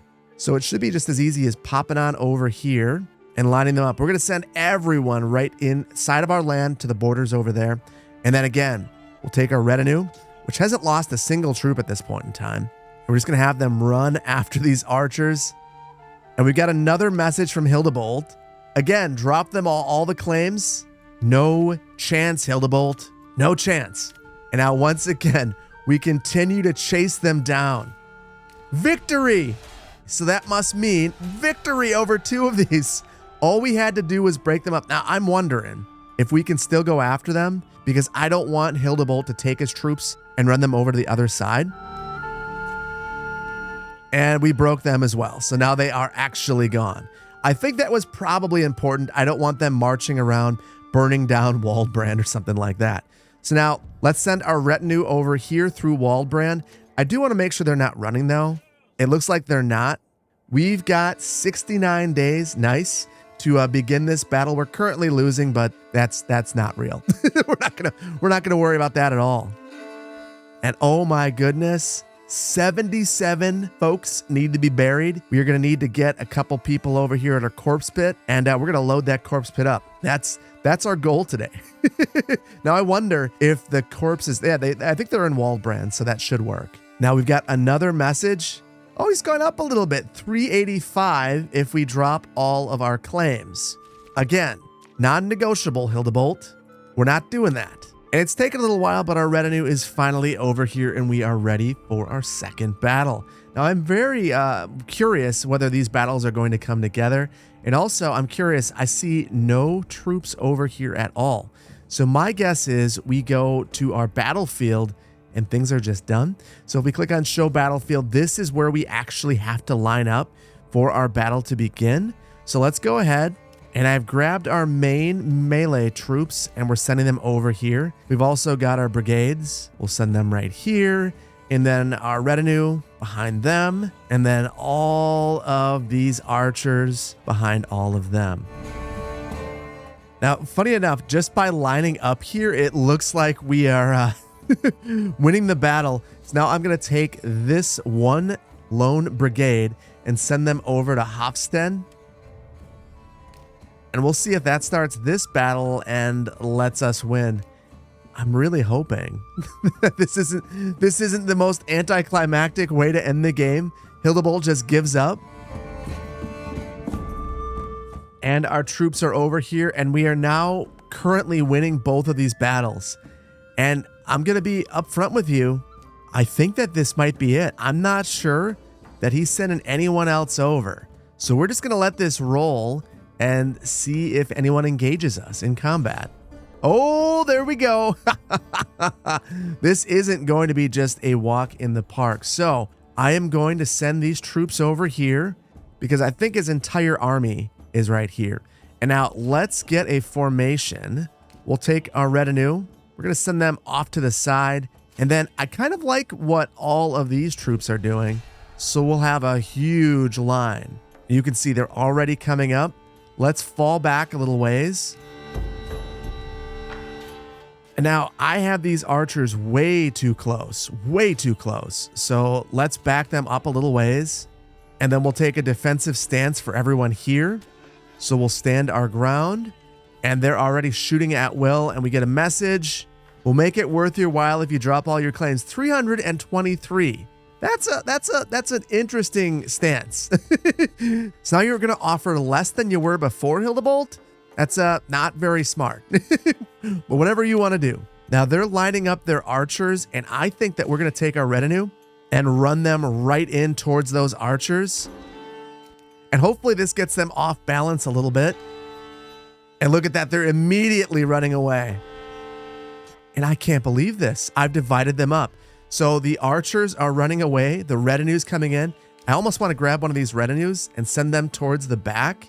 We'll get these guys to keep running, but we'll get these ones to go in from the rear. Now, oh my goodness, would you believe that? They're heading right towards our archers if we would allow them to do so. But thankfully, we were able to stop them. Now, their archers are still running in the woods, and they're coming towards us now. So we'll just keep them heading into the woods so they can't help out their brethren over here. Interestingly, oh my goodness, we got to pause this. They did break through. So I'm going to send these two archer units off to the side here, and we'll cut in with these spearmen, make sure they're facing in the correct direction. And I'm going to have these two units run, and this one as well. Now, oh, you can see it. The camera shook when they hit us. Fall back, fall back. There's cheering. Why is there cheering? Something big just happened. I can't tell what it was. Okay, well, either way, this is not what we wanted to have happen. I'm going to pull them back.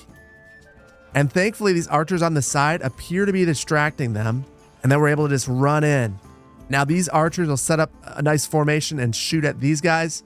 And then this retinue is now going to come in from the rear. And look at that. Didn't even see it coming. Push forward. I want to grab these other units and also push forward. So they're being squeezed from either side. Oh my goodness. Can you imagine being in the center of this? What an absolute bloodbath. Well, while that's going on, once again, I want to go after the archers are gone. That is what we were hoping for. So let's grab our retinue over here and send them right in. Going in for the kill. All these troops over here, they're just cheering on because everyone has been broken up. Okay, they're broken. They want to run away. So we'll send everyone at these last 29 fighters over here. And with that, if these guys break, enemy's been spotted. Enemy's been spotted. We get more enemy units. And it's just these ones. So we'll send these spearmen and these retinue over here. Same right here. And my goodness, these are some brave soldiers. We have won the battle for Selbitz, but The enemy has been spotted, and it is over here, another gigantic battle nearby. So let's regroup. All of our melee units. We'll grab all of them, and we will start marching this way. We've grabbed all of our archer militia, and we're sending them behind. And then our retinue, they're right there. Now we've only got 16 days to get over to the battlefield. And unfortunately, they beat us over here, which means that we are certainly at a disadvantage for this one. Thankfully, I think our troop numbers are still kind of out of this world. And we got 10 days, and wow, they've already got their formation. They're waiting for us. So I've got these brigades right here, and they are now coming towards us. I'm wondering if as soon as they engage us, if that means that the battle has begun. I'm going to, okay, the battle began. Okay. Let's slow things down. Because the last thing that we want is what I think is about to happen. Just an absolute slaughter of these brigands right here. And now we've got our archers. I sent them back into our own land to hopefully regroup. And what I really want to have happen is I want them to walk over here. And I want these troops distracted. And then we're going to send our retinue up here as well. And you can see we're dividing them again.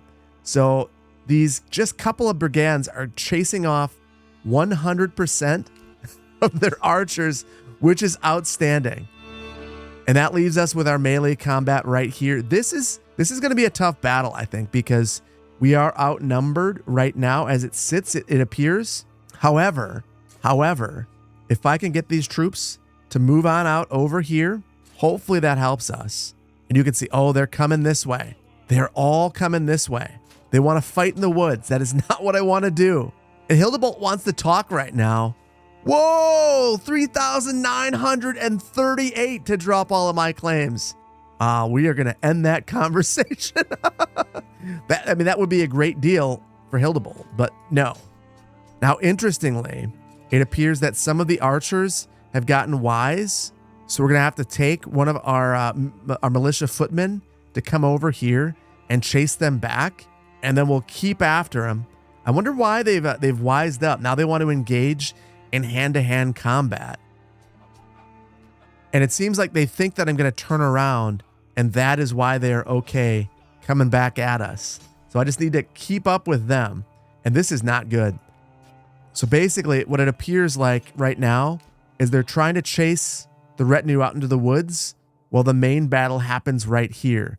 Now, the effectiveness is down. That is unfortunate, but reasonably, they're not in a better spot than we are. So back over here, let's keep chasing them into the woods. And look at this. Just this constant running of their troops, and they run back, and they realize, oh, that's a bad idea.